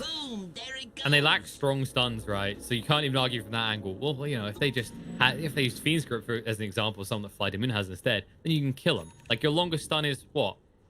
You roll in with a rolling boulder? Pretty much. And I think 1 second is going to be good enough to bring down Iceberg. And if you're stuck next to him for more than 1 second, you might just die now that he's got the Daedalus complete. So there's 7k behind, and we will see a smoke on smoke action. Bottom lane, 4 of them have smoke, but TA did not. They know where they are. You can see Iceberg circling around the triangle right on the top lane. Because of that, he can still outpush bottom and TP on the tier 2 to help out. He has a full Daedalus. Getting the business. The Yeah, Dire winning it's fortified like you said about the 7k net worth lead. It's almost all in him alone. Baroki jumped on top of and just gone. That Vanguard is not helping him in the slightest. Enchantress. Enigma, they group up even tighter, more afraid of what the night will bring. Dire's bottom tower got blown to bits. Or the side of Flight to Moon, it just might be as Radiant's top simple as tower's just in starting to bad pressure this shape. high ground off this tier 2 now. Guess what's So happening to they will Dire's take the bottom tier 2, tower? but Aegis will be reclaimed in any second now. Radiant's top So tower because of returned. that, maybe they won't be able to go Radiant's high tough ground as building easily. structures. The Dire Yeah, it might be one of those gave things up where they bottom kind of tower. peer on top to Radiant's see, top maybe tower's force out a in glyph, bad because they shape. can see that Nigma have committed heroes on the other side. A Miracle does Guess at least get what's that tier 2 happening to tower. Dire's bottom tower. And Miracle is still working towards his BKB. He's really not that farmed on the Bounty Hunter. He's on top of the network charts on his side, but it doesn't really feel. It doesn't feel like he contributes to the fights a lot. You get my point? Like some heroes with Yeah. the same amount of farm are way scarier. Oh, T8 just trying to scare them in their own base. This was a pretty deep move to make, and there will be a price to pay. How about that? But yeah, I understand your point, right? It's like saying, well, let's see, a TA with 7k net worth versus a Gyro with 7k net worth. Which one are you shaking in your boots about? And it's off. Yeah, very similar comparison. Right now, this Bounty Hunter is strong, but Gold for me. even when he finishes his BKB, Nigma really have to outplay the fight to win them. No, you can see that they just want to try and find an opportunity to maybe find Iceberg alone, but now that there's no Aegis, Flight to Moon, the formation becomes a bit tighter. Is And that the- the you- full axe completed? I think, yeah. General it has is. his axe. Well, we've seen what this man does with one hook shot combo. I'd be worried if I was Nigma to see what he's going to do with two. At least you finally have that Spirit Vessel on GH. It took a long time to get to it, but they finally have what is an important item against these bulky heroes. Yeah, they have a BKB on Veno as well, right? So mind control will be a little bit safer in the next couple of fights. The Crimson Guard as well on Enchantress is completed. They do have some pretty big items coming on the side of Nigma. Definitely needed. Of course, the worry for him is if Ursa just blinks in and BKBs, you can still burst down mind control fairly quickly. So in that regard, not an easy game for Nigma to execute, even with these new shiny items. Maybe once you have the Solar Crest, there's some follow through though. Because we almost Yeah, have it that's the complete now. item. That's it. Solar Crest, click game him harder. changing. Just game changing item right Dire's there. top tower's getting beat down. I mean, I'm trying to look for the bright side here, admit. All right, it's looking a bit grim for Nigma fans because this Dire's TA next is in top full tower. prime right now. So, look, Nigma is extremely experienced, and one thing that they must know for sure is that they have to kite off the BKBs. If you manage to kite off the BKBs, then suddenly you can take fights, because these heroes do struggle against the Poison Sting, against the Gale, so it's And be that's the a right fair idea. point, admin. But here's my point: what do you do when General keeps doing what he's been doing in these fights? It's a bit hard to kite at that stage. Aloha Dance. If Smoke moved out, this arm's gonna be thrown out to force TA away, and Aloha Dance does turn around and use a Nightmare, and he may actually regret that. He gets caught by the tornado, they'll follow through and kill him. You do get a lot of kills, a lot of gold from each kill. It is a level 3 track. PH? Yeah. Has he bitten off Mulling and True here? He's able to move away for a moment at least. The hook shot comes out and separates him from his team. The egg does go down. BKB, the hook shot against General. Control him up, but it's not going to be good enough to stop the egg from going pop. However, it buys enough time. They turn around, they kill off the Venomancer. Iceberg fighting up against Miracle, but Miracle, he can't win this one. Not when V2 joins in. Finally, they'll get the kill. Kuroki with the final hit out onto the TA. Dead for 90 seconds. It is a big kill, but it's an expensive one. It is a big kill. They got 2 kills, right, with the egg as well. I believe Always Wanna Fly, yeah. Always Wanna Fly did buyback. And so it didn't go terribly bad for Nigma. That Bounty Hunter was able to dish out some serious damage. I was underestimating him a little bit before. So it was alright, considering they got a couple of track kills. And that's the thing. That's the power of the track, right? You actually look at how much damage he has. and then you have a 200% crit on track targets. And it's off. It's pretty lethal. TA learned the hard way. And, you know, if you're V2 and you're very happy about it, it's like, oh, suddenly I am able to be the carry. I'm able to get a new item. He has now got the nullifier, which he'll use on GH. GH tries to move away, and this Ghost Scepter doesn't do anything for him anymore. The Force Staff doesn't work either. Instead, because we tried to help with that Force Staff, he's going to die as well. Nothing is real. And the tip. Most important part. The most important part is the tip. Yeah, like you said it, the nullifier came for Ursa, and you can't Force Staff, you can't Ghost against it. Those sticks do disable Force Staff and Ghost. By the way, I have to wonder if there was a miscommunication on that as a result. The item on Bane is also the reason why we was caught so easily. It's a telescope. It's the favorite item any Bane can get as a tier 3 neutral item. Don't get me started on how ludicrous this is. Imagine, like, if he goes back for an Aether as well. You can just be Fiend's gripping from a whole screen away. Like, hello. You'll never find me now. They might find Iceberg. Problem is if he wants to be found. This is the problem is Rush is game. up in around 10 seconds, and they have pretty much everything on the side of Flight to Moon. The grip is not there, but the other big spells are. They need to be careful about stacking here. They're under vision. Clockwork is close by, and they're wrapping around right now. Dive in. This arm comes out. Venom trying to force Staff away. There's the hook shot in, though, on the Kuroki. He might be left behind, but they have to leave behind a second because of that refresh coming out from the Ags that General has. With the rearm, he was able to find a second one with the overclock, and they'll find a third. They force double buyback. GH trying to do some damage right now. Maybe Nigma can turn this around. They look to move him right now. I spoke with the BKB. They can't stop him. However, that means you no longer have the BKB. You do not have your egg anymore, and you need to get out. V2 has to use the Enrage, trying to move away from this. Nightmare's going to be thrown out in the meantime on a Miracle, who's still holding on to his BKB, and General tries to run away. Nice blink out by V2 just in time. Miracle, he needs something for this. He knows it's going to keep pursuing. BKB, but they disarmed him first. He's going to go, whoa, General! He's going to jump in straight away. The Poison Nova will do nothing against the forces of Flight to Moon, because General, from start to finish in this game, is annihilating the forces of Nigma. Damn, that's a wipe. What a turn from Flight to Moon. Damn, that's Rosh as well. That's Aegis, that's Cheese. And exactly like you said, it's General. From the start to the end of this game, he doesn't care about Rosh. He's TPing bottom. He wants to take your tier 3 now as well. He might just as well go for the throne. He wants to finish this game. What a maniac. He actually used... he didn't, okay. I thought he used overclocking here. But did you see the first initiation from him? Not the one in which he caught 3 heroes, but the one in which he catches Enchantress. He cuts 2 different targets. Yeah, overclocks and then cogs again behind the Venomancer. Just plays really, really well around this clockwork. I tell you, my heart's beating 100 a minute. This man, he's trying to give me a heart attack. Well, not 100 a minute, more than that.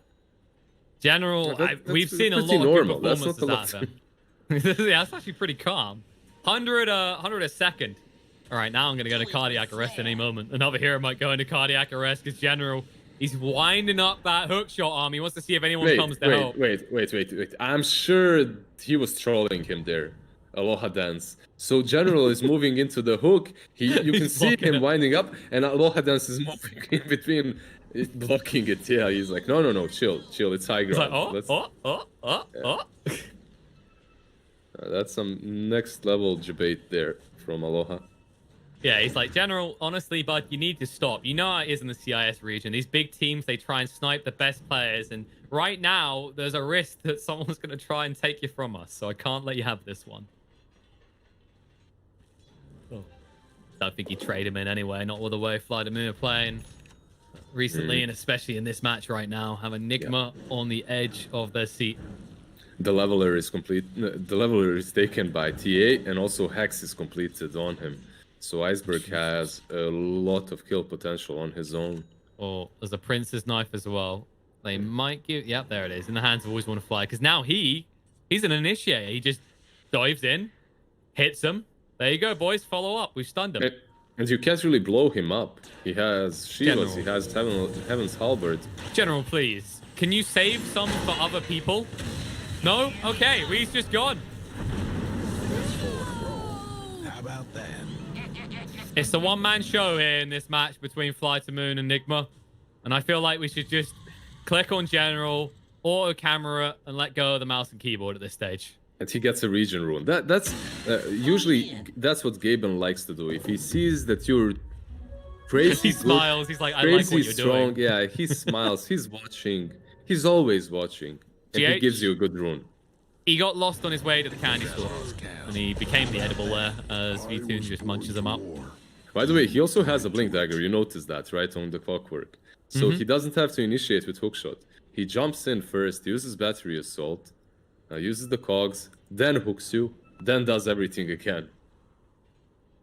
Ta-da! And he has spider legs, so even if you force yourself out of those cogs, he He's can follow following. up. Yeah, he's following.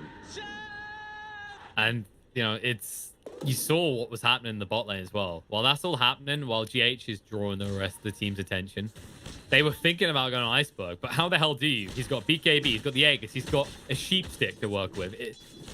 It's genuinely the hardest skill for them to find, but it's the one they need to in these fights. Yeah, level 25, plus 4 refraction instances on him. Incredibly difficult to take down. And now he might start to pressure your high ground a little bit. He's got multiple heroes behind him. Anyone not here is always want to fly who's shoving out the top lane. The biggest level on Nigma is 19. And TA is 26. And then Nurse is 24. And then Phoenix is 24. I'm seeing a pattern here, Liz. It almost feels like they haven't been able to control outposts or control fights for a while. And They actually managed. Yeah, they just took it. about They got took it. there. They took it. They got it. And they know Invoker is around. Now, General, he has. There we go. Oh no. And he's going to do it again. He doesn't quite see we. They're picking it now, sees though. He him. went on a ward. He's got hook shot in 2. He's going to wind up that arm.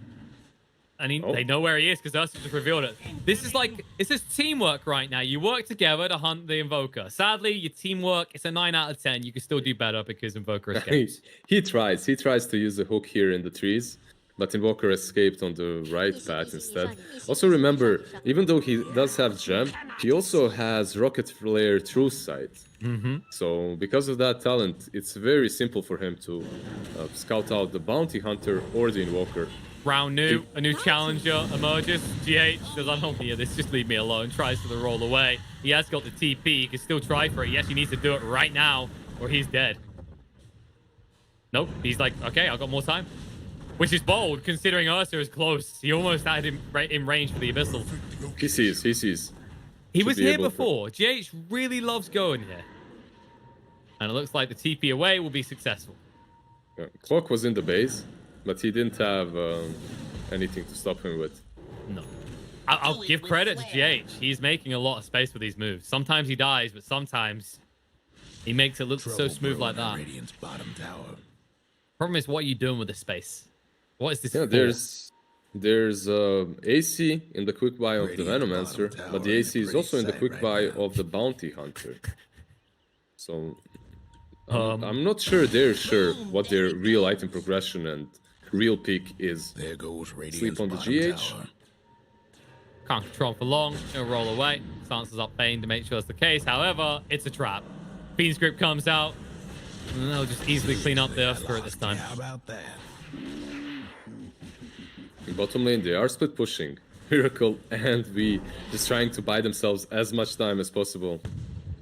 Yeah, this is them saying, look, all these big kills are here. Why don't you come and get them instead of going for our base? Because we like our buildings. You can see General rotating, but he's tracked, so... Oh, Rocket Flare. He does scout out Miracle. He should know. He should know exactly where he is. There it is. Sees him, hook shots in. Says, but you got Miracle. He could just BKB TP if it wasn't for the fact that he could just overclock hook shot again. But he's a bit worried. He doesn't know if they've left or if Miracle's alone here. He that's should the result. No, he just Back away. DC'd. He had some problem. I was wondering Okay. why he's moving away, because he had all the info because of the mid lane. TA was still pushing in and giving vision of the heroes that are in Nigma's base. So he could he could have continued. He could have played with the Bounty Hunter. Yeah, he really should have been able to come right because you can't BKB TP away as Miracle because guess what? Just holding overclock, never committing it. But as a result, I think General's going to be very mad about that one because that would have been a prime kill to open up the base Enigma. Still would have been difficult, mind you, because there's always that concern about the Invoker plus the Venomancer stopping you from being able to breach this high ground.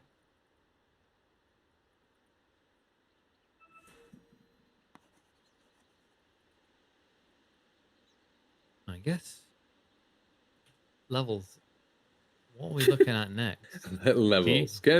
Is anyone close to 25? Is anyone on close to side of something Nigma? useful? No, they're No. not. Someone just got their 20 talents, but it's always that 25. Like, those are the powerful ones, right? You're like, General's already up to level 22. He's gonna murder everyone once he has that 25. He could even go for a battery assault in this game because he's barely feeling the damage they put out. Yeah, but magic resistance is so It's strong so this good. game. Yeah, it's so good. He found him Bounty again. Hunter. He found him again. This guy's a bloodhound. Wait, what happened? You disconnected, went the other way completely, and you still managed to find the bounty? Yeah, that's sick. Nice play from General. Miracle sadly dies again. And can't really commit into that AC. He doesn't have the gold, first and foremost, but even if he buys it, then he doesn't have a buyback, and that could be problematic. And also, Mind Control doesn't decide if he is building an AC as well. Regeneration. I don't usually recommend building multiples of those items, to be honest. I think they will just switch it up. They're not sure. Maybe no communication between the two of them. Pulls off in. Oh. Hex comes down. Ice Smoke. Peace Group goes out of the weed straight away, and they jump in. They just melt straight through him. With the egg down, they don't want to fight direct. They do buy back on Miracle. Now, the Vessel coming out on Earth Spirit. He rolled into his dome death. 3 buybacks from Nigma. If you get out clear as Flight to Moon, you are absolutely happy with this. And Rage is there. B2 still has the BKB to work with. They can't find anything. Nigma. They're just left holding a hand and nothing. How many buybacks? GH, Weeha, 3. and Miracle. 3 buybacks. 3 big buybacks, actually. Oh, this hurt them a lot. Can they smoke? Yeah, they smoke up. I think this is your last hurrah right here. You just smoke up and you try to get one last fight. Vitune will break. Yep. And he knows that someone's there. We was on top of him. Tornado through. He's got That's the a Rage BKB. again, though. He's got everything. Rage first. No mana to work with. He doesn't feel like he really needs it, though. The Hex out on GH is causing issues. And no one's interrupting the Sun Ray, which means they'll easily find the kill to Earth Spirit. They'll chase through looking for more. Miracle gets brought down, and this looks like this might just be over. Enchantress can't get away. You might heal for a bit. They aren't able to find Mind Control before he TPs out, but this should just be Fly to Moon barreling down mid lane. You hardly notice. The Enchantress does have a buyback, so you can buy back and use that Crimson Guard onto your towers and Draxes, but he'll do that. Yeah, I love this from Nigma. They're really not giving up. They're trying their best. They're sticking in this game. I know so many teams that would just call it after that fight, but not them. You can feel far back. And when Aloha dance goes in like that, just really saying Aloha, but it might cost him his life. He can't brain sap. He is dead. BKB, they're trying to cut out here. B2 moving in, but he is his son right now. Veno getting low, will be brought down, is dead. Buyback comes out. They move forward on the Invoker next. The bash straight away, and Wii is just gone. I don't know if they've got the damage anymore. They're going to lose more buildings, that much is for sure. Moving in. Tier 3 to fall. Crimson Guard to try and slow it down just a little bit. Where's the courier going? I weren't partial to that mid tower. They're buying something big. Are they? Vena? AC maybe? Hook shot? Okay, he was too busy thinking about his core. He wasn't thinking about his own life. He's gonna die. That's gonna be dieback. And it looks like we are gonna need a third game here because Nigma don't have the forces to stop Fly to Moon. They even celebrate with the egg. And now they'll turn towards those tier 4 towers. They're still not GGing. No, 3 they seconds believe off. in something. Yeah. I mean, GH. it would He's be a about to hell of a total. performance from GH if he could take on the whole enemy team. But instead, he's just going to give another kill to score of Flight to Moon as he gets brought down as well. Over the 45,000 net worth lead mark for the side of Flight to Moon. Finally, Nigma call it. GG comes out. Flight to Moon. What a game coming out from all of them, but especially from General. Damn, that's a crazy performance. Really. It wasn't an easy game. It wasn't an easy game at all for Fly to Moon. You're playing this Ursa into the Venomancer. You're playing... okay, the TA versus Invoker was fine, but the Ursa really struggled. The Clockwork...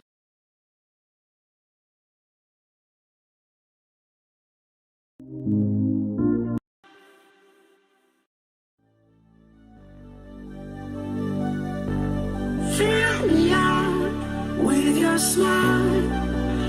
the sunshine brings the light. Fill me out with a flame. I will let you in this game. Take me out when I'm down. 'Cause with you I'm safe and sound. Safe and sound. Safe and sound. Safe and sound. Safe and sound. Safe and sound. Safe and sound. Safe and sound.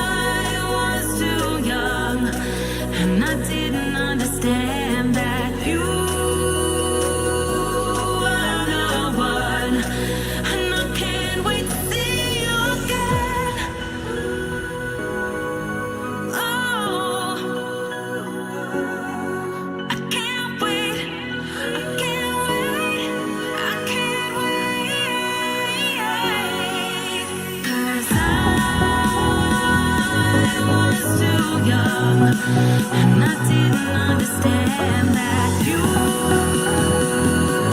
are the one, and I can't wait to see you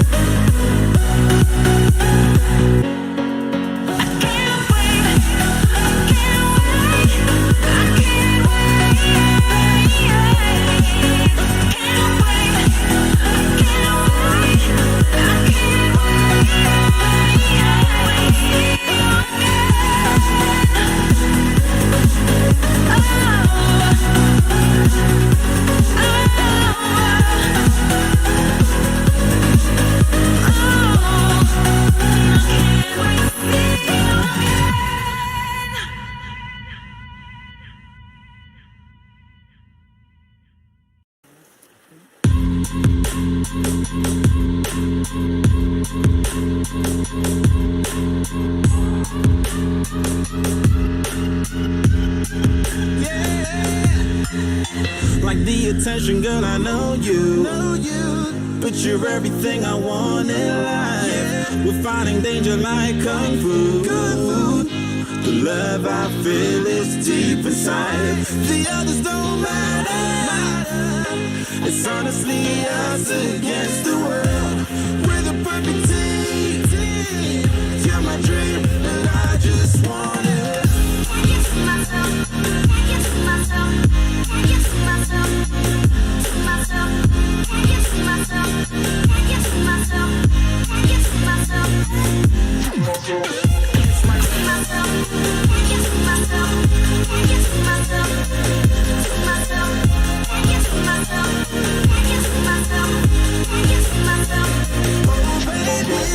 If you ever need a helper, you should know that I'll be there day and night. Nobody else can love you better. I'm here just to treat you right. You're the reason I'm alive. You're the only pain I can endure. And when you're not here, you're my dream, but I just want it. Yeah, I just wanna. You're my dream, but I just want it.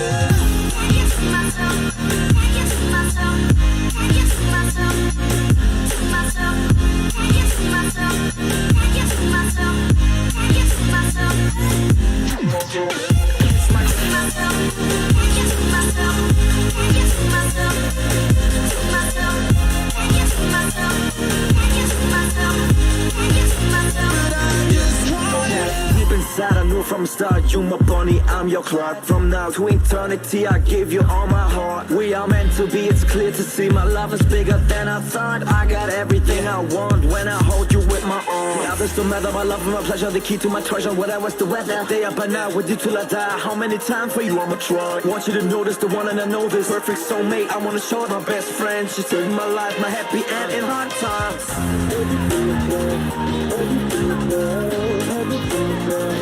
Oh baby, hug it to myself, hug it to myself, hug it to myself. I just want it. Hug it to myself, hug it to myself, hug it to myself, to myself, hug it to myself, hug it to myself, hug it to myself. I just want it. Hug it to myself, hug it to myself, hug it to myself, to myself, hug it to myself, hug it to myself. Oh baby,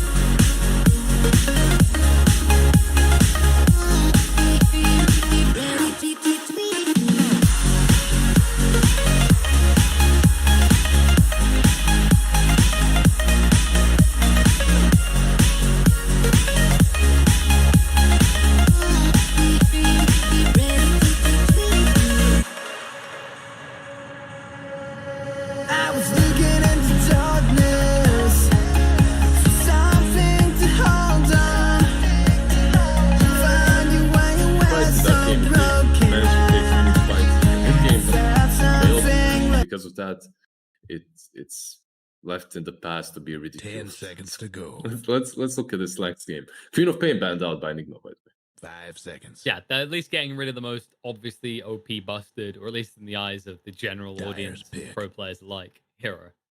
Thank goodness for that. And the Beastmaster, some of the zoo has been removed. We still got the Enchantress, which Rocky did play last game, but it would straight away make your opening a bit obvious. Oh, they snatched the Phoenix okay. away. They're like, okay, there's one consistent thing from Fly the Moon. They love this bird.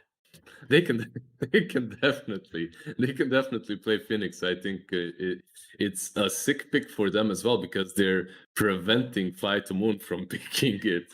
So let's see what Fly to Moon answer with. They definitely do know how to deal with the hero, because they pick it all the time, right?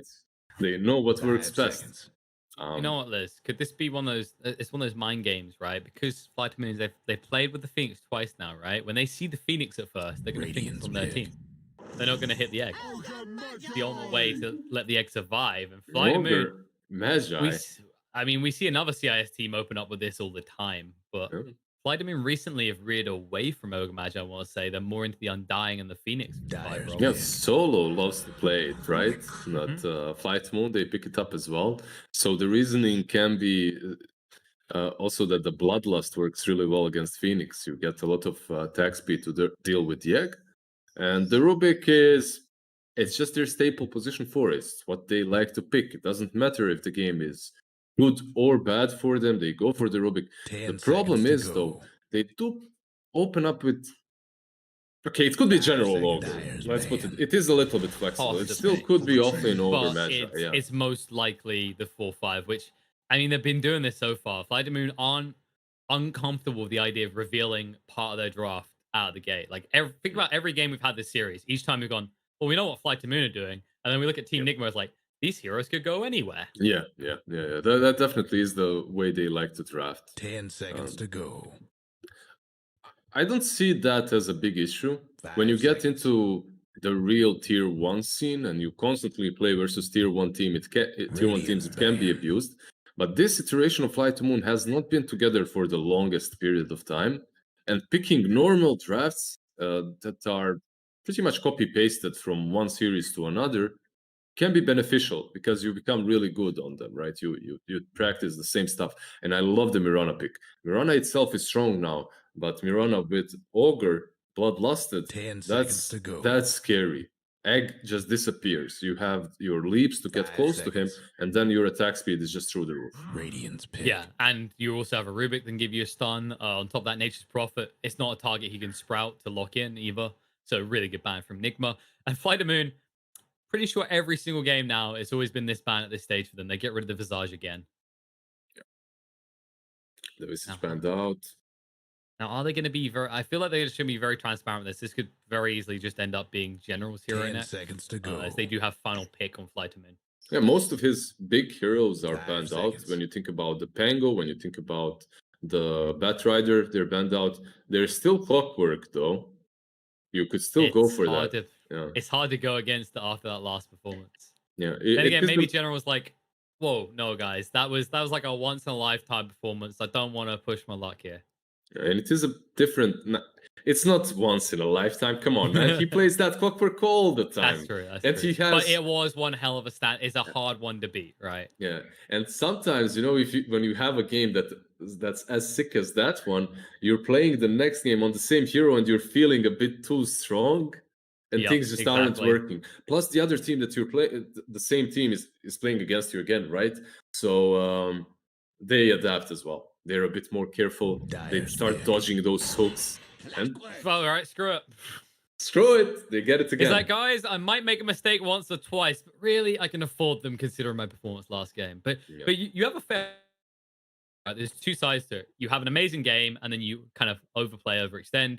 You have an abysmal game, and then also some teams avoid picking the same hero again because you play too defensive. You're too much of playing to survive and not playing to win. 5 seconds. That's a fair point. I think if the hero is strong, he's just strong. You just pick it again. Why not? The problem here is, the small problem is, you are playing versus Nature's Prophet, so you will have a lot of those treants to mess with you. And also, obviously, you can always get out of cogs because of the Radiant's sprout. back. It can help out that way. Chen. And now you have Chen as well. That's even more creeps. That's not only more creeps, that's the heal that he brings. So every initiation from Clockwork can be countered by, let's say, a mech plus Hand of God. So it won't be that simple for him to get these kills. No, it's a case of the zoo was there, and once again, Nigma are the ones to jump on that opportunity. 10 Right now, seconds like to the go. heroes aren't necessarily terrible at clearing out the Treants and the 5 creeps, but seconds. I want to say that it doesn't have enough damage to go over the edge, right? Like Rubik doesn't have a good spell that he can steal that's going to give him the damage to clear the wave of Treants or the wave of Chen army. To argue that right now he doesn't have any great spells to steal.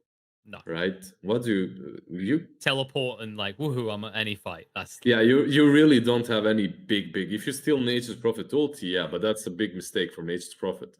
From Phoenix, you can steal the egg, I suppose. It's not but really that's easy. again a big mistake. Yeah, it's not easy because every Phoenix just uses Firefly, Fire Spirits instantly afterwards. Sorry. So because of that, already Rubik is kind of short on spells to steal.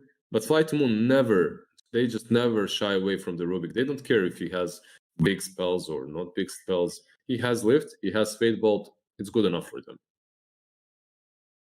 See what is going to be good enough for probably V-Tune is the next pick. Yep, straight away. We've seen them with this life stealer recently, and they've looked nigh on unstoppable. But the Meepo from they banned this in the first game, if I recall correctly, because in the first phase, because they were worried about this crap right here. Yeah, Flight to Moon banned it out in the first phase. You're right, and this is a free Meepo game. Right off the bat, this is such a free Meepo game.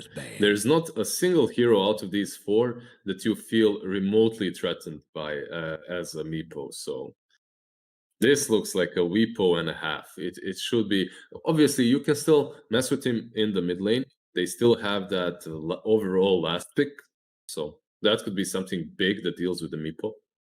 But the issue is now Nigma, they could look towards a hero that, you know, can't be counted out by one hero, right? So either We has an amazing game, or Miracle / Mind Control has an amazing game, can take over. That's the dilemma of where Flighterman is. I think you can easily put Miracle on Nature's Prophet. I think it's a good position 1 Prophet game because you'd be playing versus Clockwork in the lane.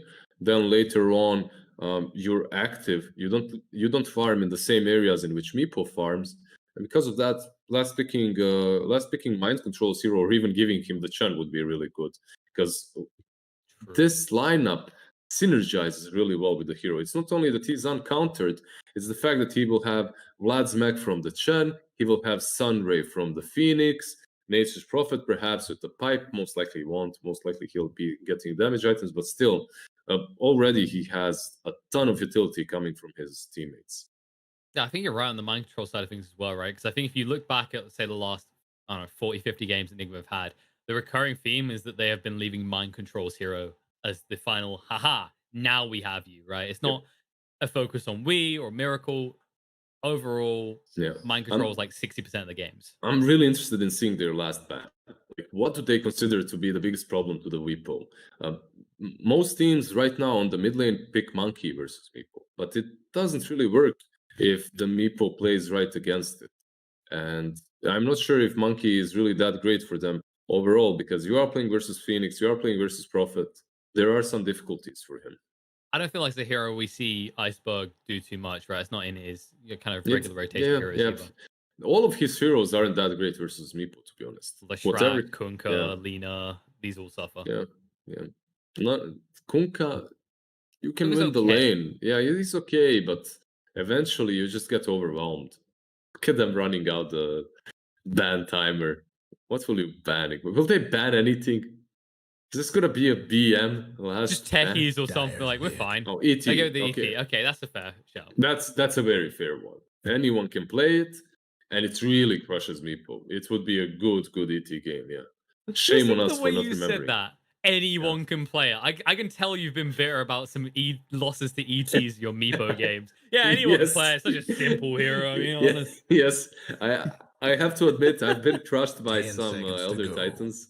Yeah, it is difficult to play against. He just it's like a long time ago, like 3-4 years ago. If you asked me which is the best Meepo counter, I would still say Elder Titan because of the natural order and the fact that he never has to commit. He's not a core. But right now, as a core, he's also sick. Well, it's something. Who's it gonna Okay. be? So, Okay. Huskar. Okay. I haven't seen Iceberg on this hero in a while. I mean, it's good for the Timber. Does it shut down the Meepo, though? I feel like Meepo should still be okay in this game, right? It comes down to the lane, really. You'll have to wait and see, but it comes down to the lane because I still don't think this is the best Huskar game. I still think Meepo wins it. Eventually, he gets items that counter Huskar, and the game is difficult for him. But there is an opportunity for Fly to Moon to out-cheese them. If Iceberg gets an insane lane mid, if he just dominates the Wii, and if they manage to get that first rush, suddenly it can become a bit difficult for Weepo. But if he just chills, if he just gets level 4 mid lane, then starts farming the jungle, gets his E-Blade on time, it's still a very difficult game to play against him. I guess the tough part, right, is if you're Fly to Moon, you're looking at this and go, Nigma are a little bit stronger around the Roche because they do have this Phoenix. They do have a way to quickly get heroes back into the fight if they buy back. And then, like, what's your big ultimate around the pit? Hookshot can be good, but, you know, you're looking for the weakness to exploit, whereas Phoenix is just a wide blanket spread. Hey, you guys cannot, you have to evacuate this area. Well, I have to admit, I do think Fly to Moon have been outdrafted a slight bit because of the Weepo, but they do have chances. This Huskar, if he goes ham, he could carry the game alone. But then again, It's a volatile lane. Yeah, it's a volatile lane. He's playing versus Phoenix. The Sunray hurts him. Phoenix should get a Vessel here, I think, as well. So that will hurt him. Timbersaw can be a problem eventually as well. Big problem. Yeah, we'll see. It's always an important thing to remember. He is a strength hero, so this Huskar won't feel so bulky against the Timber as well. We'll have to see how this can go. Final game of the series. Nigma, Fly to Moon. It comes down to this. Huskar versus Meepo. This really does sound like a cheese fiesta. Yeah. And to start off, it looks like Wee is going to try and dodge the mid lane as he's heading towards the top. Oh, is he? Okay. Who's going mid, though? Mind control mid. Okay, that's a good solution. They can't really deal with the Meepo that well on top as well. The problem that I already see here for Nigma, though, is Meepo was slightly nerfed. So your ulti is on level 4 now, right? It's not on level 3 anymore. And when you're safe lane, you do get that level 4 a little bit later because your support is leeching the experience as well. They're denying versus you. There are some difficulties. So if they focus him on the top lane, and if they give them their best to try and shut him down, they could delay his farm quite significantly. Especially if it's like a pressure type offlaner, like a Clockwork, right? He's going to play up in your face, which means that Kuro's going to have to be present on the lane. Usually, if you see that you got Meepo pick like that, your job as the POS 5 is to stay away from the lane as much as possible. That might be something he struggles with here. And it's interesting because I think, like, what was the person who used to always do safe lane Meepo? I think Palantimos was one of the big people who believed in it. Away we go. He moved away from it for a long time. You as well, there's of course. But I know you like taking it mid because you just want to stomp your games as well. The amount of times we played Meepo versus my team and I played Meepo versus his team back in the day was ridiculous. Like every series we had up against each other, one game was Meepo. It's like we should ban it, but I kind of want it, guys. Let's just roll the dice. Let's Iceberg see how... Iceberg won the block heavily on the mid lane, maybe even a bit too much because the creeps are under the tower. It's important as well because on that level 1, that's where mind control can actually put a lot of pressure on a Huskar because of these little treants doing 24 damage each. Things fair as it goes on. We'll check on it a bit. I don't expect that kill. Like there shouldn't be too many kills in the mid lane quickly, right? Because if Iceberg starts to beat mind control can just TP out, and vice versa. You can just walk away. There have been some switches happening on the side lanes, though. You noticed, right? General went bottom lane, meanwhile Vitune on the Lifestealer is top. Yeah, it's kind of you just accepting. In this case, yep, we will get his farm. But so will our Lifestealer. He shouldn't be too pressured. Well, this is perfect for V, I would say. Him laning versus V-Tune should be very easy for the Meepo. It's not a lane that you're scared of, and as long as Kuro doesn't leech way too much experience, we will be happy. Exactly. It should be a case of where V-Tune shouldn't die, but more importantly, the Meepo doesn't die, because that's the priority, is they shut him down. Well, and they are going on him. Yep, they're just pummeling into him. No Fade Bolt for 10, so they'll let we walk away, because he's only got 2 tangos, and I don't know if he hasn't got a salve coming out, so he doesn't suffer a bit. He doesn't have a salve. He actually used the courier for the raid band. Aloha Dance will block the small camp as well, so they won't be able to pull the lane back. But he is healing a lot. He does have the headrest from Kuroki, so that's helping him. Always on a fly, bottom lane. Should be fine. You can fly on top of, but yeah, it's an ogre. It's because he did start with the buckler. Very tanky individual. And instead, GH is actually in trouble with the creeps. Oh. They're getting GH. He might tick out. There it is. First blood. General at the rocket flare. Didn't go for a point in the cogs. This could be a double kill. Oh no, this is starting to look like a repeater game too. It's when General leaves the lane, right? He leaves the creeps that he could have farmed under the tower. He helps his teammate there. And when you're not in the lane versus Clockwork, even if he's level 2, that's scary. He brings so much damage. And that's 1 bracer complete and 2 more bracers coming out. The triple and bracer then he build. shall not be touched again. He is untouchable in this lane. And the other important thing is, like, it doesn't hurt him to skip the cogs, because the 2 heroes he's against can escape cogs anyway. He is playing versus Timber, right? So whirling that will still hurt him even with all the bracers. He was just regen quicker. It's all good. He's maybe jumping the gun a bit here.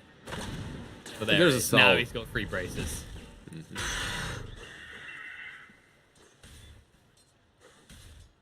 But yeah, there is a climbing concern that General will be out of control, which will be a treat for us if he does get out of control in this game again, because last game was a magnificent performance. But if you're a Nigma fan, you're maybe sweating a little bit and regretting whatever you bet on this. Yeah, mid lane is actually going really well for mind control as well. So that's something you're happy about as an Nigma fan. He's out CSing the Huskar heavily. 15-11. He's crushing this lane. He's always keeping him low, so you can already see Iceberg is always walking back. It's never trading. It's just impossible with the trains wailing at him as well. Exactly. The problem is, usually as a Huskar, you want to be trading even if you're low. But problem here, oh, nice deny of the double damage rune. Problem here is, if you're low, bottom lane, GH is low, always want to fly. He was waiting. His cooldown's still there, though. There's no way to kill off GH. They just force him back. Rubik mid I love lane. that he waited to salve as well. Oh, mind control. He's standing his ground, but it's not going to work out for him. There it is. The rotation from low hard dance is on point. He's still messing with him mid though. He's more than messing with him. No, they're going to burn down. They're going to burn down. No So way. it's fine. He stopped using the burning spears now. He was actually killing himself faster because of that. It looked cute. It looked possible. I was excited, but yeah, Iceberg stops the burning spears. He's actually level 6 now. Now bot. GH, level 3 and feeling the pain. Does move away. General keeps trying to yoink a kill with these rocket flares, but it's just not enough damage. It's just a level 1 rocket flare. Top lane though is done. I mean, this Meepo is level 4. He has Boots raid band. Another raid band should come shortly. And the only question is, does we want to lane? Or does he want to accelerate his farm and just farm the jungle end lane? Well, the real question is, Wee's lane going well, is that good enough? Because now we just saw what happened mid, bot. There's just some more suffering from Miracle as General gets another kill. These 2 lanes are going to be problematic for Nigma. So far, you're actually only concerned about the bottom lane if you're Nigma. Your mid lane is doing fine. Mind control is alright. He did die once, but he's fine. He's doing really well considering he's playing versus Huskar. By the way, Nature's Prophet usually does well versus Huskar. That's not the issue. The issue is Huskar wants to be dominating, and he's not. Invisibility. That's fair, which is why that rotation from a low hard dance was so important at that point. But yeah, you highlighted the real problem. That's going to be General. He's almost got level 6 as well. He's just a quarter of a level off. And He's already around mid rotating. again, yeah? Yeah. We know he likes to get active early. He is a brawler, if nothing else. It's a bit tough, though. They see G8. He's low, but now that reveals what the plan was, which means that Mind Control's just going to back up. And Miracle can pressure tower. He actually thinks about going bottom, and he is. Nature Prophet Mind Control. He TP's bot, summons the Treants, goes for it. It's a really good move, but they are rotating in. Still no level 6 though, so initiation isn't that easy for them. Especially with this many creeps. General, I don't really think you can have an impact here. You just have to walk away. that was such an outplay from Mind Control. He saw them coming for him on the mid lane, and he just goes bottom, takes a free tower. That's that feeling, right? When you are a mid when you're an off laner yourself, which Mind Control is, right? You're sitting there, you're like, something's off about this. The clockwork has been missing for like 20 seconds, and I am a gankable hero.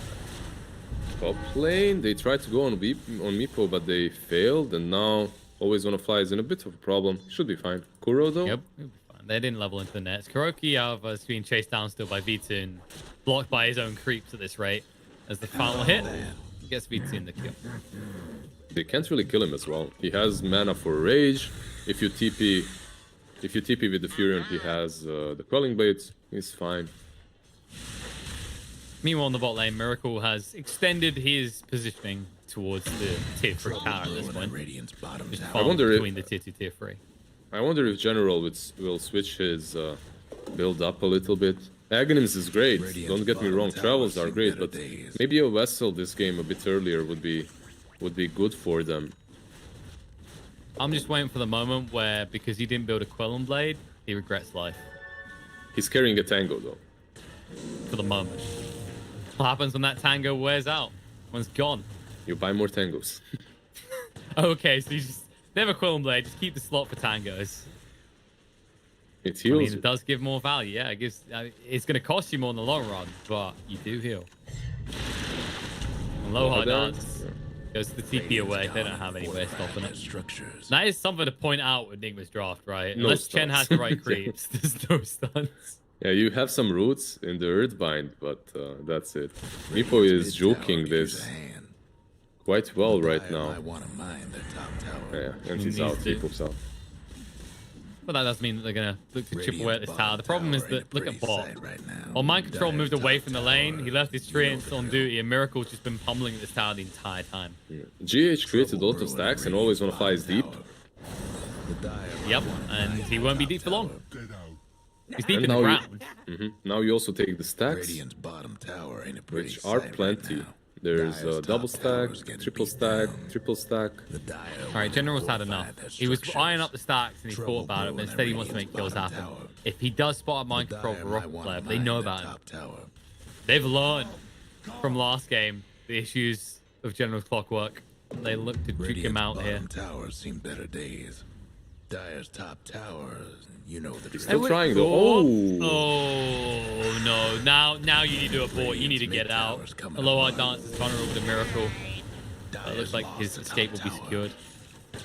Not a lot of mana on Miracle. He has Arcane Boots and Soul Ring to work with though. Well, I was gonna say this is where we're seeing how much harder this game can be for General, right? Because of the zoo.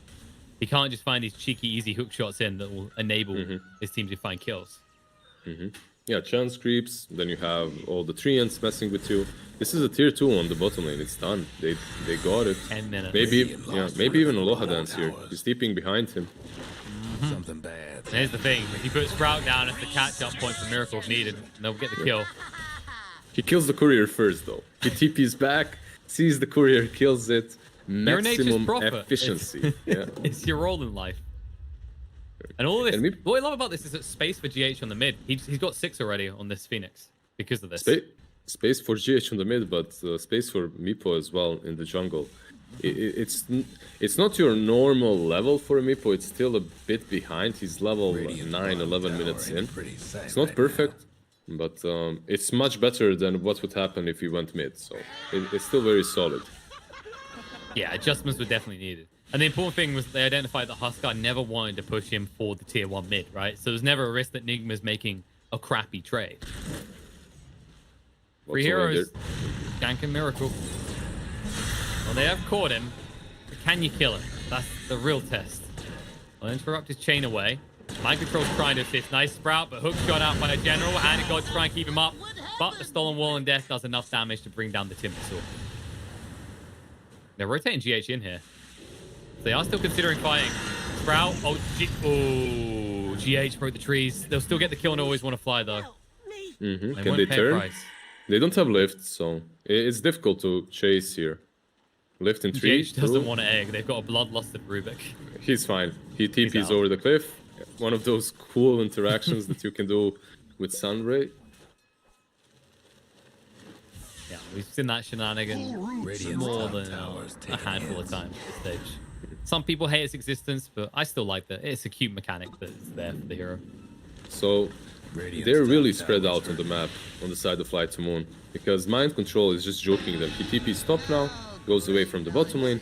He's trying to deal with this tier 1, which he probably will be able to in a couple of seconds.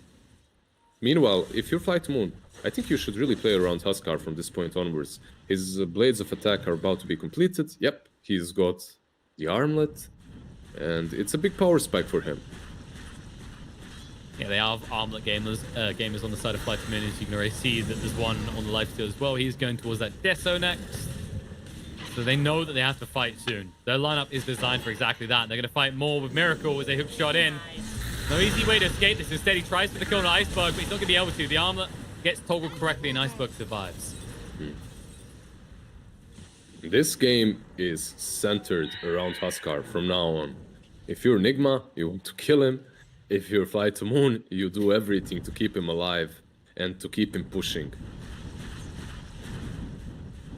Question is there any item that's going to come out that's going to make it difficult for him? You know, like E-Blade's not bad, but of course he can dispel.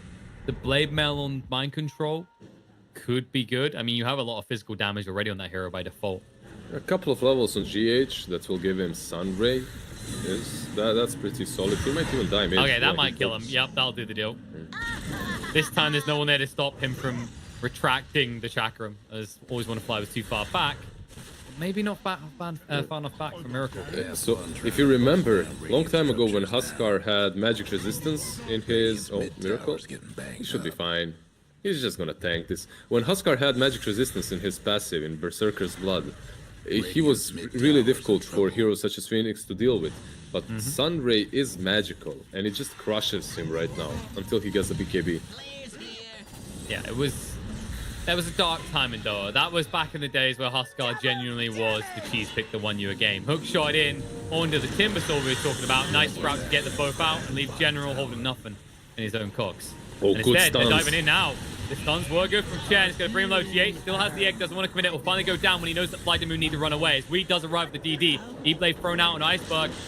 Huskar doesn't want to fight this. This is not a good fight for him to take. Instead, they invest in. They've tried this strategy before, and it works in different games, but not in this one against Nigma. And V2 will run away, but Miracle is still hunting. He says, I want to fight.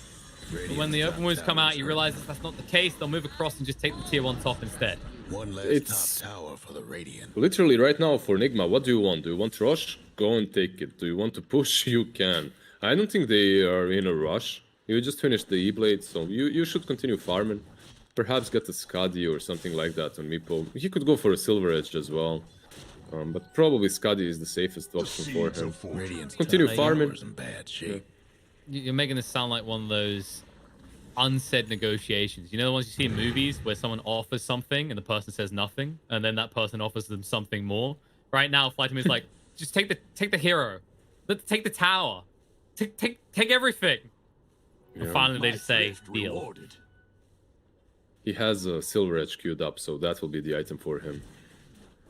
It's just so difficult. You know, there are some games in which you see a hero that's just a game-winning pick, and it's like that in this one. Bottom lane, Mind Control. They're looking for the pick. Mind Control, he could try for a TP right now, but he realizes with the battery salt still going, there's no chance. That's a good pick off. Hey, look at General. Look at this cheeky clockwork. He understands, alright, we need more control. We need some AoE stuns versus the Meepo. I'm gonna buy a meme hammer. Why not? Right, we're past the days of it being a meme hammer. It's a true meteoric hammer at this stage, I'll have you know. And it could be good this game. I mean, you've got follow-up stuns, right? So you should be able to get them off. And we hit on this ourselves, Admir. Nigma don't really have any stuns. They're very lacking in that department. Yeah, a BKB on Huskar can be really game-changing. That will help them out quite a lot. He has only an Ogre's Axe right now. And it's on Nigma to try and take this Roshan before the BKB comes. That's what they're aiming for. That's so valuable against the Meepo as well, right? Because Ransack, it doesn't go through Magic Immunity. So you can't easily sustain yourself when you're trying to wail on the Huskar. Although, the question is going to be, what is the pick that lets either of these teams into the pit? Because I'd say they're both at a point where they could go Roche if they want to. It's just, there's looming threats from either side. Nah, if you're Fly to Moon, it's so difficult.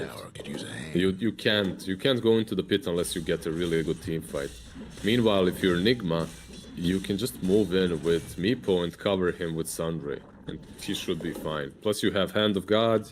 You have a lot of regen from different heroes. You have Timbersaw with Guardian Greaves. You're way less scared.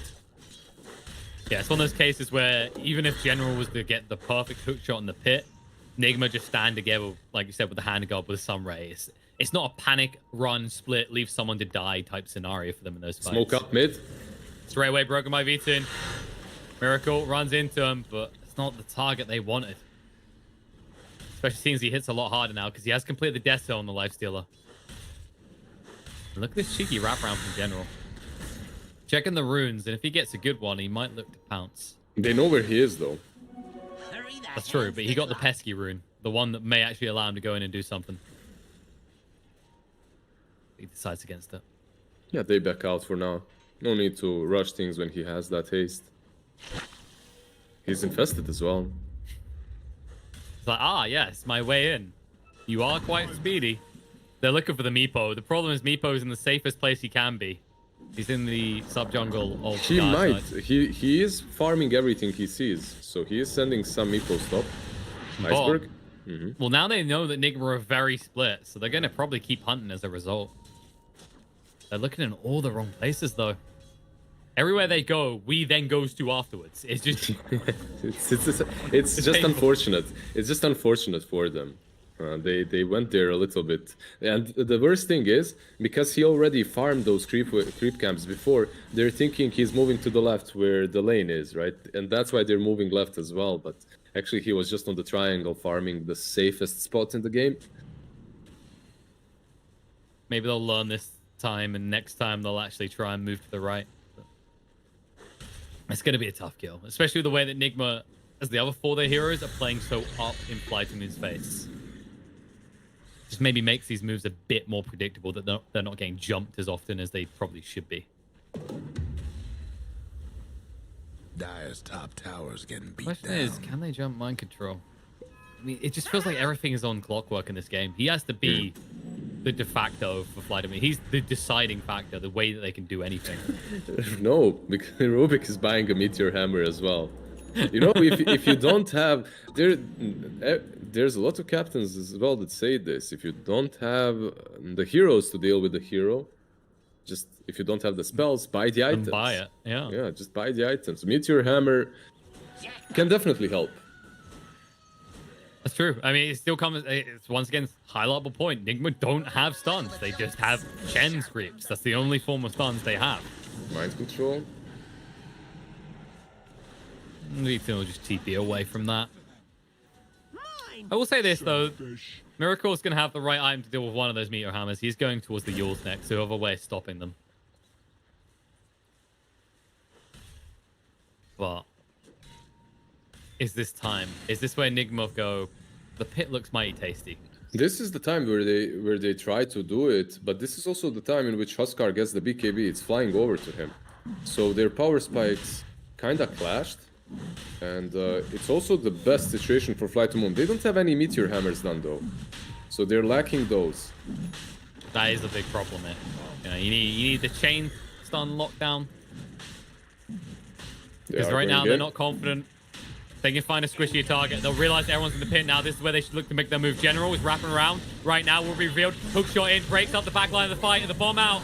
straight away, just splitting up Wee from the rest of his team, and they'll overwhelm and bring him down. The egg on the high ground looks nice, sure. Iceberg will get stunned. Mind control, though, is not protected by the trees, but the turnaround! The trees work for Nigma as Miracle brings down the Huskar, and V2 is running with his tail between his legs. Arm still activated. No rage for 2 more seconds, and Mind Control needs to be careful. He's being turned around onto here. General trying to do damage. Mind Control gets stunned up by the creep, and then with the Blade Mail activated, V2 doesn't care. They'll bring him down. The buyback did come out from the Ogre, so he's able to keep the chain stun going, and Miracle has to move away himself. V2 getting extremely low. They'll kill him off. The Chen army's enough.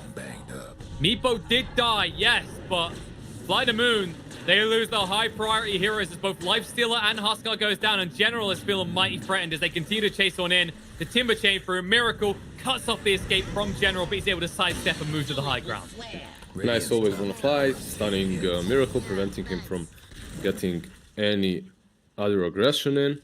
And it's a pretty even fight, all things said and considered. You did force out the egg. It's that you won't have it for 45 seconds. Every spell on the side of Flight to Moon is up again, and if they manage to fight Roshan, they could have a favorable fight here. BKBs are back up.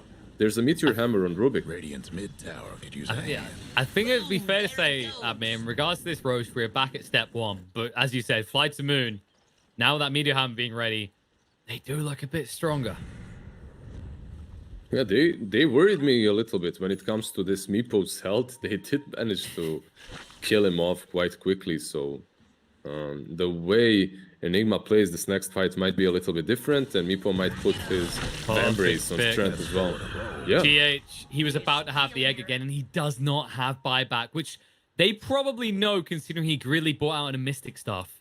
And you can't go into that pit, right? You have Desolator, you have a lot of minus armor right now to work with, so taking Roshan isn't that hard for Flight to Moon. Not any longer, at least.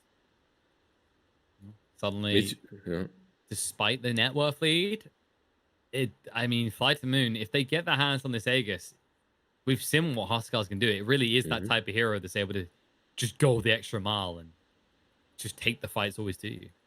That last fight was also a big play by General. He completely separated Phoenix and the Chun from the rest of the fight, so it was easier to take down Meepo. Also, Phoenix had to use the egg very, very far away. That was the beautiful part, right? It's like you saw him, he kept rapping even after they broke smoke because he realized, well, no, Meepo is not my job, right? That's for the rest of you. I'm going to stop the heal sustain that is stopping us from killing Meepo from being there. It was a great way to break the fight. And the fact they had V2 there as well meant they had the damage to instantly burst down anyone nearby. He's going for a Blink Dagger on Meepo as well. Now, the thing is, a Blink Dagger in this game is good for him because it gives him an ability to initiate on some of these targets.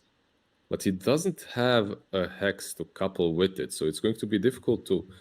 If let's say Rubik isn't alone and you jump him, it's going to be difficult to kill him without being controlled afterwards.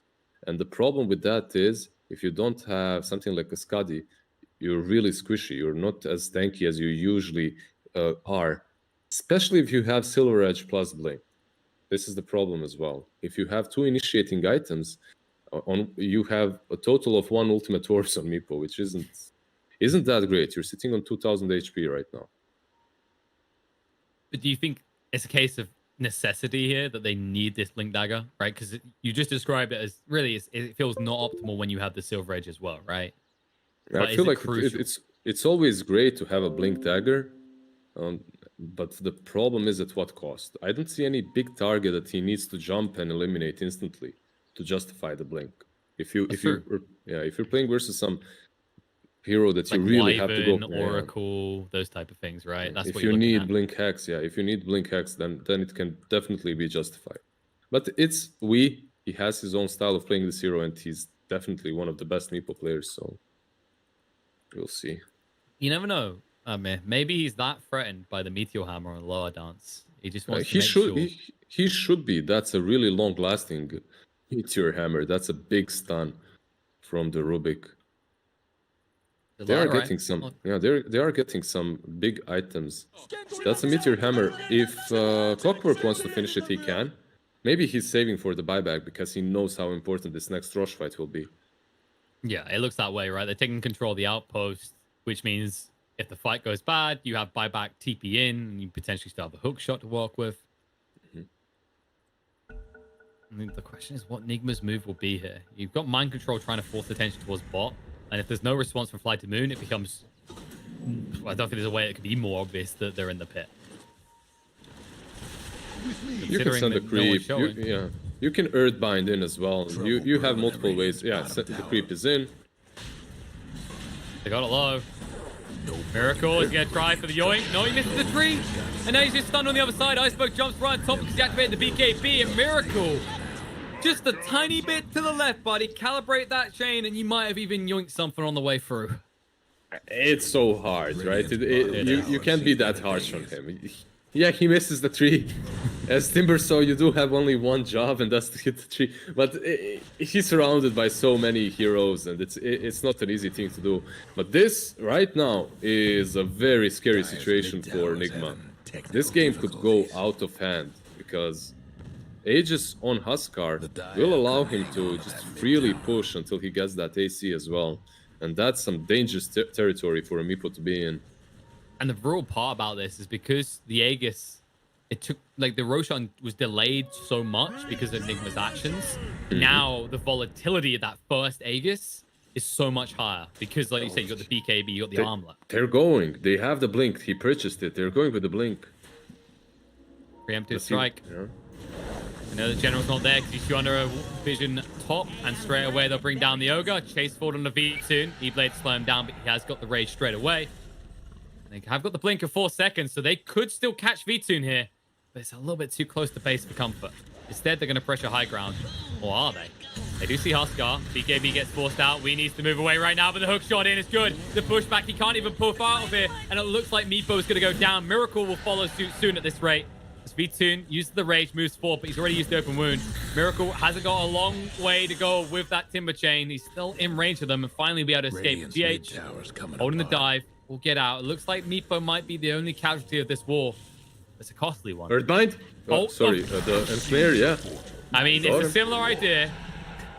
And it will stop him from TPing out. Now, he could still make it out. He has got the Yules. He's holding on to it. Yeah, General does have a hook in 8 seconds. He's warming that arm up. Miracle's like, no, please. Not like this. They cut the trees. They reveal them. They kill them off. And now they can hit this tier 1 star. No creeps, but you do have Meteor Hammer, and you don't really care about this fortification. You can kill it off afterwards. Yeah, that's... And this felt like a very desperate move from Nigma. The way they smoke up and they kill the Ogre, and then they continue chasing so deep. General, he does have a hook, but I don't think he's getting away with that one. However, they jump in straight away, and look at Huskar's health. BKB, he's in a lot of trouble right now. They're trying to move through to get kills. V2's trying to throw them away so he feels safe. Meteor Hammer's going to come down to Wee in the egg. Should protect him, but Wee, he's going to burn out. The damage is just too much coming out from a low hard dance who still has that track from. And now, Huskar will die for the second time as Mind Control's the true carry in this team. V2 moves across on Akuro, trying to kill him off, but the rage run will be good enough. And will he be punished? It looks like it's going to be a TPing from Mind Control, but not quick enough. V2's able to escape. Big casualties on both sides, though. We aren't really talking about V-Tune and Mind Control that much. And Mind Control... Oh, all right, now we're talking about TP. Mind Control's like, nope, nope, nope, nope, nope. Wait, what? What? He could have just hit him. He could have just hit him. All right, V2. When you want to be cheeky with the plays, there's a price to pay, and always want to fly is the one paying it for you. I'm sure he could have just... I guess maybe he's afraid of the halberd, right? So there's the mischance, right? Yeah, there's a mischance. And if you infest that creep, maybe you can even go and stun him.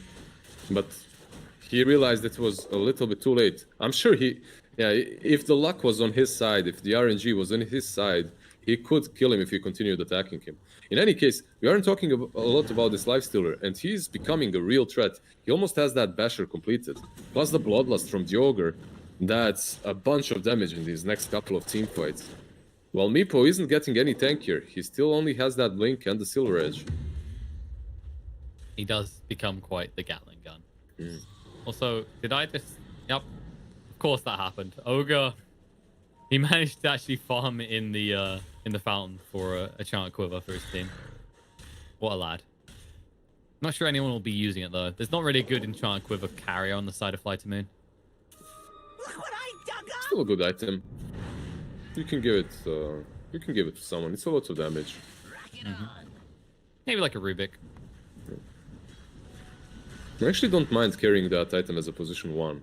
Like on most cores. Feels good.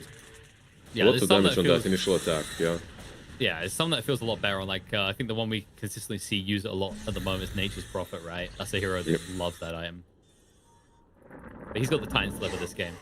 So, feeling pretty tanky with his AC, his Blade Mail, and the Titan Sliver. Yeah, it's a pretty good item that Meepo has got as well. Neutral, Mind Breaker. See, they can use their items. Yules don't always want to fly. Slowed down and just dead.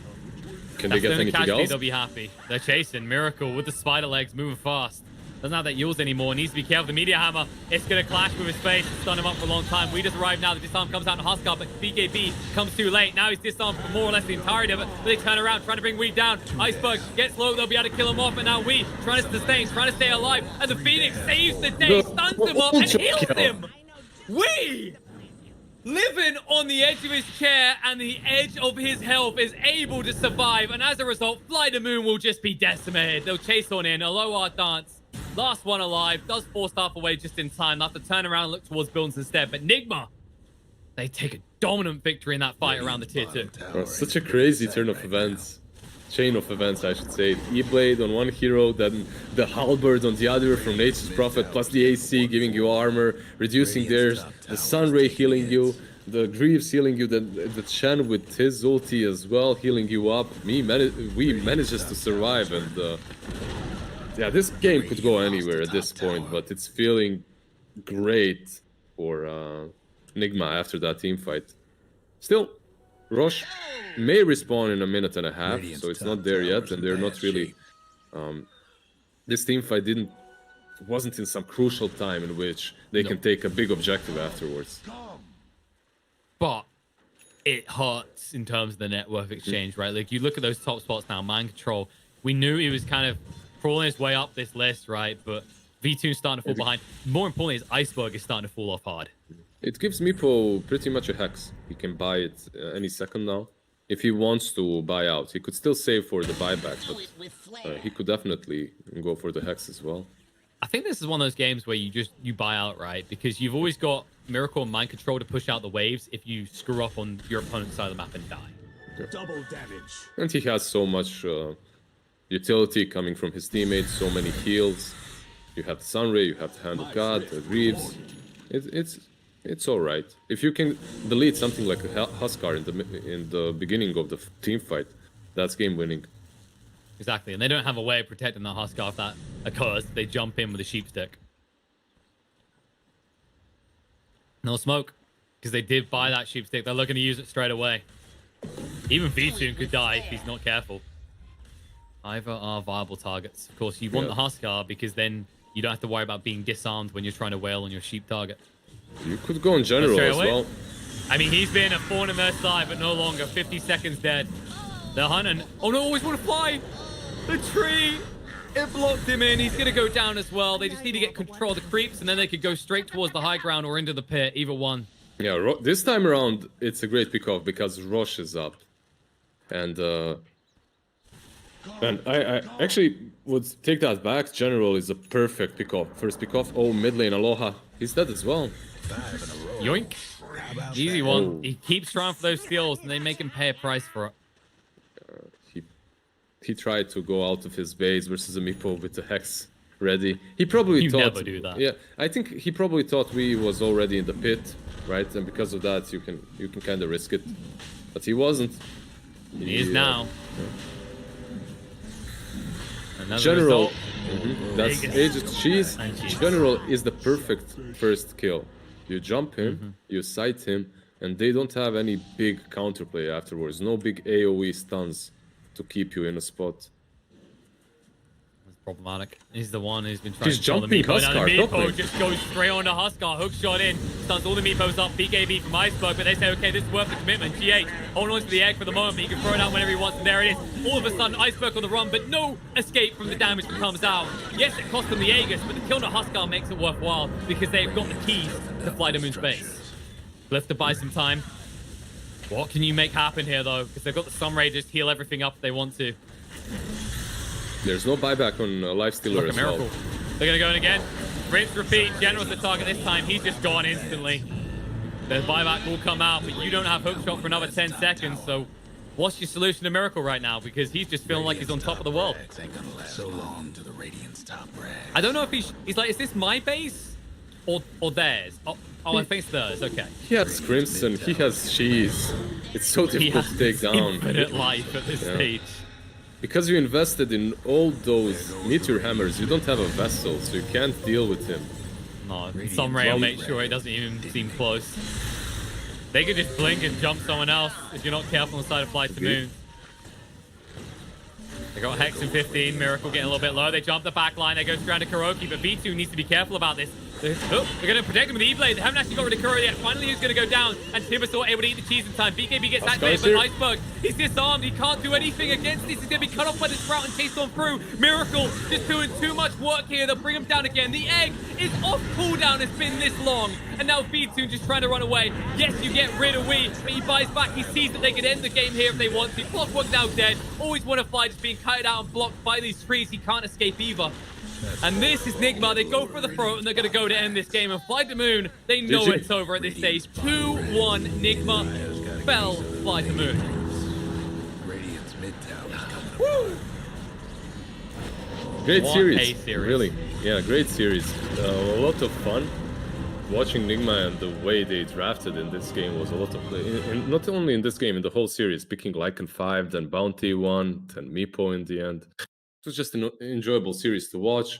We played a really good Meepo game. He was supported by a squad of utility beasts from the Crimson Greaves Miracle, from Kuroki with Vlads and ulti, from GH constantly sunraying, killing him up. But the Blink Dagger, I thought that it might make him a little bit too squishy for these team fights. But it also gives him an edge to pick and choose his team fights, right? Pick and choose his fights. Like that Huskar on the high ground. He goes so deep, but he does kill the Huskar, and he doesn't have a buyback, which allows them to pretty much win the game right there and take all three sides. No, it was an incredible performance coming out from Nigma. An incredible series from both teams overall. You know, Fly to Moon, they definitely had their moments. Mm-hmm.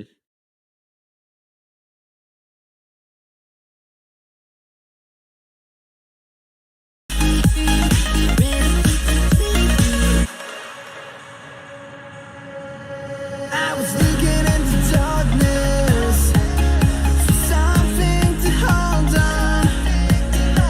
Find you when you were so broken, and I felt something was wrong. I think I'm in love.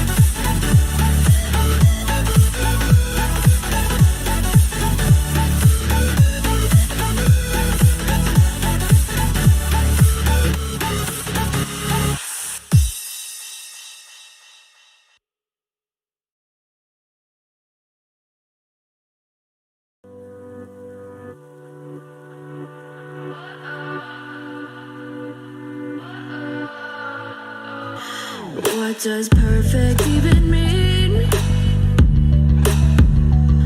Is there even such a thing?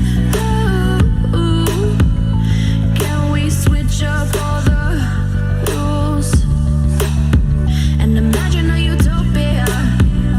Darling, I'm just so fed up with these expectations. They keep weighing me down. My heart is begging me to get the hell out of my head. I'm gonna live inside the upside down for a minute and pretend, honey, I'm a perfect 10. Whoa, whoa, honey, I'm a perfect 10. Whoa, whoa, and if I say it enough, it gets ingrained in my head, and I start to see, honey, I'm a perfect 10. Honey, I'm a perfect 10. Whoa, honey, I'm a perfect 10. Honey, I'm a,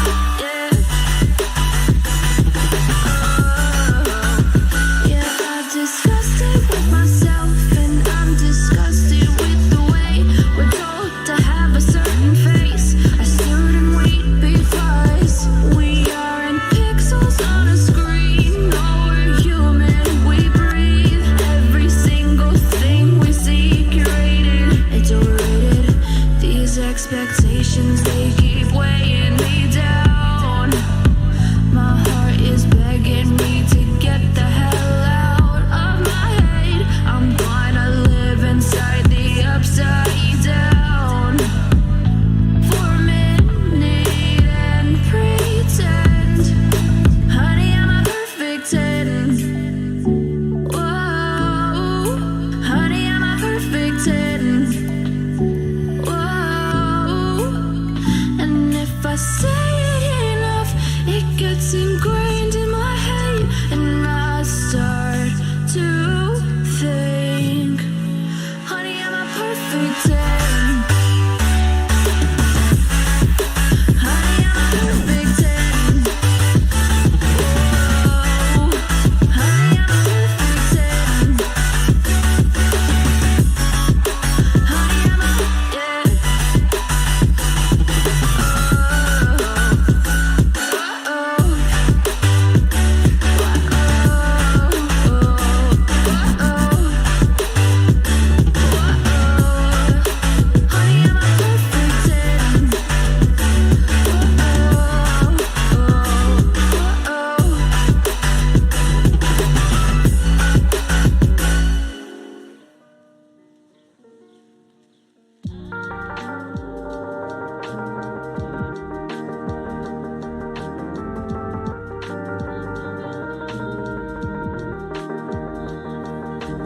Sometimes when you're here, I can feel no doubt, 'cause you keep me where the stars are bound. It doesn't really matter, 'cause you're here with me now. It doesn't really matter. It doesn't really matter, 'cause you're here with me now. It doesn't really matter, 'cause I feel so free now.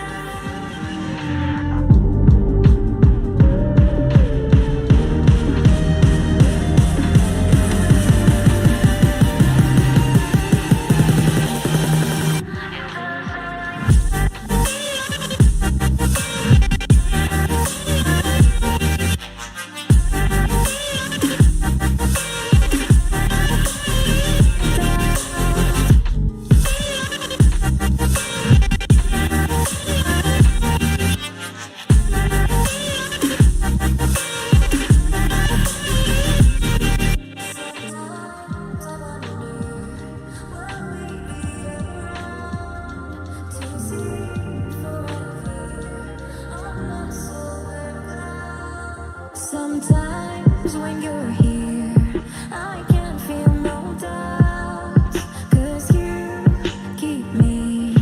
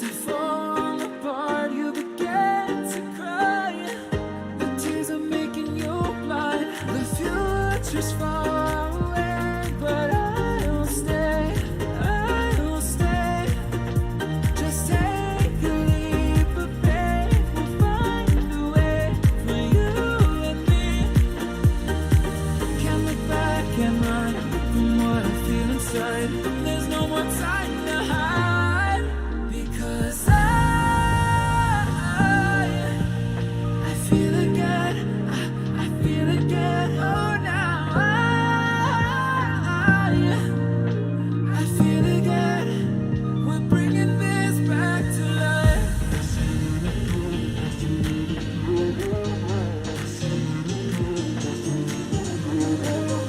I feel it again, I feel it again, I feel again.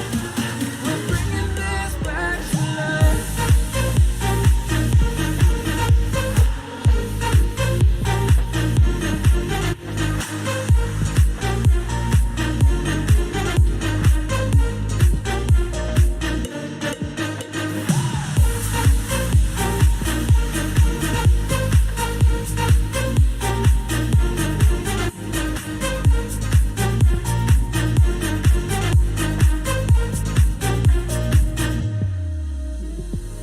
Help me find the right words to say to get us back on our way.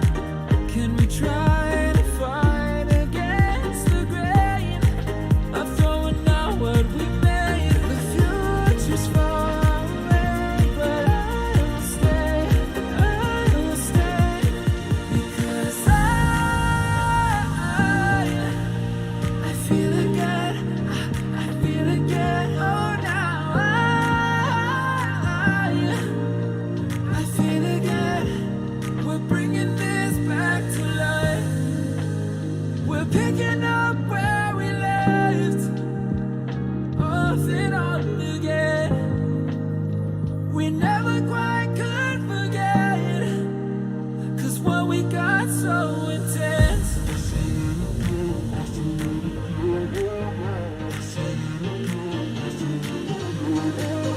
I feel it again, I feel it again, I feel again.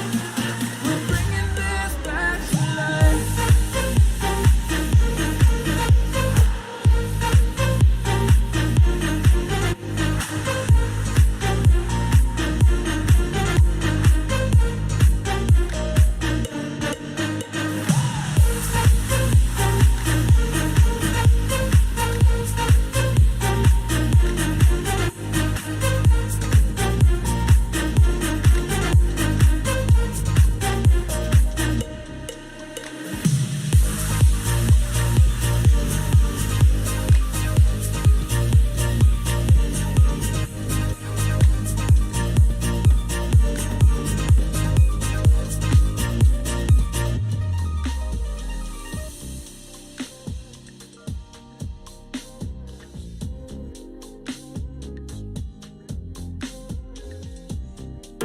I'm on my own, broken alone. I feel the rain crashing down all around this empty town. I'm searching for the lost and found, but you don't care, you're unaware.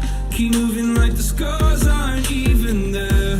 It's in the air like a blazing flare. Don't stare 'cause the flames will burn us. I thought you were the one for me.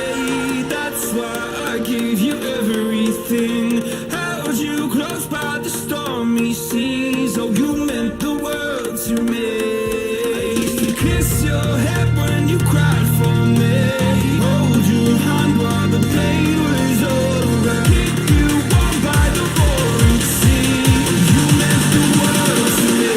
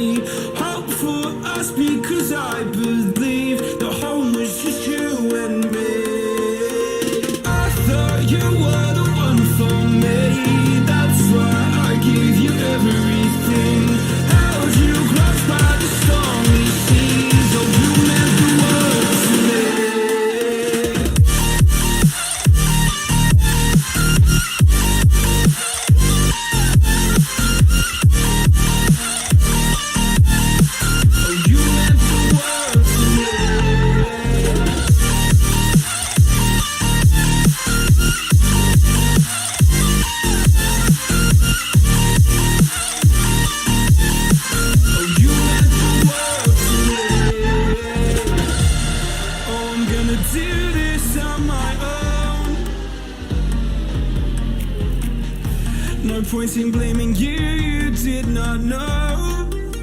Oh. I thought you were the one for me.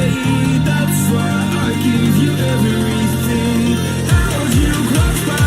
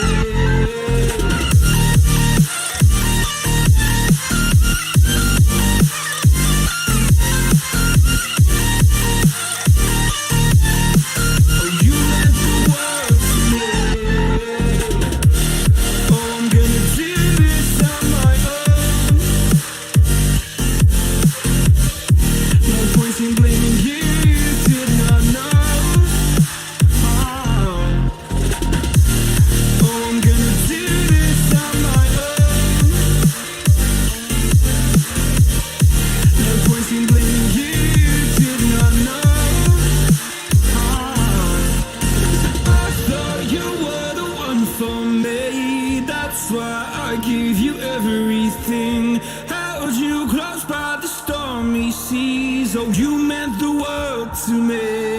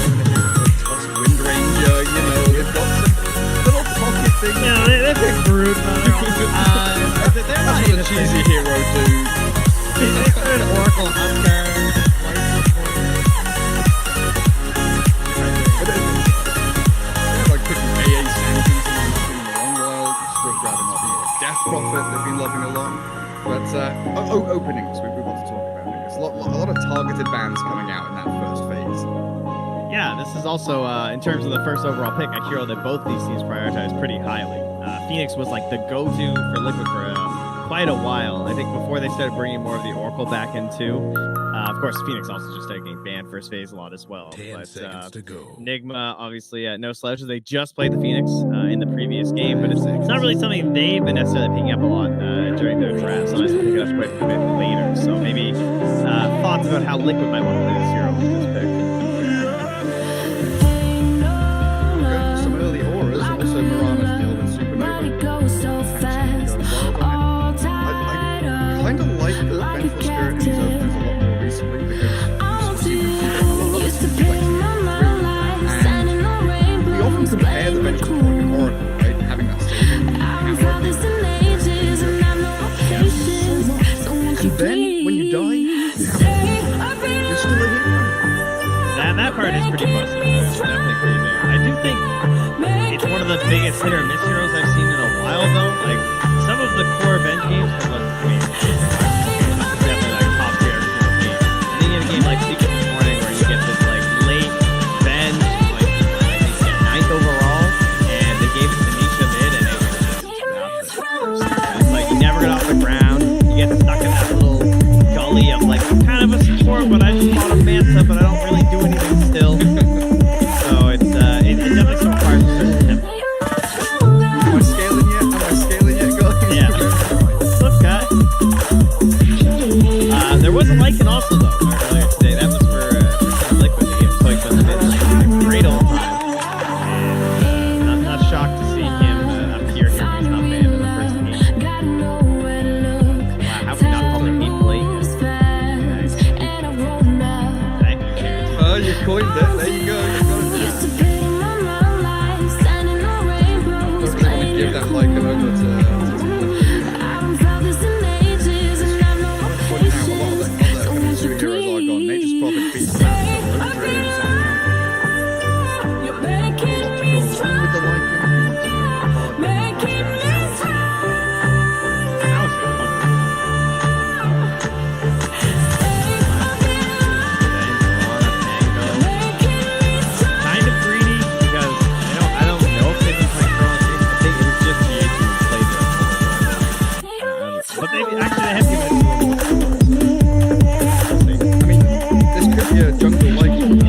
Nigma were playing jungle like now.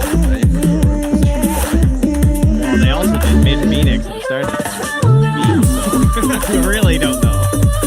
It could go absolutely anywhere. I think the Necro for mind control as the draft progresses. I do like the Pango here up against this Lycan. You've got that disarm, disengage. Rolling Thunder is always going to create that chaos in team fights because he likes to stick on one target and blow them up, and you can delay that quite nicely. Yeah, there's a little bit of flexibility here too between the Pango and the Mirana. Mirana I think is fairly confident in being the 1, 2, or the 4 right now. Maybe even 3 with like a Greaves build. I'm sure is probably still viable if you really wanted to. And then we still have these Pangos on the 3 or the 4. I'm going to assume it's a Boxy Pango, but I'm also, open for them to mix it up here. Yeah, for sure. So where does Nigma want to now kind of pivot their draft into? Well, there's still the Chen and the Ench, right? I completely forgot about Ench, honestly.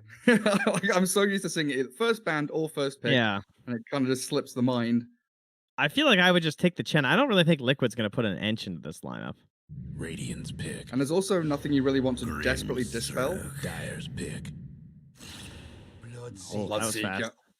That was a very speedy pick. I mean, against a Lycan, just putting that Rupture on him, they have pretty hard countered the Lycan.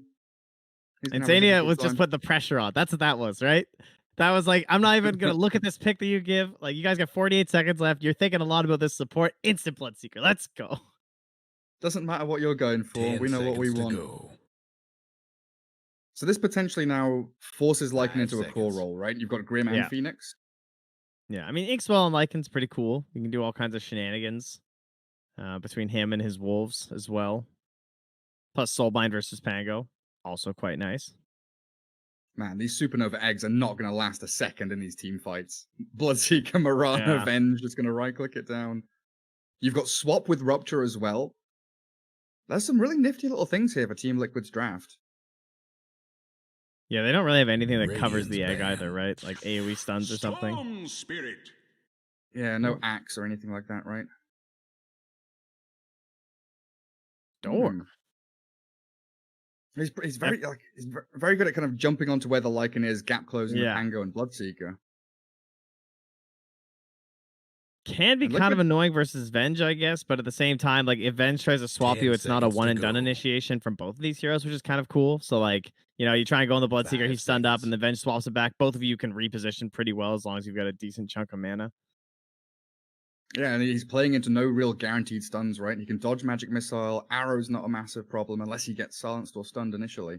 That is one thing to be concerned about. There's a lot of chain after stun though. If he does get Yeah. hit, you know, it's pretty worrisome if you get blood rated. He'll get sun raid. He'll be fine. Now the last And he's question is still- though, what do you do with this Phoenix and MC's hero? Well, that's I what feel was like the gonna ask Phoenix should you. just be a support. I think so, but we've also seen like MC Storm Spirit. They are really That's not true. afraid to move Yeah. these heroes around. So I guess it comes down to these final bans. Whereas Team Liquid, he's starting to feel now that it is definitely like a Pango 3, Mirana 4, Venge 5, Bloodseeker 1, and they want like a Quake for hero last. I think Like Brood is still out there, right? yeah, it's nice how it's set up too. Like that's pretty much it has to be your forced ban, I think. Just get rid of it and say, okay, what can you do, right? I feel like Mickey wants to play the Bloodseeker. That I mean, maybe Mickey wants to play Mirana if they get away with the Bloodseeker mid. You know what I mean? I feel like the way that he plays like this Death Prophet safe lane and like these heroes that can play super aggressive. I guess you can say the same about Bloodseeker, but I just want these two heroes to be enabled really heavily. I don't know if I really want support Mirana. Like, does anyone even set up for support Mirana so far? You know what I mean? Not really. Like magic missile into arrow. Got him. Dyer's ban. Potential. We'll see. Hey, I mean, that's kind of annoying for Bloodseeker to deal with. Mirana's a really good counter to Veno, but that's kind of a vacuum between themselves. It makes you instantly think of Ursa at first, right? Yeah, well, that's true. Like getting super kited by the Veno. I was wondering about, potentially Liquid banning out the Necro. You're going to have that Reaper Scythe Yeah. into the Grimstroke ulti. Bloodseeker 10 always seconds to playing on go. that knife's edge, like 50% or less HP. Plus a natural Greaves builder too, and can't even go for like control items that they could really use right now, like Atos or something. Oh, that's a good point. They definitely need a stun. Both teams kind of looking for these disables. I don't think you want Legion. Legion's like kind of tempting because it gives you duel and it gives you press the attack versus the Mirana to try and like break up this chain stun. Dyer's pick. Radiant's pick. Maybe they're that's pretty worth quick. it. Ooh, well, that's a lot of stuns. Time to Instant pick from some Liquid. You had so much responses. time. Okay, I had this exact conversation with Pigeon this morning where it doesn't matter what happens to Liquid because at the end they have like 3 heroes that cover the same thing. Like they last picked a Lycan, but it could have been the Brood if they didn't ban the Brood. It could have been the Visage if they do this. It seems like lately this strat of theirs is we set up for a very specific timing and we've got like 3 heroes for everyone that we can play. It's You real keep everything annoying. Super versatile, yeah. It's so difficult to draft into. It's kind of reminiscent of Nigma, Old Liquid, OG, Team Secret. I guess that's what really separates now the upper echelons of teams. Is that kind of draft algorithm, making sure that you're keeping strong but open heroes until the very 10 end, seconds to go. while not, keep allowing loopholes or exploits in your draft. 5 seconds. Yeah, I think MC is okay. Oh, All right. what?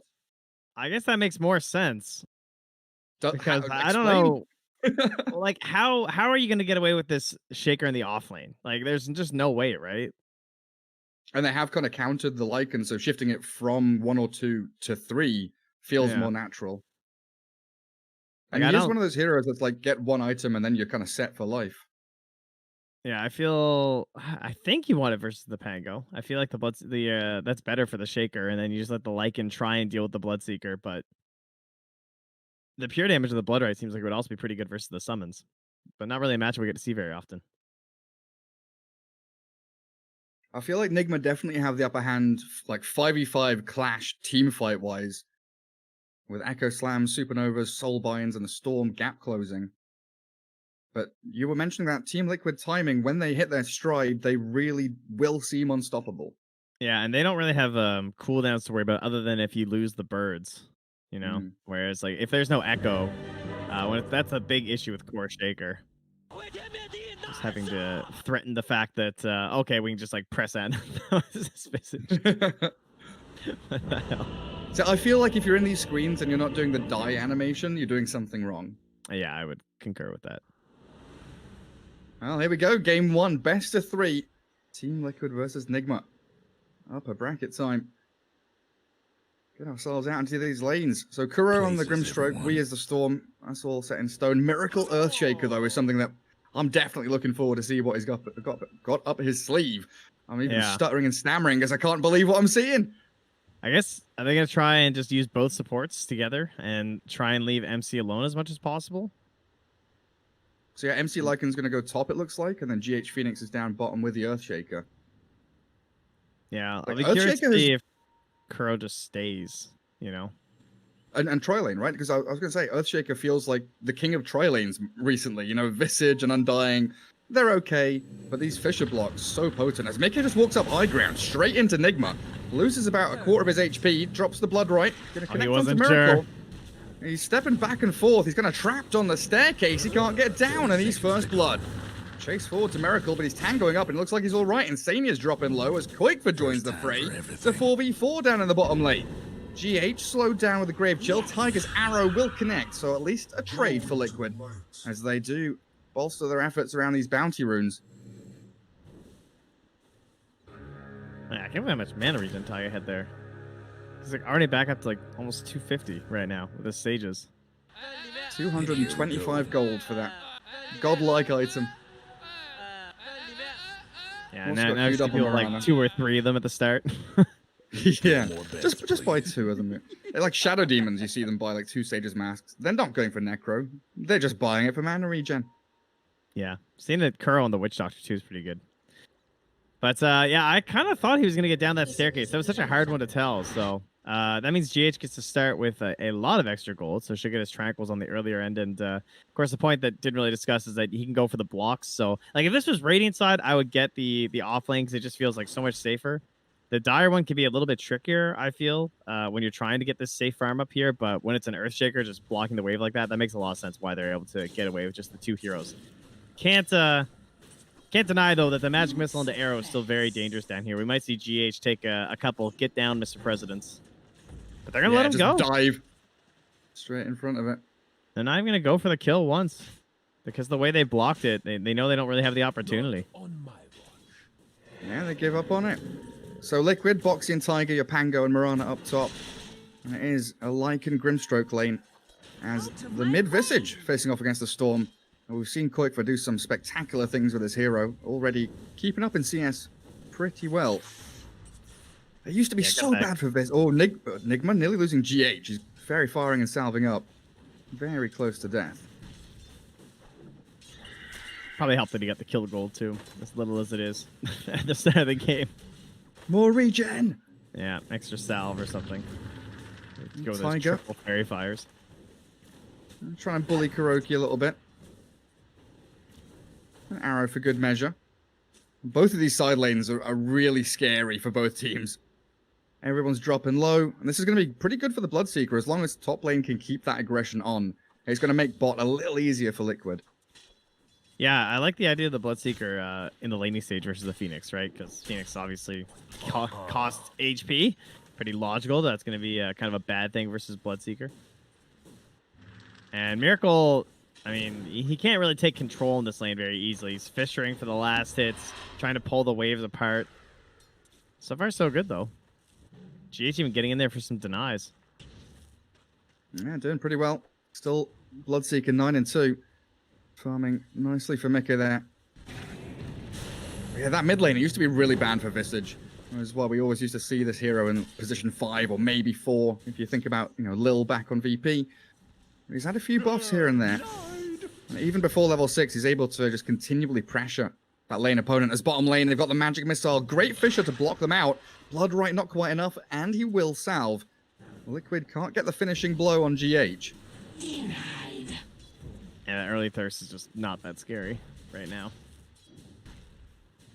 It's a Miracle defending his support. They're pretty low on mana on this Earthshaker now, so it might be time for round 3 for Liquid. Yeah, I was thinking about a bottle too, which we do see a lot of the core shakers because they tend to roam around across the entire map. So we'll see if they end up like trying to get it down here for the 4, but more likely they'll just be concerned with the 5. And yeah, he's just bringing down some. It's just a mango. That's it. Very very chill. 1 mango. That's all I need. And mango. I have not talked about top at all. Probably because it's not really necessary. It's a lichen, chillin', Pango, chillin'. Here's like Mirana, Grimstroke fighting each other in the jungle. Both other heroes farming creeps in the lane. Storm with a ton of denies now, so we... Oh, they tried to set up again down bottom. They got it that away time. from GH, but he's silenced up. And here come the clicks from Mickey. Miracle might actually be in a little bit of trouble himself. Fiery Spirits finally dissipate off of Mickey, but they're just giving chase. The Bloodright needs to be dodged, but that's put him in an even more awkward position. Nice little stick into Fisher there, but Liquid will find the takedown as we gets brought down mid lane. That must have been an arrow from Tiger. It's not on cooldown, though. No, I don't see one. I'm looking back. Yeah, no arrows. Just lots. It looks like he was trading with the Visage, and Mirana just got in there with some right clicks and a Starstorm. So, she might have just leapt in or something. Yeah. But yeah, that's a big kill. They're trying to get revenge mid, though. Koikfa will get tapped by the Inkswell, as Kuroki did stick around here. Koikfa still alive. Oh, that Fairy Fire was coming up. Not quite quick enough.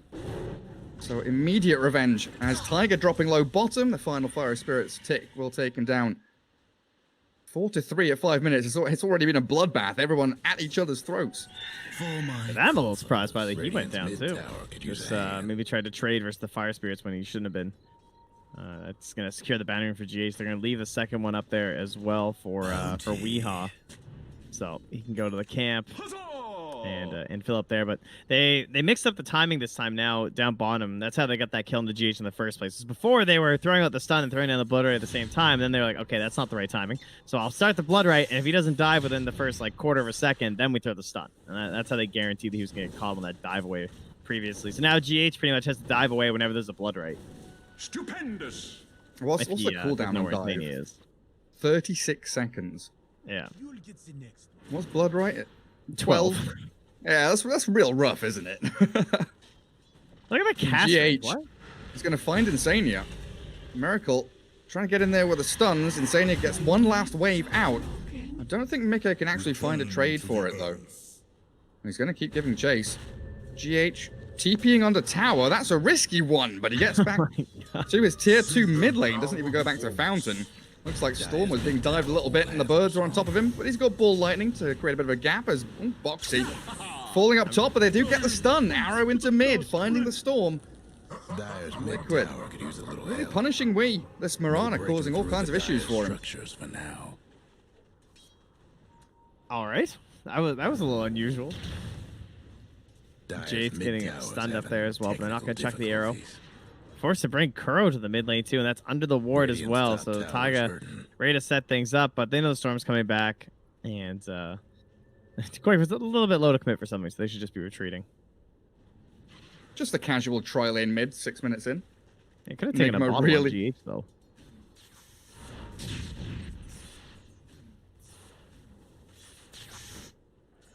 What's Boxy up to?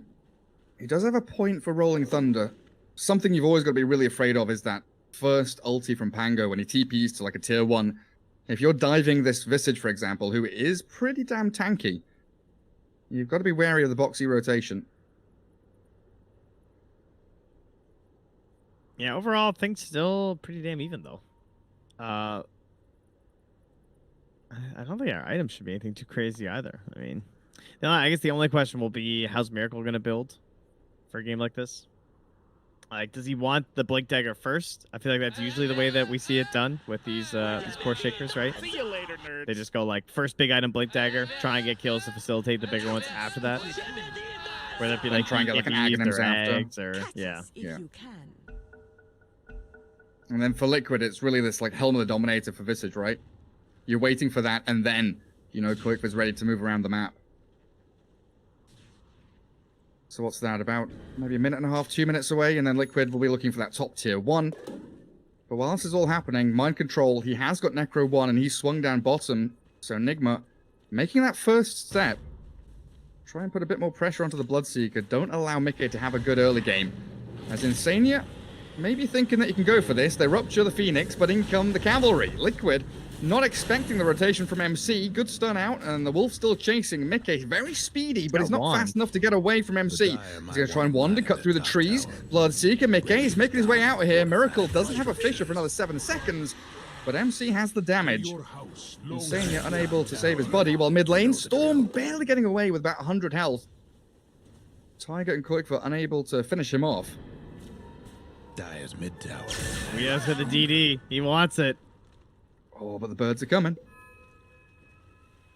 Yeah, he's got a mango though. I'm a little Dire's top surprised. tower's getting beat down. So you killed the Bloodseeker. Radiant's bottom tower's Yeah. seen better days. I think they're unable to itemize the storm still with like the Visage pick though, which is maybe a little bit worrisome. The top tower. Rolling Unless they Thunder go for the cancelled raw out bottom. valor. Mind Control trying to get out of here. Insania does have another stun in a second now. There should be a little grab onto the Lycan. Trouble So they brewing defend their at tier 1. Radiant's They lose their Bloodseeker, but a lot of space for Boxy top, Koik for mid, the pressuring Storm. It feels like a kind of an okay death as long as you keep that tier 1 bot alive. Ah, and the Arcane Ring. There you go. Of course, Storm gets it. Yeah. But yeah, I would say that the Helm is on its way soon, right? I think Koikva's already got it coming. That top tower is very tempting. Tiger's busy stacking up here so he can arrow the big creeps. I feel that's definitely where Liquid should be aiming. Koikva with Faded Brooch, always nice to have that little bit of bonus move speed on a slug hero. Very slow boy. Miracle feels so poor. I mean, I guess I get it. Like, he was shafted the most in terms of a core, which is kind of the concern with this this Earthshaker. But he's gonna have a hard time getting into this game unless they kind of make a mistake of diving on him. I guess the plan is MC is going to get like Necro 2, Necro 3, and then they give a lot of farm priority to Miracle once you get kind of 15 minutes plus. Yeah, taking down that top tower will almost be a thing that kind of opens up for Miracle, right? Like, if that top tower dies, then it's going to push in deep for him to farm. There's that chain stun that we're talking about. Jeez. Yeah. And that's without even having the creep, right? That's just with a satyr, not like a centaur or something. Magic Missile into the Familiars. Down you go. Oh, nice done. MC. Done, though. Dire's mid tower could use a little help. What did he kill? What happened? Did he kill the melee Necro unit with the arrow? Yeah, arrowed the melee Necro unit. I saw the wolves like trying to deny the bounty rune. I'm pretty sure he did get the job done. Oh yeah, he took the 450 at last will damage. She hurts. That is some big damage. But there's that tier 1 for Liquid. Now, can they defend bottom after having that objective themselves? Also the Echo here too. Boxy being scouted out by wolves. Moonlight Shadow, do they have reveal? They've got Sentry on Kuro, but a swashbuckle off to the left. Wee's trying to get there with a Vortex and an Inkswell, but he's back into Invis and away from the reveal. Now, the turnaround. Rolling Thunder, not going to connect quite. Wee does get the ball landing away, but in comes the rest of Liquid.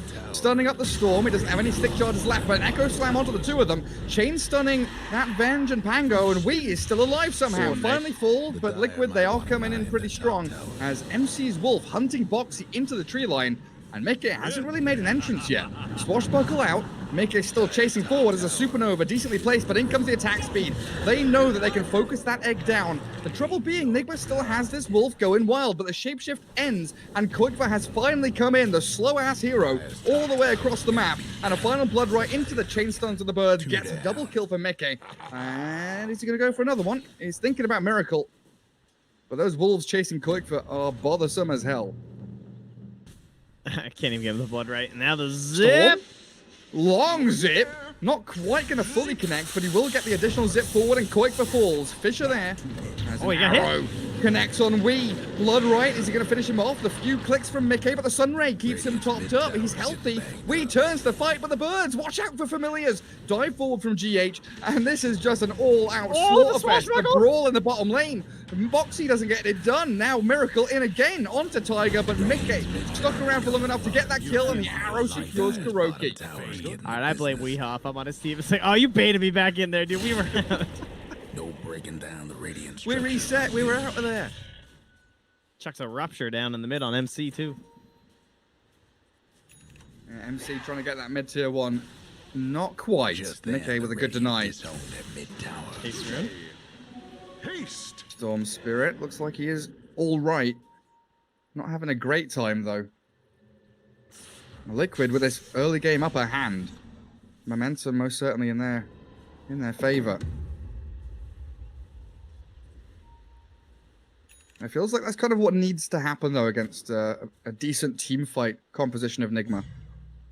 You need a couple of early game team fights. Make sure that you get a few kills under your belt. Get your primary items. Oh, nice with the wolves. I'm sure Boxy kind of realized he'd be scouted, making that move towards the Lycan. Yeah, I think the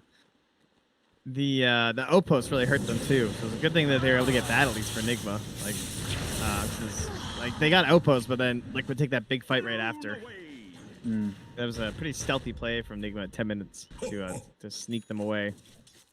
Boxy chases down MC, and he's just gonna play it safe with the ulti. It's a pretty long cooldown though. 2 minutes now with no shapeshift. He will have the Necro too, so his farm acceleration going to continue. Dire's mid tower's having technical difficulties. Nigma now in that Radiant jungle. It's double warded up. So they've got a lot of free space now for, like you were saying, Miracle to farm away down in the southern portion of the map. Yeah, you need this. Pretty bad. Kind of makes sense that you'd rather him down here and then the Lycan up here, like a little bit more survivable between his wolves scouting, as well as having the shapeshift like that. So GH is just playing the Vanguard, and he might pay for it here. They can see him, but the initiation's tough on a Phoenix. Dive away. Did you see how coggy that was? He's going for the Supernova. Can they take it down before it lands? With the Fisher landing perfectly. And make sure GH will be able to get a secondary dive away. The Sunray up onto the little cliff top and TPing out. Boxy, he tried. That was a really good effort from Boxy, I'm not going to lie. Yeah, I didn't know that could even get that close. Me neither. I've never seen anyone cancel that before. That would have been incredible. That would have been wondrous to see. Do you think that should still be in the game, Sunraying off the map? Whatever. Phoenix isn't. I like the little interactions and features. I wouldn't consider it too busted. Just let him have it. He needs that kind of thing. Boxy swashbuckling towards Miracle, but not going to give chase. Difficulties. They are hunting Tiger top. Kuroki in a very forward position here, and Wolves are scouting into the trees. They see Tiger now. Inkswell with a silence coming. Tiger is easy pickings. Yeah. Massive amount of damage. Cute combo, as we were kind of talking about earlier, with all the summons of the Wolves or something, just invis units. Invis Inkswell. Of course, I think we've also seen Liquid do the same thing with the birds. Yeah, true. Does give Insania now an opportunity to de-ward up near that tier 1 top. And it's been a pretty quiet couple of minutes for Mickey. He finishes off Maelstrom, and he's very, very quick towards the BKB as he ruptures mid. Dive out from GH and an immediate TP. Make sure Insania can't get a swap or a stun. Look at how scared Wee is. He sees the birds coming, and he's like, I am balling out of here. Let them have the tier 1. There's nothing we can do there. Yeah, that tower's dead anyway. They are lacking vision in terms of like both up here and down here. No clue what's going on in those parts of the map right now for Liquid as they advance forward. So good time to try and get something down. I don't think they have any obs on them though. Radiant's top towers taking. Weehaw goes for a big old zip back to fountain with his arcane rune. Yeah, Nigma scanned them coming in. Radiant's they knew they were on their way. Pretty sight right now. Miracle now, what, 200 gold away from Blink? Does not look like MC is a very good read on where they're at, though, because he just retreated like all the way back up here into the corner. So they're not sure if they might have smoked up this way, probably, to try and catch him pushing, or what the play was. So Weehaw's leading the charge down bottom. Yeah, maybe they thought it was like Boxy going alone into the right-hand triangle and the rest of the team, moving up north. As Nigma doesn't want to smoking. Warder Sentry and give it away. They know where Bo3 is. Tiger's Mirana lurking in the shadows as well. As the Rolling Thunder connecting on Storm. Mirana looks like she's out there. Liquid. Perfect disengage from that 4-man rotation from Nigma. But it secured Miracle as Blink Dagger now. I think that's the most important thing for them. And then they should probably smoke again. Let's go. Pipe done too, though, for Koikva. Kind of perfect timing, right, to coincide. Now, mind you, Echo Slam, not necessarily a spell that you always get it off on first, so you gotta be wary about that. He could just straight up get chain stunned down to death before even popping his pipe.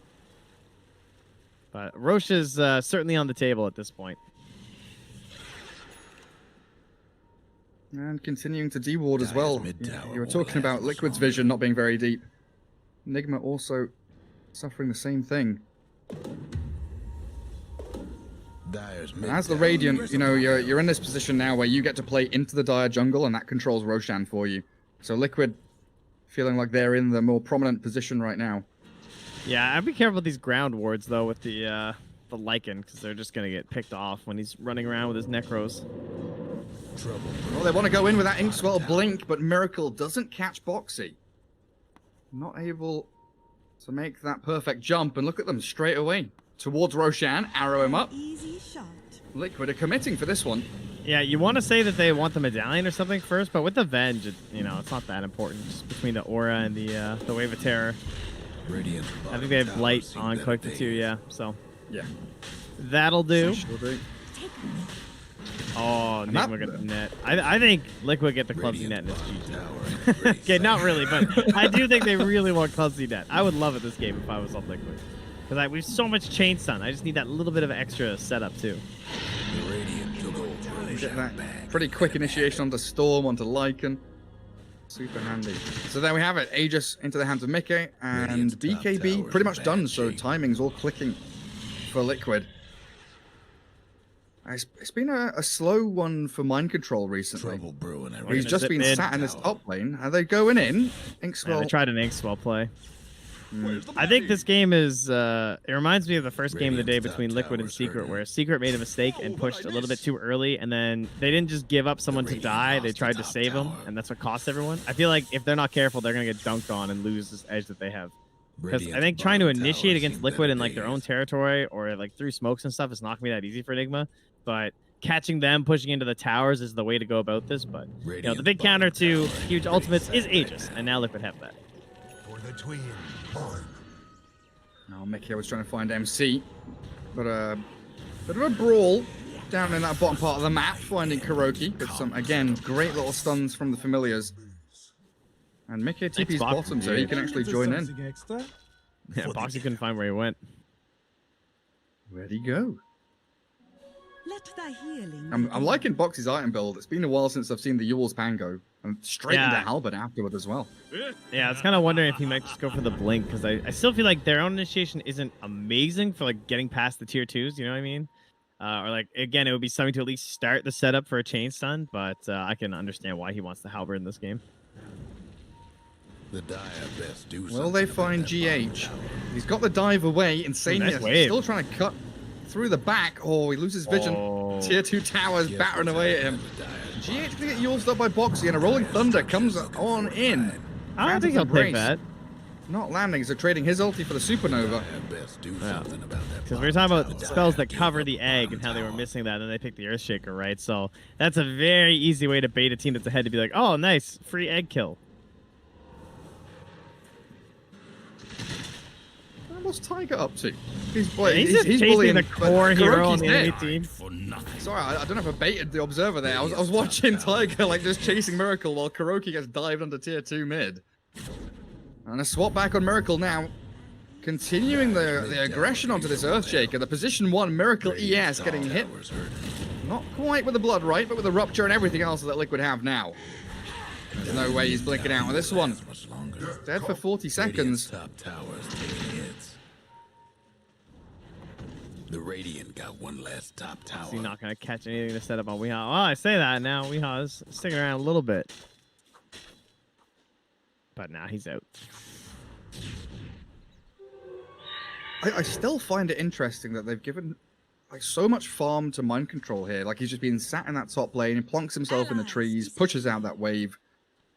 I guess it's more of just a feeling of where the game is, that they need a hero there dealing with it as they catch with the Yules into arrow combo bottom. Storm, he's getting picked off. The chain stuns yet again, spot on from Liquid. Spectacular initiation as GH also going to get found. He's got no dive. Nice. Yeah, I think it's like, who else could push it that top lane, right? Like Shaker can't, I don't think, or he's just free. So it's kind of up to mind control here. He's just cutting his way through the trees. Trying to stay I'm looking hidden. at the net worth. He's on like 9.5k. I'm thinking, why is he up at the top? But it's just because he is the man for the job. And the hard part is he doesn't even want to spend the gold on himself, really. He's going to try and enable his allies when it comes to the team fight. So he's got the Necro 3 straight into the AC. But that team fight is coming soon. Liquid are fully ready to take down this tier 2 in the mid. Just need to wait for another wave after the glyph.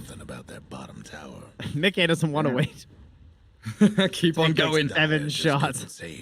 Give me more heroes to kill. And you do also have, the Necro one on the Phoenix halfway through level 11, so that second level in Supernova is coming pretty soon.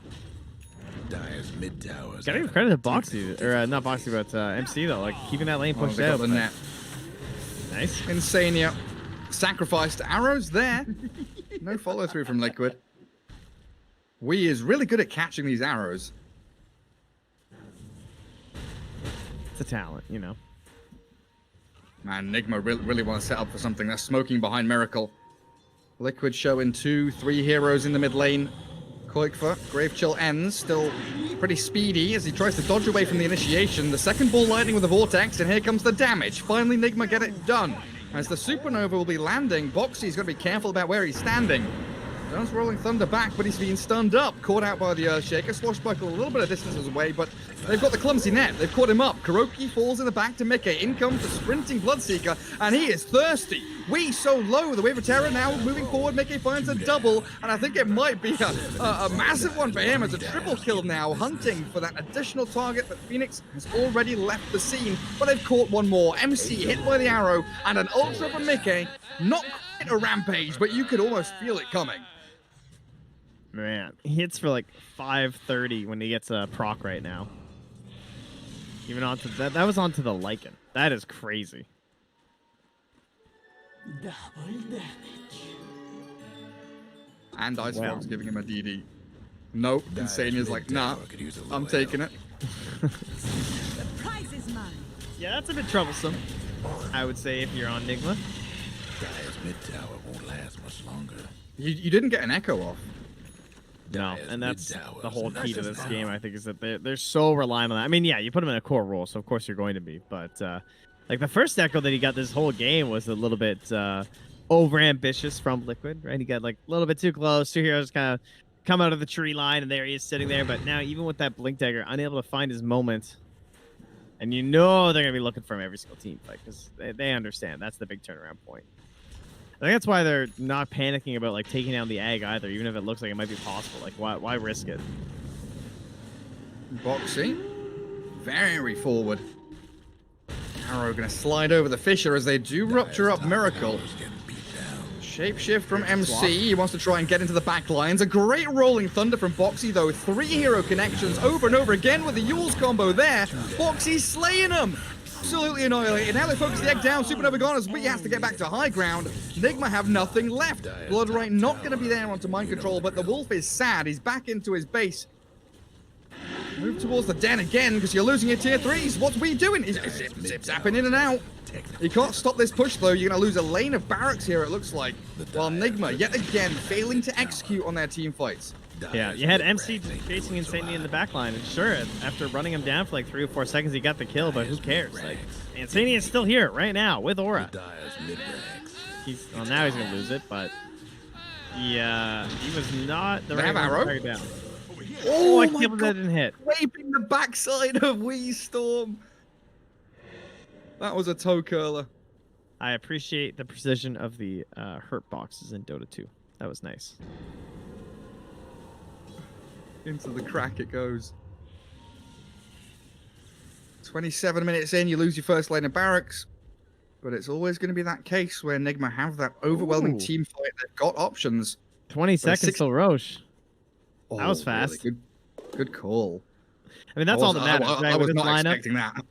It's second Roche. That's me no cares anything else. I would love to just get a summon in there. I feel like Aegis Cheese is what they need for the victory here. No arrow ready. I mean, you were asking for that setup from someone for the arrow, right? Box's Yules is doing a great job, even if they didn't have it there. And they're chasing Miracle. He's ruptured. Where's the stun? Anything to stop him? Absolutely is. Was that just a bash, I think? Yeah, he's got bashed. And birded right after. Bash into bird. And back to high ground we go. Liquid have a creep wave in mid so they can just swing bottom lane, look for a tier 3 and another lane. Well, they'll be very happy to come collect the prize of Roche after this, by the looks of it. There's no buyback. Like, this could be a moment to buy back, frankly, on Miracle. Because 2 racks is pretty bad, and you know this tier 3 is at least going down. It doesn't feel like they can take repair kit. It doesn't matter. Liquid shut it all down. Mickey cancelling out his TP. He thought about going top. It looks like Insania's like, nah, mate, you stick around here. We are fighting. It's my favorite thing that Jenkins told me recently. It was in one of his videos, but he said, don't be a Dota boomer. Don't TP back for that. It's not worth it. It's not the same. It's not like it used to be, guys. Just stay as 5. Control this side of the river. Control the triangle. You know, this doesn't matter. No one cares. Control the staircases, right? You go back for 2 waves, but if you can control staircases from the triangle or the northern jungle, you get to push into 2 lanes, and Roshan very speedily taken down by Liquid, but Nigma aren't coming in. Insania, little peek up towards the high ground, thinking about going up the ramp. A Storm does jump in. The Aegis grab, though, as the ball lightning back gets me to safety, but the arrow coming forward, connecting. Miracle's down, and Mind Control will follow. 2 cores in the grave as Boxy, another perfect rolling thunder, but we will finally get the ball lightning away. Nigma full retreat now as Kuroki, he's being hounded by this Pangolier. The Blood Right is going to connect. Oh, no, it's not. I'm a liar. Kuro's still going to try and sprint away from this one with an Inkswell there, but Soul Assumption and Mick is chasing. We'll be able to clear up the Grim Stroke. 3 heroes gone. Aegis and Cheese grabbed up by Liquid. And now another lane of barracks as they finish off what they started bottom.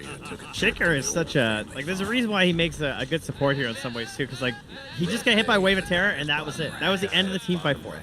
Because then he couldn't blink dodge the Magic Missile, and he didn't see his moment for the Echo Slam in that very one instance while he's damaged and can't blink where it's going to make it... So he just dies. Tiny window of opportunity. Has he had just 1 Echo this game? Am I crazy? I think so. That's the only one. I'm pretty sure it was just that one. Because he's definitely not had a blink Echo, right? He's had just a walk in and Echo. Every time I see him, there's a big green diamond over his death portrait. So exactly. I'm pretty sure he hasn't. Every fight is like they use Supernova, but they didn't get a chance to use Echo Slam. Insania's getting the closeout items here. Wow, full medallion and a solar crest here too. Ooh. And a basher on the Pango. Man, they are scary. Yeah, oh, perfect. Just what they needed.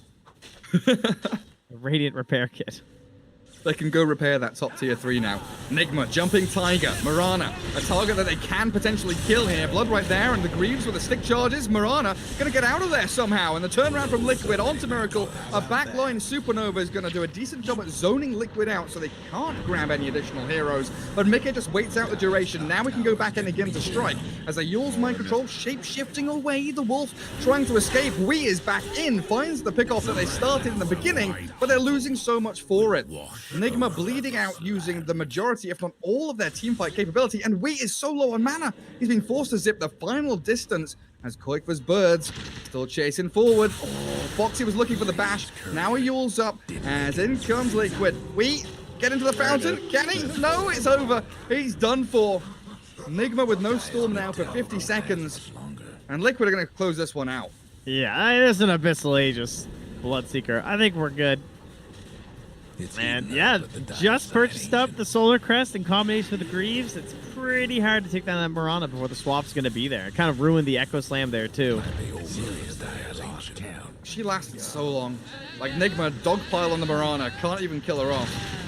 32 minutes is what it takes for Liquid to dispatch with Nigma here, and this godlike, beyond godlike Bloodseeker, he will lose the Aegis, but 16-2 and 9, really, really spot on from Mickey. Liquid are 3-0 today, and they're looking good. It's pretty big victories. This was very similar to game 1. They won that one in 29 minutes. This one 32. Now their game 2 went 55. So I didn't see that one, but I guess they haven't completely instantly crushed every game today. But that was also another Bloodseeker game. So they're big on the Bloodseeker right now, it seems. Yeah, having a great time with it, especially against a Lycan. And it's not just the in-game, right? It's that whole draft mentality, forcing Lycan away from a 1 or 2 position into 3.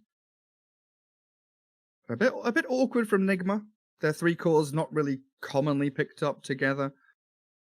Grimstroke and Phoenix, a decent support duo, but you know, Miracle's Blink Dagger coming at what, 17 minutes? Didn't feel amazing at all.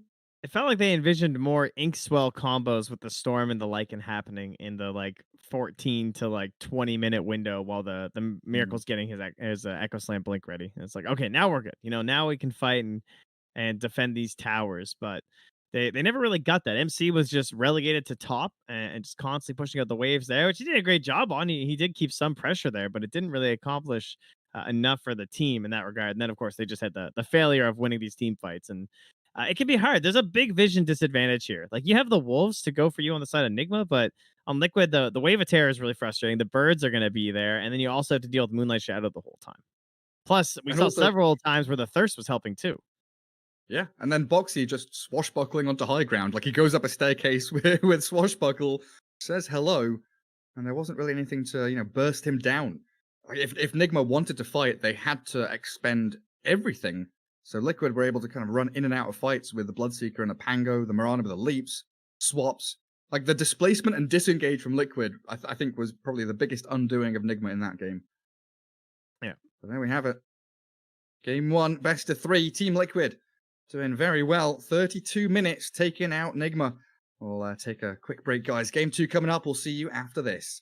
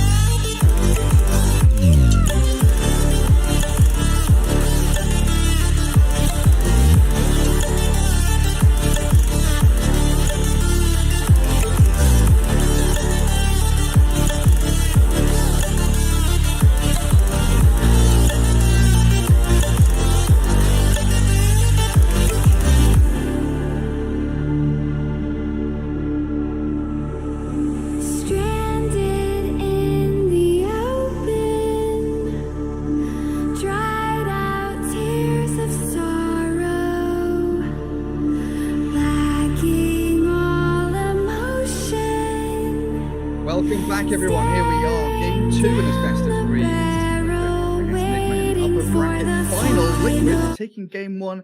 I'm Gareth, joined by Trent. 32 minutes. Liquid looks super solid, and they are on a real nice streak now. Hey, it is a streak, isn't it? That's 3 in a row. They're on a killing spree. Congratulations, Team Liquid. Good job, Liquid. Let's see if they can get the streak bounty here as Team Nigma. Our bands. I see Venge and Lycan. They're gone. My goodness. They were in the last game. In case you guys aren't paying And attention. Oracle also gone. A couple of I'm just here to bans help. towards Insania. Radiant's ban. Dyer's pick. All right, Oh, so no the respect coddle. ban on the Meepo still.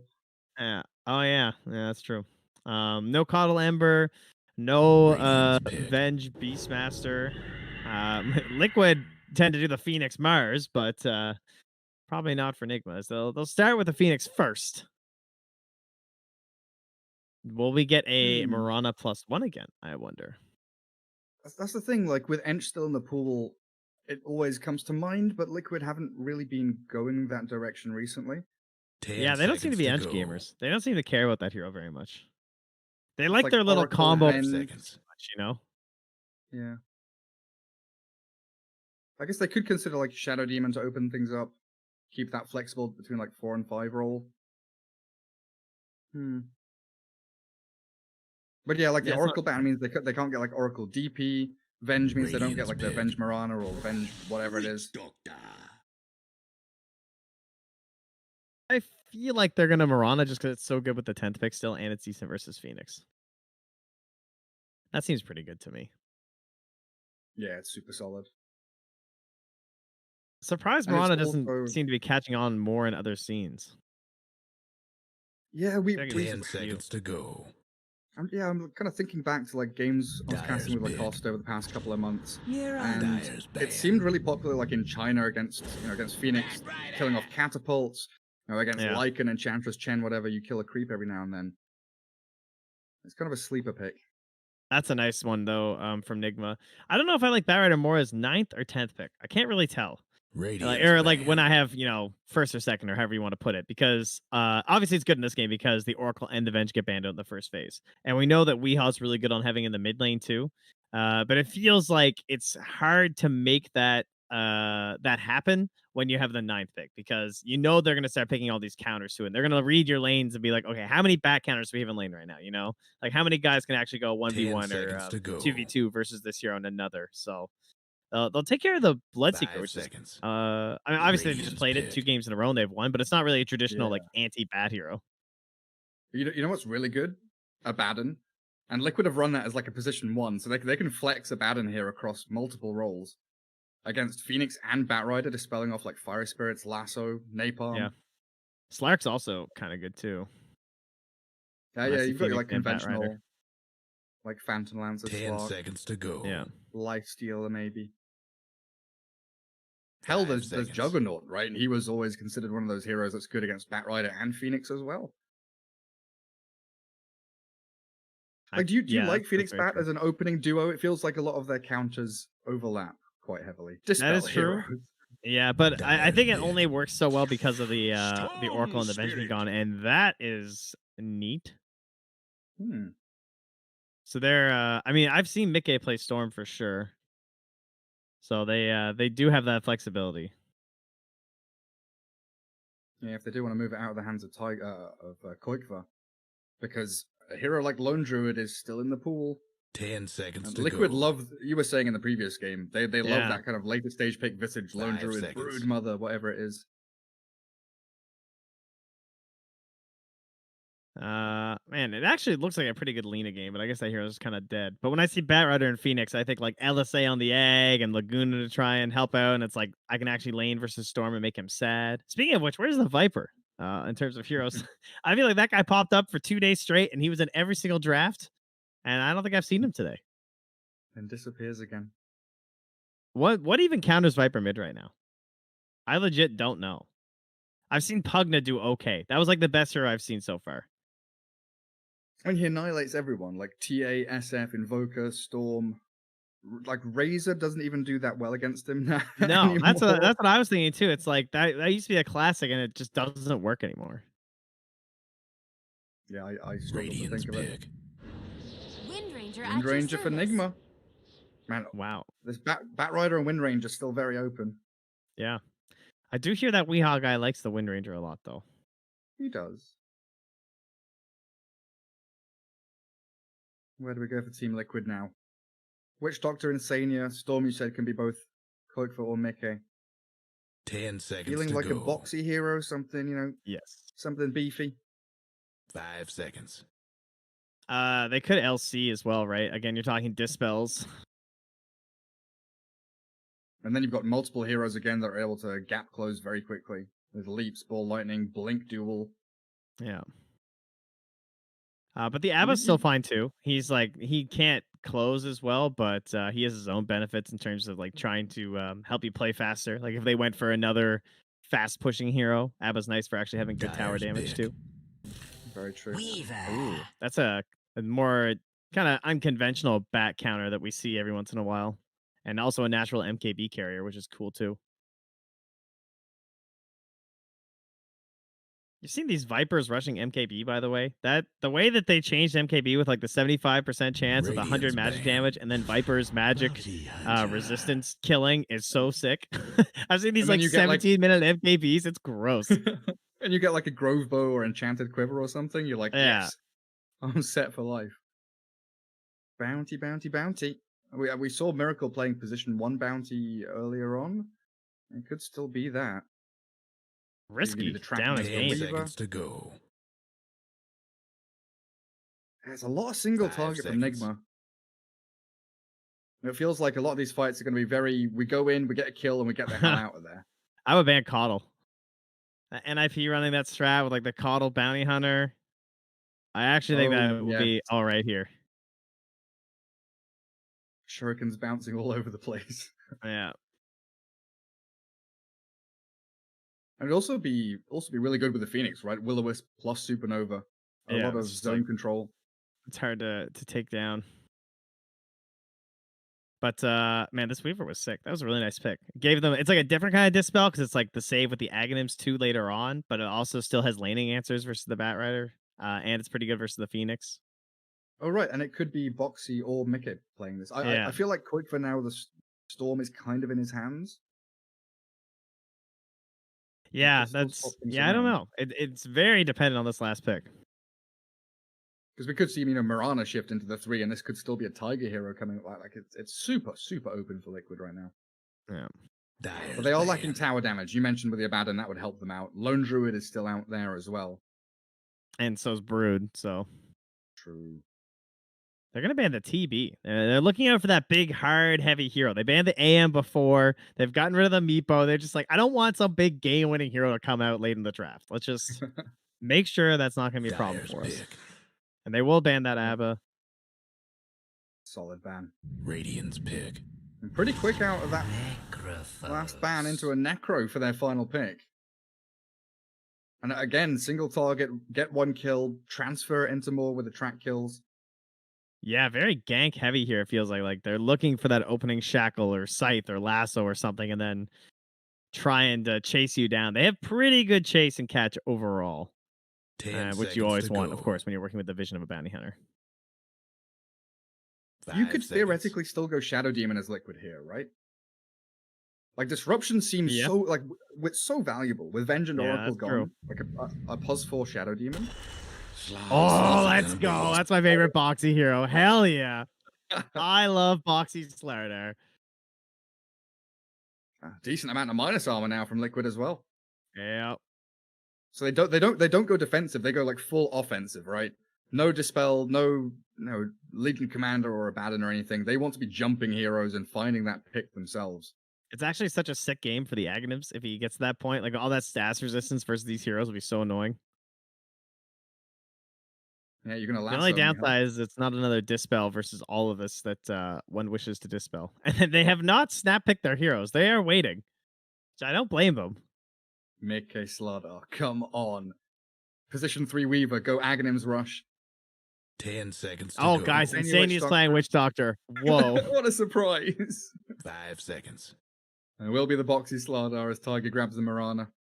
Yeah. So, So Miracle what do we Bounty have and Nigma? The wee Kuro bat? Wind. Kuro Wind Ranger, yeah. MC Not Necro. the most terrifying tricore, if I'm being real here, guys. Bat Rider, Bounty Hunter, Necrophos. That's very, I don't know, very gank heavy. I feel like the wave push is all on the supports here.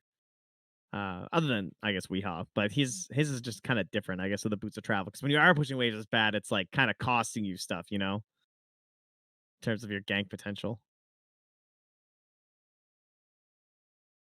I mean, Liquid's draft just looks better. Like, look at Storm in the middle, cocky in the power pose. They're all a bit bluish. Oh, you don't mean like Dota wise. You just mean, you know, yeah. Aesthetically, Team Liquid's draft is much more pleasing. I would say that if I was in a pub, I would be really happy if I was on the Radiant. I'd be like, what are they doing? Like, what are they? They haven't counted any of our heroes. Nothing going on. But yeah, like Bat Rider against Storm is going to be a little touch and go for Koikva. We'll see how they fare as we get ourselves into game 2 here, and it's best of 3. Team Liquid up against Nigma. Miracle Bounty Hunter. Miracle the Selfless. Yeah, him and Insania both. Aren't they nice guys? I'm not the Selfless. I haven't gifted. I'll say it. But you do have one. Better get supporting the ready. scene. Oh, of course. Oh, what are these lanes from Nigma then? They're putting MC mid. I feel like I've watched MC play more mid than Miracle lately. It's like, yeah, I know Weehaw's the mid guy, but I thought Miracle was kind of the other guy that might show up there. But lately, it's either Weehaw or MC. I saw Zai playing Beastmaster mid today, too. I think twice. But that's literally what I was going to say. It seems like that way for Secret as well sometimes. Yeah. Zai's playing mid lane. These offlane players are tired of it. They're just like, until lands are back, I'm playing mid. All right? Give me the shortest lane possible. And it's like that thing, you know, people play on like 200, 300 ping, then they go to LAN, and it's like, oh, I'm so good right now. Offlaners go from like, the deadly lane into the safer lane in the mid lane. Wow, I get gold? This Dota's so much easier with gold. It's kind of like that when you play position 5 for a few weeks. I can hit creeps, and I can get bottle and refill it, and have runes. Oh, they're scouting for some wards here mid. Not gonna find anything. Move into the like Radiant side. Move into the Dire Triangle is the first move.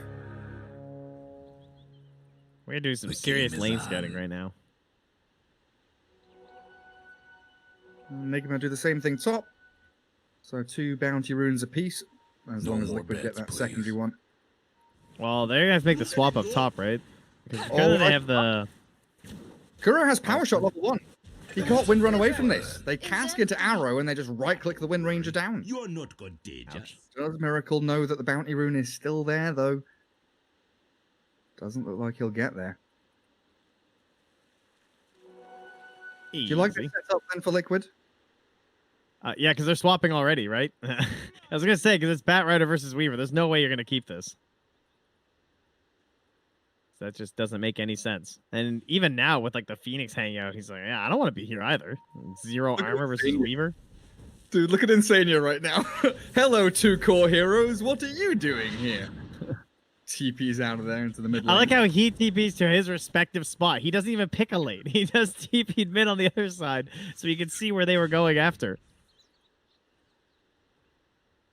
So the lane swaps, bottom. And of course, the thing is here, Nigma not using those TPs so that they can react if Liquid do change the lanes again. But now Boxy's going to have enough for like Magic Wand. He's going to be fine. Tiger has leaps to get away from Wii once they hit level 2. So I don't think Liquid are too bothered about how things are set up because they've got Weaver against Bounty, double ranged against this melee core top. Oh, that hurt though. There and a dive forward, Mickey. I might have spoken too soon. He does pop his stick charges. Thanks. That's salved up as well. Yeah, that sentry is killing them as well as the fact they only have level 1 in the cask too. Obviously, it was worth it for the kill, I would say in that regard. But Shot. Keeps Boxy away. He was looking for that bash onto Wii.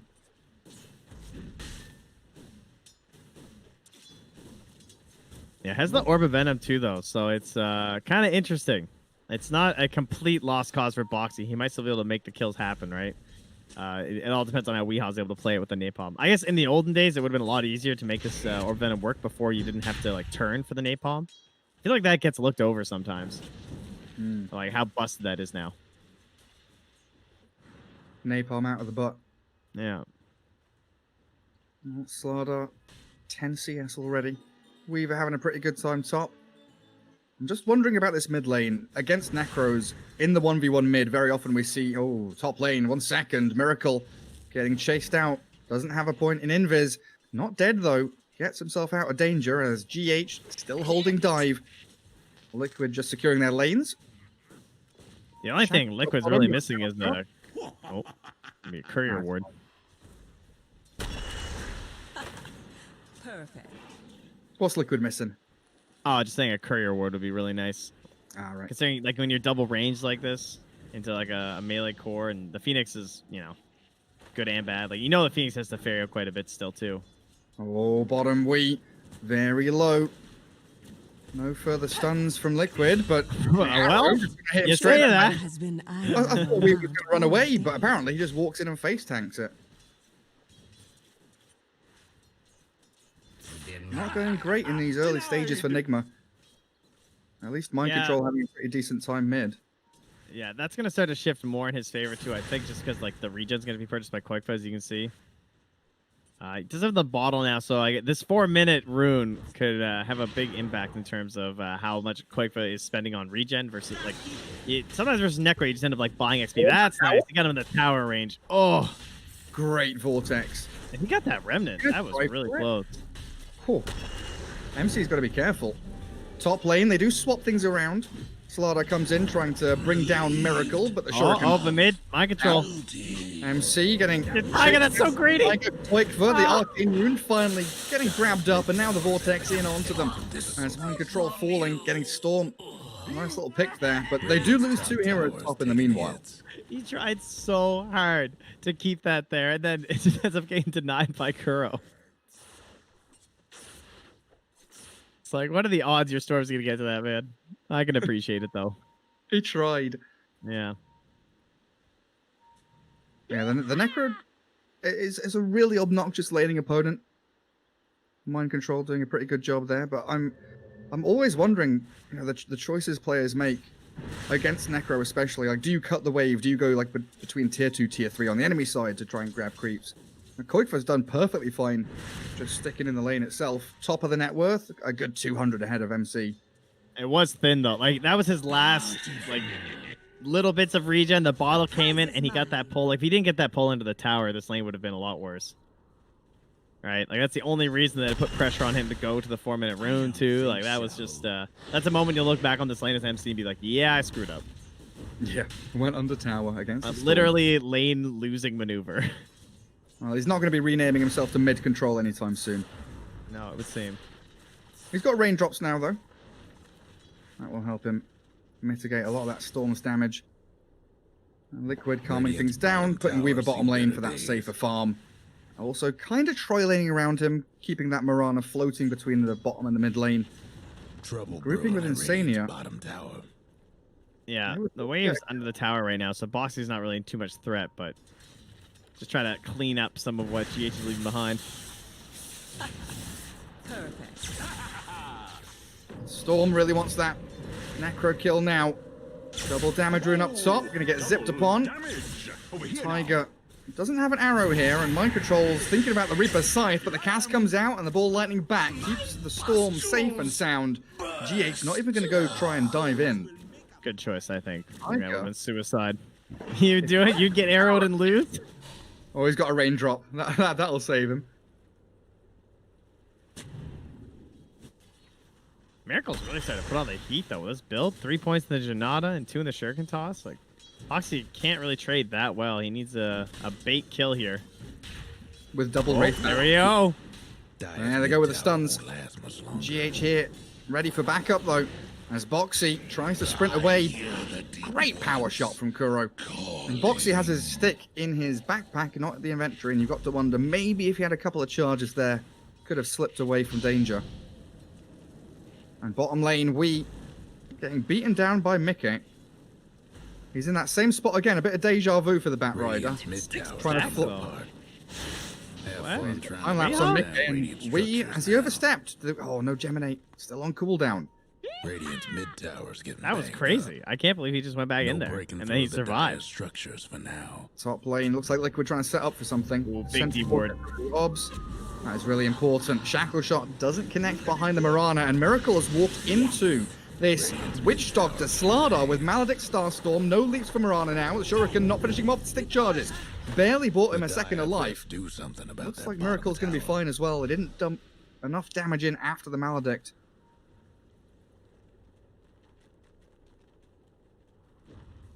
Nigma striking back, though. They're creating a bit of room for themselves. Yeah, they're going to have Scythe again in a moment, too, so might see Kuro look for that play. He tries to guard this rune right now from Koikva. Nice. Oh, that would have been so bad. Losing half his HP to Koikva, who's actually looking for this kill. Oh, Koikva! He's dodging it. The arrow landing. Tiger gets the storm out of danger. Coming apart. Puts a lot of nice little bonus damage onto the Necro as well. Ooh, Weehaw. And he did get it, too. It was not stolen by the Weaver or anything, so very good item on a Barret. I mean, mana and move speed, like, come on. Oh, top, though, Nigma. They're close to losing GH, but he says, Fire Spirits. Trying to trade with him now, Slardar. And Kuro's here as well. They're going to go for the shackle off the creep. Let's go, Kuro. Let's see it. Oh! Oh, he's so good. Beautifully lined up. Bo3 trying to get the trade, maybe look for GH, but he drops very quickly as Koikva, with the help of what looks like Tiger and Insania, the trio in that mid lane, finding mind control yet again. Oh, it was a fun one. I love making that play as Wind Ranger. That's like the most satisfying play as a Wind Ranger to make by far. It's like not even close. Like late, the mid and late game, the double shackles, those are cool too, but there's just something nice about the lane ones, you know? Flashbacks to Light of Heaven. The memories. I keep looking at Wii and, checking his items. And I was wondering, the boots of travel on courier or something, but no, he is just pretty poor. All right, don't look at Bo3 then. 2100, yeah. So Storm's farming jungle as Nigma bring 2 cores bottom, forcing Mika away from the creep wave at least. The portals are out though. Dive top towers. I always forget the portal. I know that feeling. He's like, oh yeah, portals. I got used to it 2 days ago. Every time it's off cooldown now and I'm not doing something, it's portal time. Because there was a good 2 weeks where I just wasn't using them at all. Bottom towers seem better days. I like the pepper. The hot pepper. Pass the pepper. Jump on Miracle. Koikva with Bo3, in we go. Bash forward, crush him up. Chain stuns are good, but the reactions from Nigma coming in. Miracle still alive, and Koikva can't finish it off, so the shackle shot. Kuro latches it and lasso back into the tower. Koikva has overstepped, and they claim the bounty on Storm while keeping Miracle alive. Whoops. I do like the... Does die though. Again, Liquid getting trades across the map. No matter what they're losing, they are gaining something always. Yeah, I like how we went Weaver into Bounty Hunter and then right back at you with the Slardar too. So we're checking each other in terms of the vision and whatnot being a nuisance, but a little too overexcited there on that kill. So some bounty gold heading their way. What is it? Stealth bonus 130, man. Oh, that's a lot of gold at this point in the game. Yeah, it's really handy, especially if you've got 3 heroes, your 2 supports have been helped out as well. Have we lost the tower this game? We haven't, right? I was just about to say, man, Nigma don't have any tower pushing heroes. Can they actually kill objectives? Well, we talked about how they're very single target gank heavy, but it's no use being gank heavy if you can't actually convert those kills into something bigger. I mean, even if they arrow mind control here, I don't think he dies. So I can see why he feels confident enough to do this. Especially now that the Wind Ranger's here. Radiant's mid tower's getting back. I always get a little bit sad when I see double bracer null or double null bracer. Just go for the Triforce. Get a Wraith, a null, and a bracer. Go for the nice combo. Catching Miracle, but not landing the arrow. Nice Death Ward Maledict as they try to finish off Insania. The Witch Doctor's low, and we will find them with a Reaper's Scythe, actually. Mind Control claims it himself. Yeah, it's too bad there weren't more heroes there. They had to spend a lot. Radiant's Kuro had to mid smoke to tower's in survive from trouble. tower hits. Yeah, that Dire's was top getting a little tower's dicey. Beat down. Storm zipping top, finding GH. Will they get a kill under this Well, they top missed. tier 1? There's no Look dive, what's happening to Dire. so they absolutely will. No crush needed. We This, closing this in would on be boots his of travel. travel boots. Yeah, this kill. He can't get into lasso range without being crushed, though. And they've got crush into arrow, and Wee has walked into the meat grinder there, turned into sausage. Turned out it was not his travels gold. Yeah, he dropped a putting few on the him- ground there. 100 gold further away.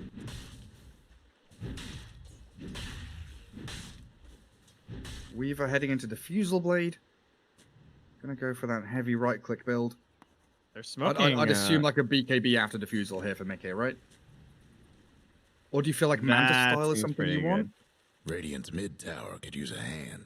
I'm fine with the BKB. Just something that's team That fight time the winning. arrow hit. That was easy. Good Maledict Down too. goes the Phoenix. Yeah, that was a smoke out of the top tier 1 area, just a loop on in. Meanwhile, you see the circle from Insanity saying, hey, this guy's just playing in our jungle right now because MC's just been popping out, pushing the wave, and then disappearing. Taiga, gonna throw the long bomb. Oh, Go get can't him. find it. We don't see him. Yeah, I don't know if they'd have the damage with the Ghost Shroud there. That is one problem for the Witch Doctor. Liquid are out ganking the gank draft. All right, up 10 top, here we 10 go. to Give 7. us- Boots the Traveler coming in. Miracle's underneath them. Do we get a third hero? Oh, they're just gonna go with the 2. Yeah, we get a third. Run them Can they down, count? boys. Nice flame break. That's like perfectly placed, but he crushes and he runs the shuriken there. They can't take down Boxy. Oh, He's they a want big that- bad boy. Power shot, not enough damage. And Koikva's arrival is very scary here for Nigma. They're diving tier, or they're thinking about diving tier 1s. Radiant's Yeah, top there's no tower time on the is in Firefly though. shape.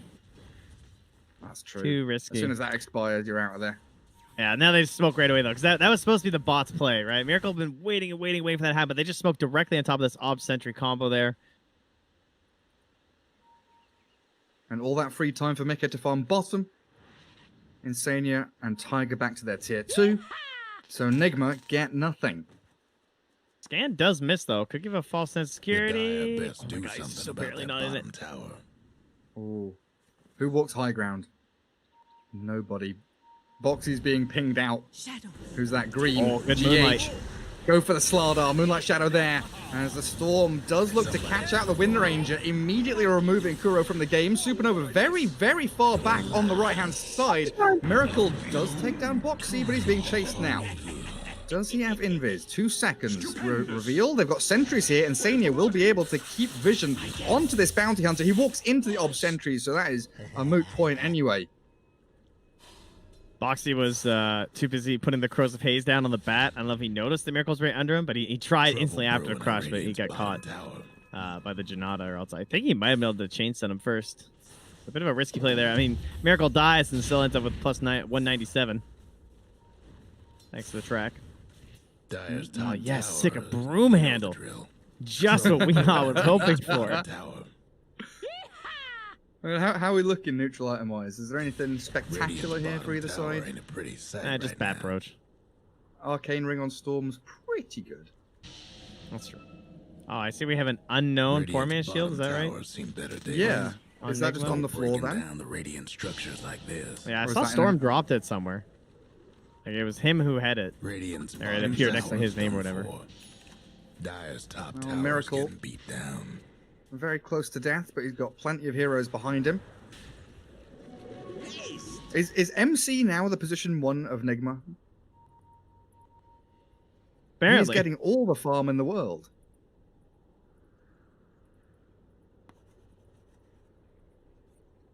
He's buying a lot of little items. But Greaves getting closed in on by the Necro. Have you had enough of these playgrounds yet? Yeah, I just click it instantly. I don't know. It would be Okay. kind of fun if everyone played it.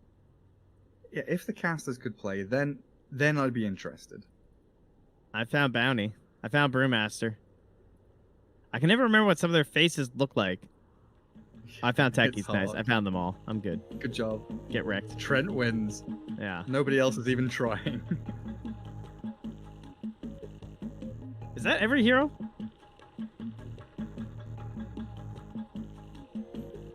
I don't know. That's What's 6 the by grid? 16. So does that cover everyone? I feel like they don't all match up. What are the odds on that? I mean, is that 96? Is 6 by 16? Yeah. 96? That's not enough. Oh yeah, it is 96. Yeah, so it's not everyone. All right, carry What on. is this? 20 heroes off or so? Yeah, How many yeah, do we have? we're missing a lot of them. 117? I can't remember. I have no idea what the number is anymore. It just kept changing because they kept making more. Yeah, it got over. Like, I remember a period where we were saying there's like 100 heroes in the game, and then it went over 100 by a significant number, and it's just like, well, we've got more than 100, I guess. And it feels like Nigma, after the couple of smoke ganks they've had, not able to catch any real good targets. Now looking for Mickey with Shackle Shot, and we arriving from the tree line. They will take down the Weaver. Finally. Dyer's courier Yeah, first step. made its final delivery. He's looking like MC from last game, just Radiant's hanging out down and here the whole time. fortified their structures. Farming away. Oh, he's Man, going so much Lincoln, gold. or at He least got that's what he's queued up. 389 Bottom tower on bounty. ain't a pretty That's so much sight gold right now. That's so broken. 389 from who? What? From killing the Weaver. Ah, I see. Track and everything. Yeah. Insania throws out a cask, but he's not dead just yet. Reaper Scythe will slice him down though, cut him in twain and chase onto Boxy with a good flame break. Two-man crush there from Slardar. They're even throwing the supernova here to secure that additional kill. But leaps out from Morano will save her life. Nigma really aggressively committing for a couple of kills. Yeah, Liquid. I mean, they just got Diffusal and Bloodstone, and then they're like losing fights right now. You know, this doesn't feel that great, and you know this is the time of the game the Bounty Hunter loves to play. Is, oh, the slowest right clicks from Koigma. You can't He kill him. can't finish the job. Does he go in for round 2? Does he see GH? Ob's Ward is up in the jungle on that high ground. but Meanwhile, GH mid lane though, Mickey. lane, they are trying to find him. Good arrow though is going to stop the aggression. Mickey so close to death, but Shakuchiing away. There's definitely something to be said about Nigma really, taking Liquid out of the comfort zone in this game. They are just continually, foot down. They need this blink, right? That's the big game changer for Boxy. Some form of guaranteed initiation. Miracle just... Yeah, he knew that exact turn was people. coming. Track's so good. Drops the shoulder, turns around, Storm zipping in, looking to catch the bounty. Maledict there with the cask bouncing, and Miracle's fallen. There's nothing to save him as Mind Control unable to heal through and keep that bounty alive as Weeha's still up on the front line. The turn is Quite a real. falls, and there's Koik for Storm, so powerful, just zipping through the fight. And where's the stun? The arrow comes. Tiger shuts down the TP retreat. Mind Control is gone, and that's 3 cores removed by Team Liquid. Nigma sticking around on that high ground way too long. You can understand why though, because number one, they're taking control over like one of the most important parts of the map, so they feel like they have an edge fighting there.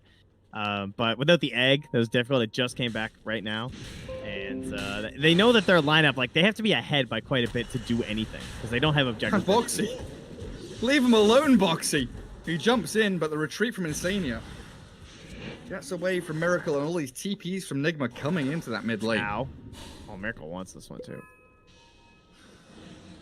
Radiant's top tower's in bad shape. And what's we up to? Halfway to Blink? Alright, out. Radiant's top tower's hurting. Yeah, he doesn't have a very easy item build this game either. BKB doesn't even feel like that incredible. Slider is scary. The prize is mine. He sure is. But yeah, if he gets again, Nigma controlling both outposts. Yeah, and Mickey, he had the BKB queued up, and now he's just thinking about getting the Lincolns instead. Bat Rider, Necro, Wind Ranger, it's pretty good. It sure is. Even just He's Bounty. been swapping between them. Oh, has he? Yeah. So remember, when he finished his Diffusal Blade, he immediately queued up Lincolns. And he's been like, BKB, Lincolns, this way, that way. They just got the Oh, net Liquid. on Taiga. Smoke popped onto Mind Control. He might be able to heal up though with a Sunray Ghost Shroud. Pops his wand and the Death Pulse as Tiger needs to leap away, but the Death Ward comes and so does Mickey. Take down the Necro of MC, try and focus the egg as well, but a Supernova and that Reaper's Scythe finds the Weaver. MC somehow surviving everything until Storm, the long zip in, but MC surviving. Koikva has to get out of there. I don't know how in the world that Necro survived. Oh, Koikva's tracked. Moonlight Shadow ends. Flame Break does clip him on the very edge as he dodges the Shuriken toss, but the creeps are there. Block the retreat. Nigma killing off 4 heroes, all thanks to this MC Necro surviving beautifully. He got the kill, right? So he got the regen. That was jacked. The Dire might want to mine their top tower. They wanted the team wipe. Boxy was down bottom lurking. They're all TPing there. Slardar slips away. Trouble brewing at Radiant's bottom tower. 15-15. And it's been a real close game. Yeah. Nigma now in the lead for what feels like the first time properly this game. Radiant's bottom towers. They got him again on the outpost too. They had both them at 20 minutes, and they got 3 of the 4 bounty runes. So Liquid still have to watch those big secondary objectives in this game, not just like the items you're trying to get on your hero, right? Like you got to be prepped for those 20-minute moments like that. It's a lot of XP to lose. Towers seen better days. And also the fact that they can't, or it doesn't feel like they have the fastest Roche taking lineup. I guess with Corrosive Haze and Weaver here, you can do it reasonably quickly. I think one of the big problems is that we're talking about how like Nigma have this very pick-off oriented lineup, but they also don't have the best wave clear on the side of Liquid too. So it's like, if you're alone, these heroes are pretty vulnerable pushing waves versus a lineup like this, right? Like, Boxy's probably not sure if he's just gonna die at any moment if these guys leave vision of this tower down bottom, right? Radiant's bottom there's just too much jump and potential chain stun to happen to him that you don't even want to be like Storm or Weaver up here. Yeah, Boxy's just got his finger on the blink button. Yeah. Quick cast his way out of danger if he sees slightest glimpse of someone. Mind control, interesting place to be. All right, they're going for the kill up top here. Weehaw starts it off with the Firefly. Spidey senses confirmed not tingling. I think that is because MC made that play bottom, right? Like MC goes almost to the tier 3, and that's faking out that he's got 2, 3, 4 heroes behind him in that Radiant jungle. Showing on the map, very important. How good will this Orchid be by the time it gets out, I wonder? As they go for Kuro first. Get that easy pick on the Wind Ranger, as Miracle is trying to go for Insania now. Mind Control does have a Scythe, but Koikva has a decent amount of mana here to keep giving chase. Sentry there. Miracle Invis. Koikva wants to get out because the rest of Nigma are arriving. There's the blink from Batrider with no lasso, just flame breaking and sticky napalming his way through the fight. Insania turns with a nice little cast, but the Reaper's Scythe clears up his life. From low ground to high ground, and Mickey now onto GH with the clumsy net, but he's holding Supernova, so not really a kill that they can claim. I can't believe he got that Scythe off of that cask. It must have like been right before, because I thought they were just gonna get chain stunned. Mid tower's getting banged up. Coconuts bouncing between their heads.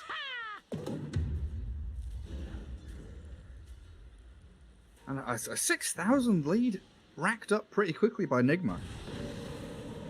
It hasn't felt like the game has shifted dramatically in their favor, but they're winning these team fights.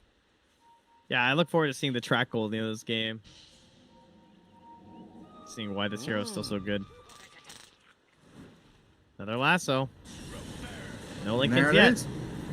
And they should have the chain stuns here with the damage to take down Mickey. He lifted his little legs. He wanted to time lapse, but he couldn't. They didn't even shackle there too, I don't think. So that would have been pretty embarrassing.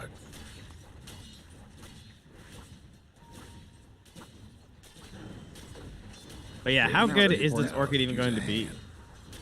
I mean, the BKB is going to be kind of close at that point. Mid tower's getting the what for. Same thing for Miracle. Miracle will have his for sure.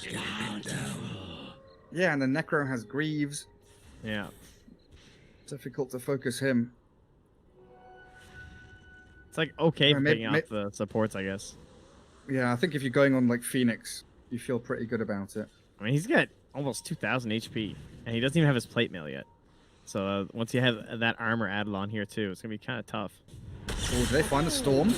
Wind Ranger's gonna be the one that gets caught and picked off first, it looks like.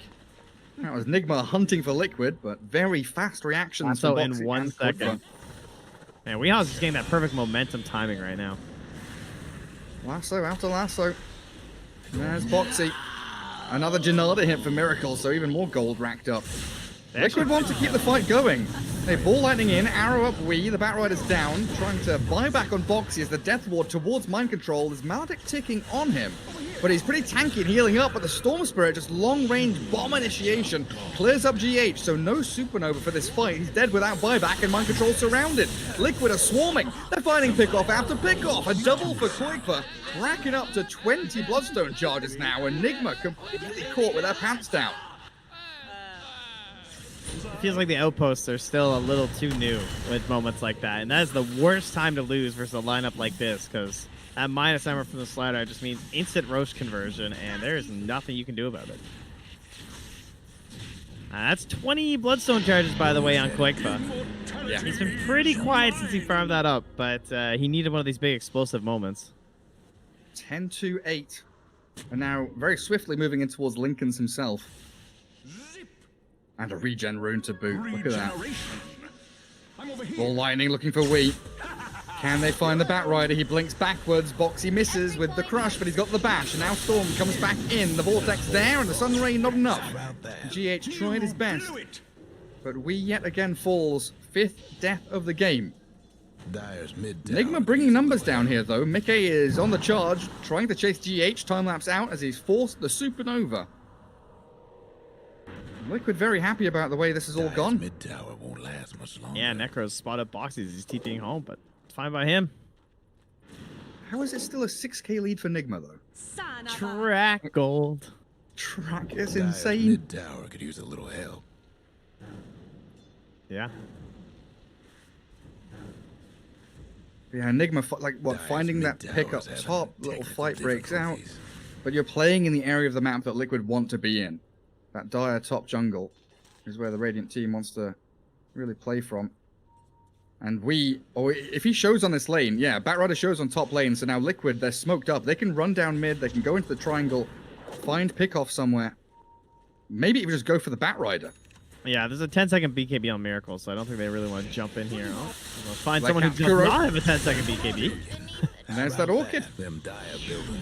Immediately taking him out. Point, ball lightning away, but Miracle does get at least one Janada hit in there. Deny the tower as well. Dire's mid-tower's been disarmed. Yeah, you're not holding that versus Aegis. No One point giving stack that of up. hot stuff for regen. Oh, Spider Legs. That seems really nice on Slider. He's been struggling a little bit once he gets in there this game. Orb of Destruction. Very good on that bounty. Straight away. Craggy Coat, though. I mean, not tons of magic damage this game for sure, but it doesn't hurt versus the Bounty Hunter if you're one of these supports. Yeah, could give it to the Witch Doctor. He's holding Arcane Ring for now. I feel like I would take it. Storm Spirit wants the Phoenix. But like you were saying, that's 1.8k HP with a Shivers Guard. And barely tickled. Down. Yeah, like 30% of his HP gone from that pretty big initiation. Moonlight Shadow expiring as well. Liquid going to try and hold the high ground here, maybe stay on the ramps. You've got to know that Nigma are coming. They want a team fight with that level 2 Supernova. 2 minutes. Storm Spirit, the jump forward, trying to force out the BKB from Miracle. He succeeds, but they'll lose Boxy for it. Great Supernova now from GH as well. Will zone the rest of Liquid out. Miracle still shiny and golden, chasing Insania as the Witch Doctor retreating, but has no escape. Miracle clears him up, and 2 very swift kills for Nigma. Yeah, and you're running into them as they have Aegis and still getting kills. It feels like just getting that the prevention on the jump from the slider means the fight's kind of over in your favor. And Boxy is the one who has to do kind of everything for Liquid to set up like the arrows and the casks and has to create the diversion for the Storm and the Weaver to actually succeed. Who have they caught? Miracle with no BKB. The rest of Nigma were coming in. There was a lot of pings up towards that top half of the map as the Reaper's Scythe has found Mickey and Quidva trying his best to stick around in this fight, but there's nothing left to be had. Radiant's top tower Mickey's gone. 90-some seconds. What? Cook was just finding these little picks.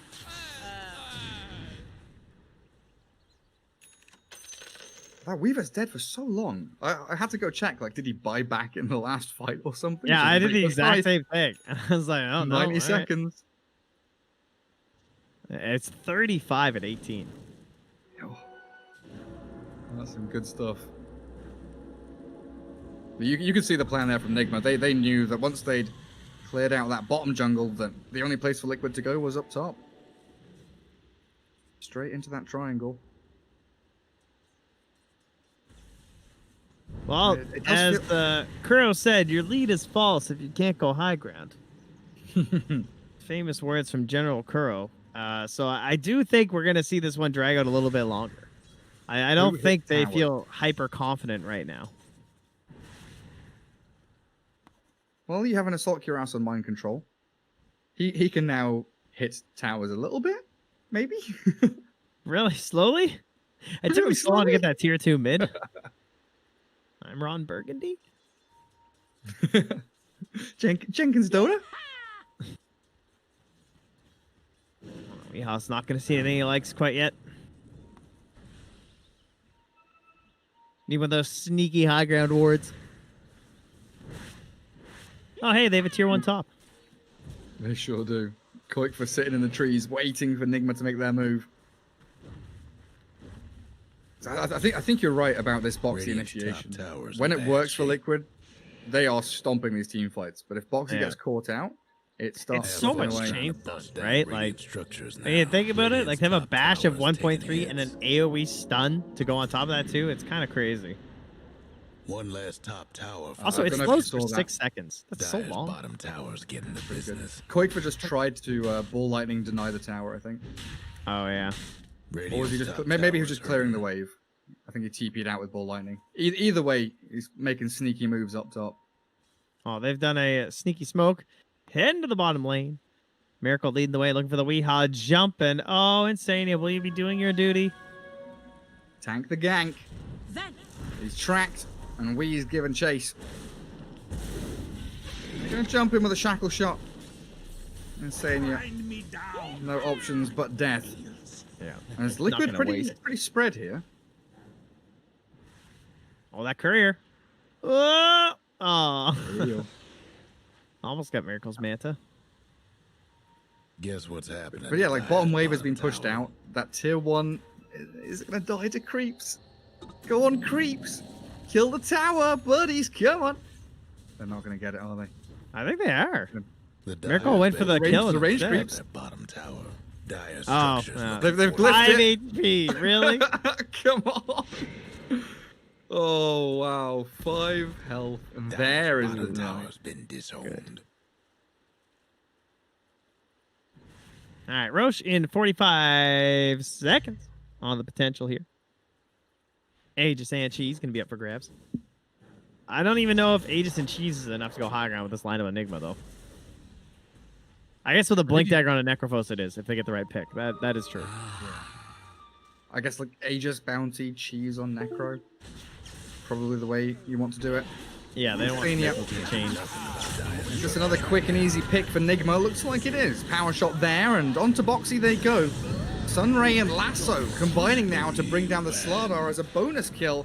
Mickey Lincoln's does get popped, still holding the time lapse, but Reaper's Scythe coming through, not quite enough to kill him off. Time lapse needs to be used. Shikuchi, it does come off cooldown, but he's being stunned and slowed. On his way through, Liquid is bleeding out. Nigma have this ganking lineup, and they are chain killing this Liquid side over and over. Insania falling in his base. Tiger's leapt forwards, but Nigma are all full HP, full mana. They've been sustained up by this Necro, and they are finally trying to go high ground. Radiant's mid tower's getting banged up. There is one way to push towers. You just kill everyone. That does generally work fairly well. Unfortunately, their last wave is now gone, so can they get it in time? They can. There's the back door now. Tier 3s don't matter as much, but it's still kind of nice to have. Bring back the shrines. No, please. Said no one ever.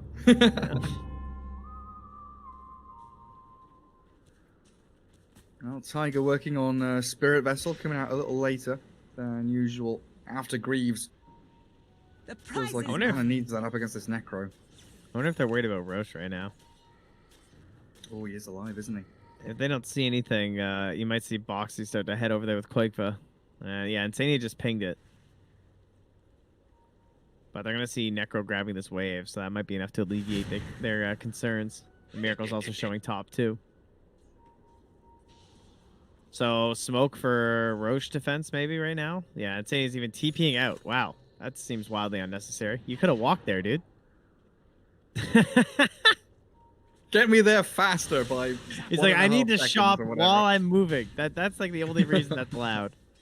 I'm going to assume that's his gargantuan brain making that play. And there's the smoke. Let's go to Roche. See you. What's up? Bo3 going to lead the charge. They're going to try and take that outpost and look for their last big hurrah. They are so desperate for that Bo3 BKB, but there's just no way for him to get it before this.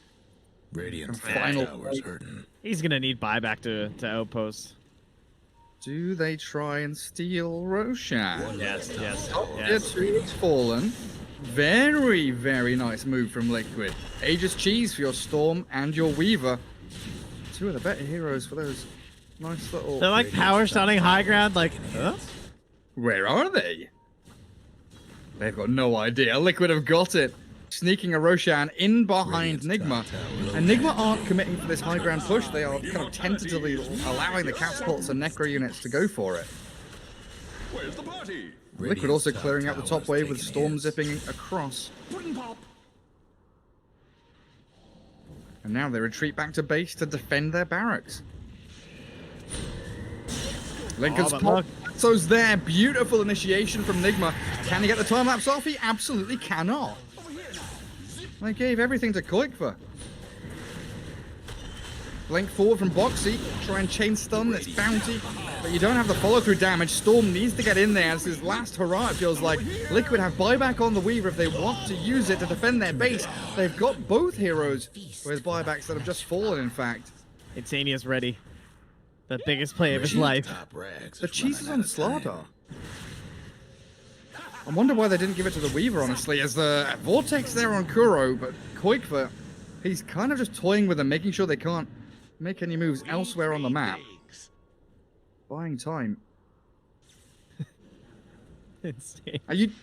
You'd think with Weaver dead for like a minute and a half, you'd lose a lane of barracks, but nah. I mean, they can't go high ground.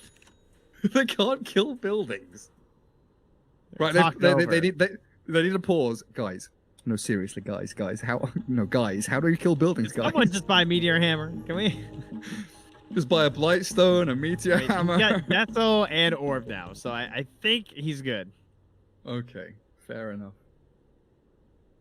The creeps are kind of a necessity, though, and they have 3 waves coming in right now. All 3 lanes have creeps coming.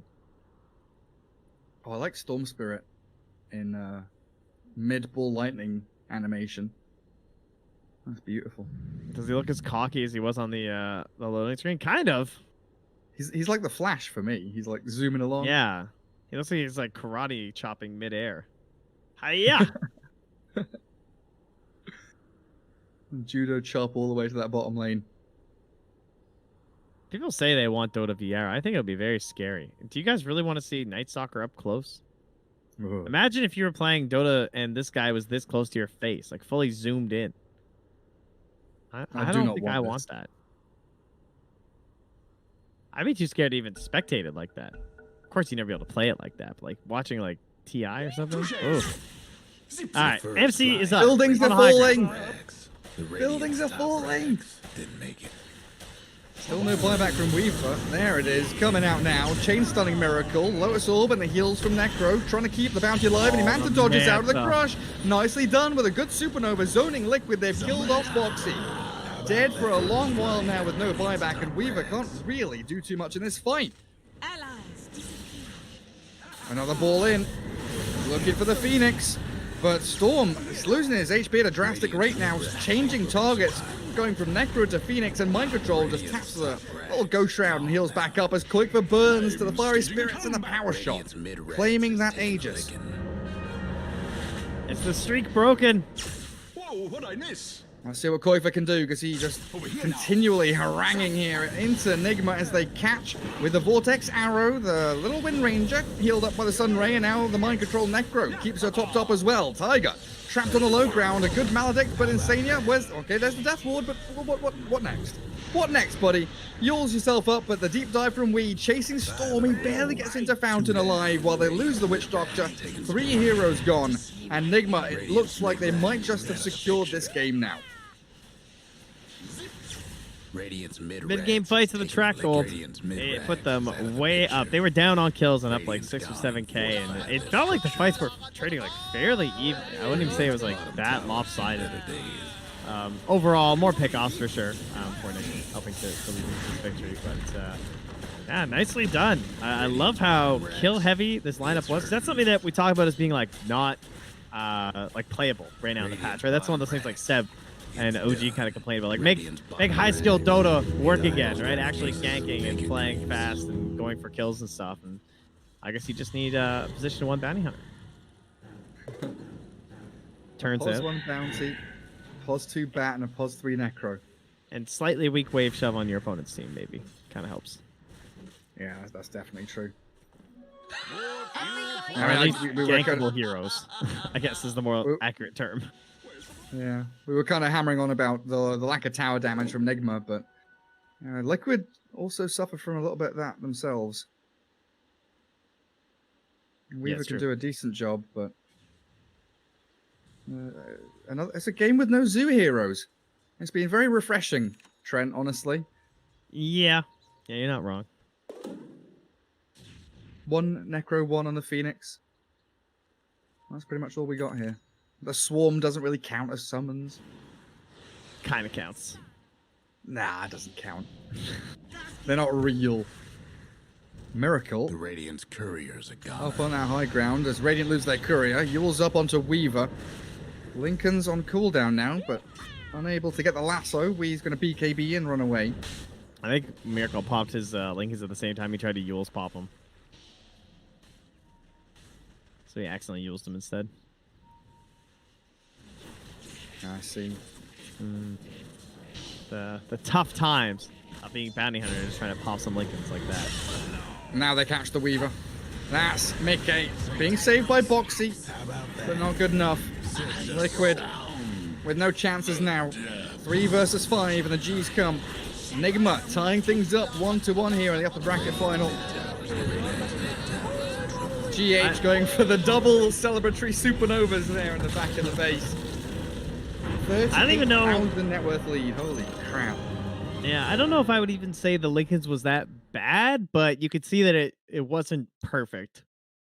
Because it just got popped so fast by the bat or by the bounty hunter, so the bat could either jump and like go for the Yule's lasso, or the bat rider or the bounty hunter can constantly threaten with the constant pings of the track to be like, oh, there goes your Lincolns. Oh, there goes again. We might jump you soon. Maybe the BKB was the right answer. Yeah, it's always that fear, right? If you go BKB, you know that they've got lasso and they're going to be able to grab you anyway. Yeah. But there's so much magic damage from Nigma that it felt like maybe a BKB would have been a better option for them. But there's also that moment where they get Roshan, they give Aegis to Storm, and then Boxy had the cheese. And then Mickey was playing on that top lane like tier 3 as if he had cheese, and he just dies. But a cool little draft from Nigma. Super gank heavy, lots of single target, lots of kills. That was a very high octane game. Miracle got an extra 1,363 gold from his abilities. Pretty good. Even just the AoE gold too is kind of nice. I don't know if that's listed on everyone else though. It doesn't look like it. Man, Kuro made 634 gold off of ward killing. That's kind of cool. I didn't even know you could look at that. Neato. Where are you looking? Is that in breakdowns? Breakdowns at the end. It has like a little gold received and XP received thing. Cool. Neat. Ooh, we've got new graphs. We've got data. Stuff to look at. There we have it. No, I can't remember honestly. That's reasonably new. I mean, they always had the Dota Plus damage thing. Yes. Yeah. Thanks, Valve. You could just be thank you, Valve. But yeah, there we have it. 1-1. Best of 3. We're down to the wire now. One game separates these two sides. Liquid up against Nigma will continue after the break. We'll see you guys then.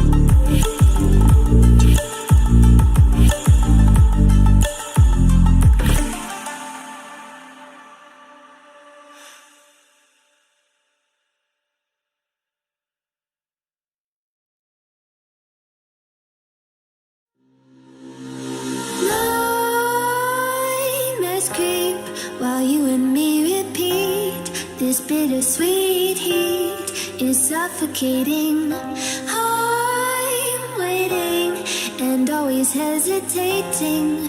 Kryptonite desires set my heart afire. Heart on fire. Set my heart afire.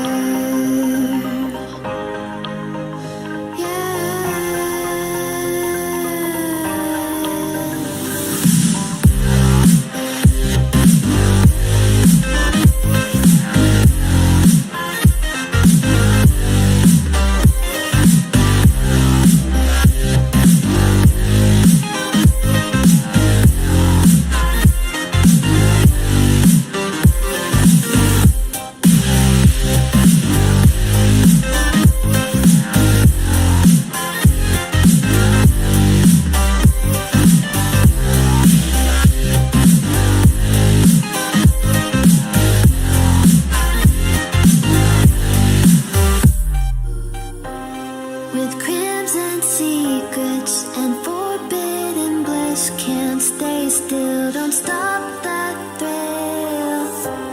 My bones crave your skin, temptation within, mistakes ignite the silence. Nightmares creep while you and me repeat. This bittersweet heat is suffocating. I'm waiting and always hesitating. Kryptonite desires set my heart afire. Heart on fire. Set my heart afire.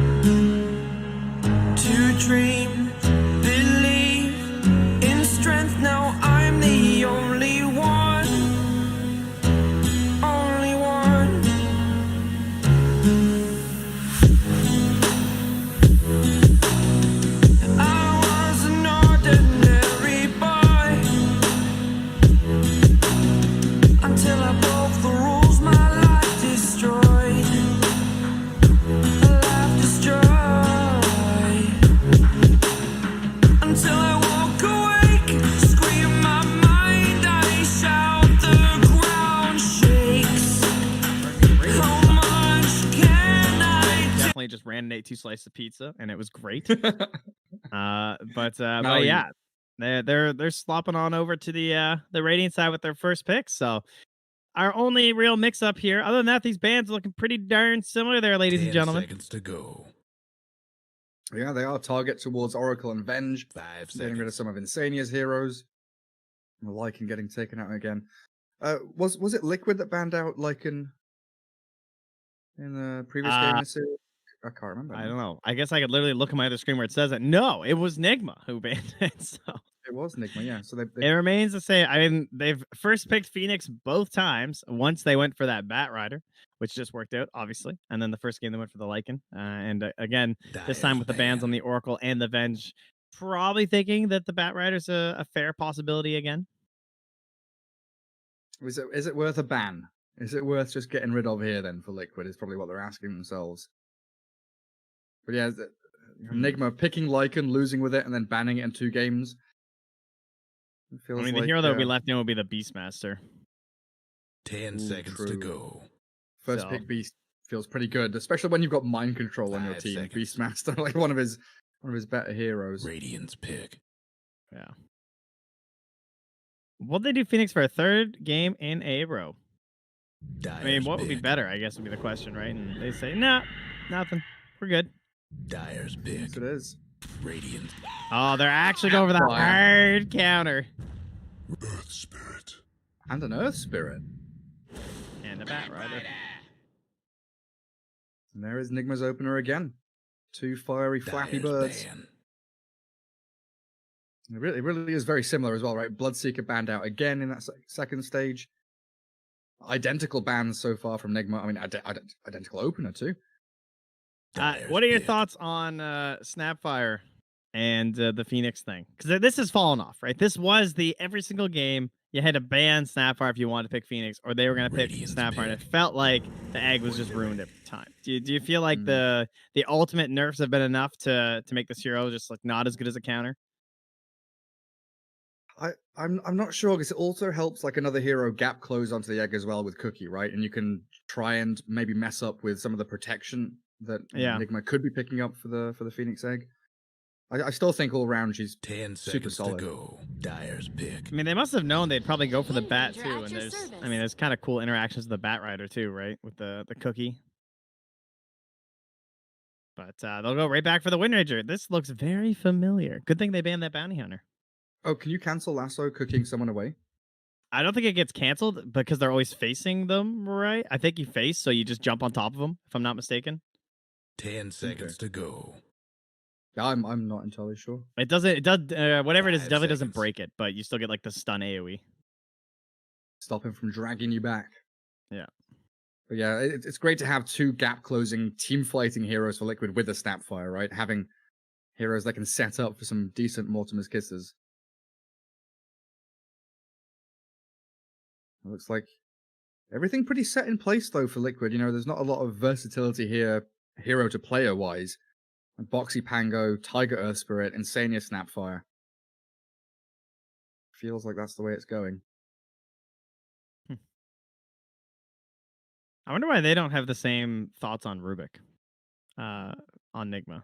I feel like so many teams would take Rubik here when you see Snapfire and Pango.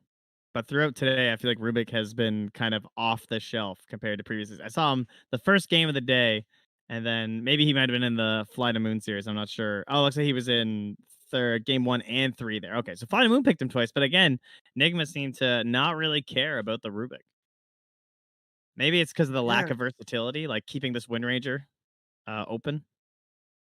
Yeah, kind Radiant's of flexing pick. into core or support roles. Lone Druid, here we go. Finally. The special. Exactly. Eventually coming. But yeah, I feel like people are picking Rubik when it has like additional value against Enigma or Beastmaster or something where you can like fade bolt the Eidolons or the Boars. Yeah, But it it's kind of true. is They- just stuck not in that just the position spell for. steal. Yeah. Yeah. 10 seconds Unless Or you're like top to score. go. versus, yeah. Or like versus the Embers and stuff 5 too, though, where you seconds. really Good. want that instant catch, whereas it's not necessarily something you need in these games. True. All right, Nigma, what do you think is going to get banned that you really want? That be the question. Necro? Just go for the same draft again. Like Necro against Lone Yeah. Druid feels pretty good. Feels good versus Earth Spirit too, I feel like, because he just wants to get in the middle of it and he's so tanky and Necro can actually do something about it. Yeah, you just have to be careful about like roll into silence. But as long as you can get out of that, go Shroud 1, Death Pulse, you're fine. There's nothing really here that deals... Like, they don't have any amazing magic nuke damage. Just do it. Just pick Necro again. I feel like they definitely want them... across the... Dyer's ban. Yeah. Bristleback! Interesting. Replacing the Bounty Hunter with a Bristleback. So kind of cool versus the Bear, right? Definitely don't want to run into that trouble. Nice versus the Earth Spirit. Looks like a pretty good status resistance game too, if you want to go that build, which usually they do. 10 seconds to go. And again, Team Liquid don't have that burst damage to actually take him down. So as soon as he gets like a hood or something, he's pretty happy just to roam around. I assume you banned the Viper, right? As Nigma? Or as Team Liquid? Yeah, I think as Nigma. I feel like Viper would still kind of be worth it. Like, just let Mickey take a mid or something. I don't know. Maybe, I guess you don't know, though, because then the Wind Ranger could still be mid, and Wind Ranger's like, I don't think it wins, but at least it's laneable. Maybe Viper's just not that good. One thing about the Viper is that that cooldown of the Nether Toss is so much longer now that it's not as reliable as like an actual breaking counter to these heroes. Oh, they do still ban the Necro as that final hero. Does Bristle... Like, Bristle's pretty decent if you're thinking about, like, Broodmother coming out last, right? You can just put him in the mid lane, and he's not too worried. Plus, then... And I guess Radiant's pick. They almost always do it for Quakefo, right? With the Lone Druid. Yeah, like exactly. So, they'll be in the Queen. That's also kind of fine. Would play really nicely with the Earth Spirit and the Pango. Ursa Warrior. Ooh. Ursa. Is that preemptive for anything? Because I'm looking at this and thinking like PL or Morphling or something for Mickey. I mean, it's Snapfire, Earth Spirit, and Lone Druid. I can see why the Ursa feels kind of good. Like, actually able to kill these heroes. Like, they're all pretty tanky, you know? But now if you have a lasso, you can actually kill someone during it. Even just like a shackle, too. 40 seconds to figure out what they want to do here. I mean, again, now I'm just seeing Viper and Veno. When I see the Ursa, right? Kiting heroes. It's going to be a little tempting. Even if you wanted to go like a Luna or something for Team Liquid to give you a bit more tempo and to play with that Lone Druid timing, you're still going into, you know, Bat Rider, Bristleback, Ursa as potential 3 cores. It doesn't feel great any way you look at it. Maybe they, like that's like the point you brought up about like Quakefo having this, you know, specific archetype, like Razor, for example, comes to mind for me here as well. You don't necessarily see that a lot for Mickey. Slark? Seems decent. They were still concerned about a bat hero, so that makes sense. As you said, with like the PL and stuff too. I was trying to think if they could like work in a DP or something and make that work, but it's just gonna be Mickey on the Slark. It always feels so bad when you have that last pick and you're stuck for options. There just isn't, you know, a good hero. You've got Slark as what feels like the best of the worst situation there. Well, it's a workable draft though for Liquid. But I feel like Nigma showing what they did in game 2 with the first 3 heroes they've picked up here, and now with 2 pretty tanky, aggressive boys that can rack up a lot of damage. 10 seconds to go. They're counting on these shackles, though. Like, lasso won't be enough for the chase down in a lot of these situations, I feel. So, I mean, Crow did a great job last game. I think he facilitated a lot of kills, more than you can really expect out of a position 5 Wind Ranger. So I'll say I was impressed, but he's going to have another good game here, it looks like. And Liquid do have a you got good rolls and swashbuckles and leaps from Cookies and Savage Roar. And then now you have Dark Pact and Shadow Dance. Like, they are annoying heroes to catch on Liquid. They've got so much disengage. It feels like Liquid really love these drafts where they've got, you know, 3-4 heroes with displacement or maneuverability spells or itemization that they go for. They love being able to reset fights. It might be their only option here against Nigma. I see a very similar story to last game in terms of needing a decent lead, right, on Nigma for actually progressing past towers into the high ground. They're not really drafting for it. The tower hitters on the side of Liquid, of course, the lone druid that likes to make up for those kind of problems, but still very good team fight. Nice coverage around the egg for the most part. They don't have a ton of like AoE stuns, but just the sheer damage and everything. Like even if you kill the egg, I don't think you're going to be in a great position in the middle of a bristleback and an Ursa, right? Yeah, having to actually go diving for the egg. Mind control bristleback. Are we gonna head into mid on that Bat Rider? Yeah, no surprises on the lanes. Mickey will be heading there too. Very nice. Miracle with Orb of Venom on his Ursa. Kuro Wind Ranger down there as well. As Liquid on the Dire side, not going to go for that move that they've been making Radiant side, where they go into the enemy triangle to secure bounties. Pretty slow out of the fountain as well. Looks like Boxy's taking his sweet time to leave the base. Wait, are Liquid going to give up all the bounties here? Oh, they've got Spirit Bear to go and grab one. Yeah. It's going to give them the info, too. Where is everybody? 30 seconds to showtime. Looks like they will be able to contest then, as Nigma starts spreading out across the map. So LD plus Snapfire top. I'm not sure how much time Insania is going to be spending up here. Like, you get your lone druid to like level 3 or 4, and you kind of want to leave him alone for that XP and gold to keep coming. Yeah, I'm not sure what the matchups they want are either. And they're off. Miracle not going to find anyone to contest with. That's the only one they want. Slark against Bat Rider. We've done it, guys. Yeah, we're all good. I mean, Pango's just, I think the hero's still a laning liability in a lot of matchups, right? I mean, look, this is not the sign of a strong laning hero when you're doing this already. Hiding in the trees. Yeah, 20-second cooldown on Swashbuckle level 1 really hurts. But that is the benefit of the Earth Spirit, right? This is a hero that can roll around and pull waves for you. Kuro's on it already, though. Wants to see cancel out this nuisance. I forgot they do this a lot as well. They want to get Tiger to level 2 as quickly as possible. So they sack Boxy, a little bit, get that Earth Spirit his levels, and then he can start roaming around much more effectively. So he should drag this all the way back to tier 3. Yeah, I see a lot of teams who would do this almost the opposite way too sometimes, where they'll even let the Pango go, and then the Earth Spirit will just like stay the lane as well. But versus an Ursa, yeah, it's not gonna happen. This is ours. These power shots coming out from Kuro, pretty devastating for Tiger. It looks like Insania's been taking a beating top lane as well.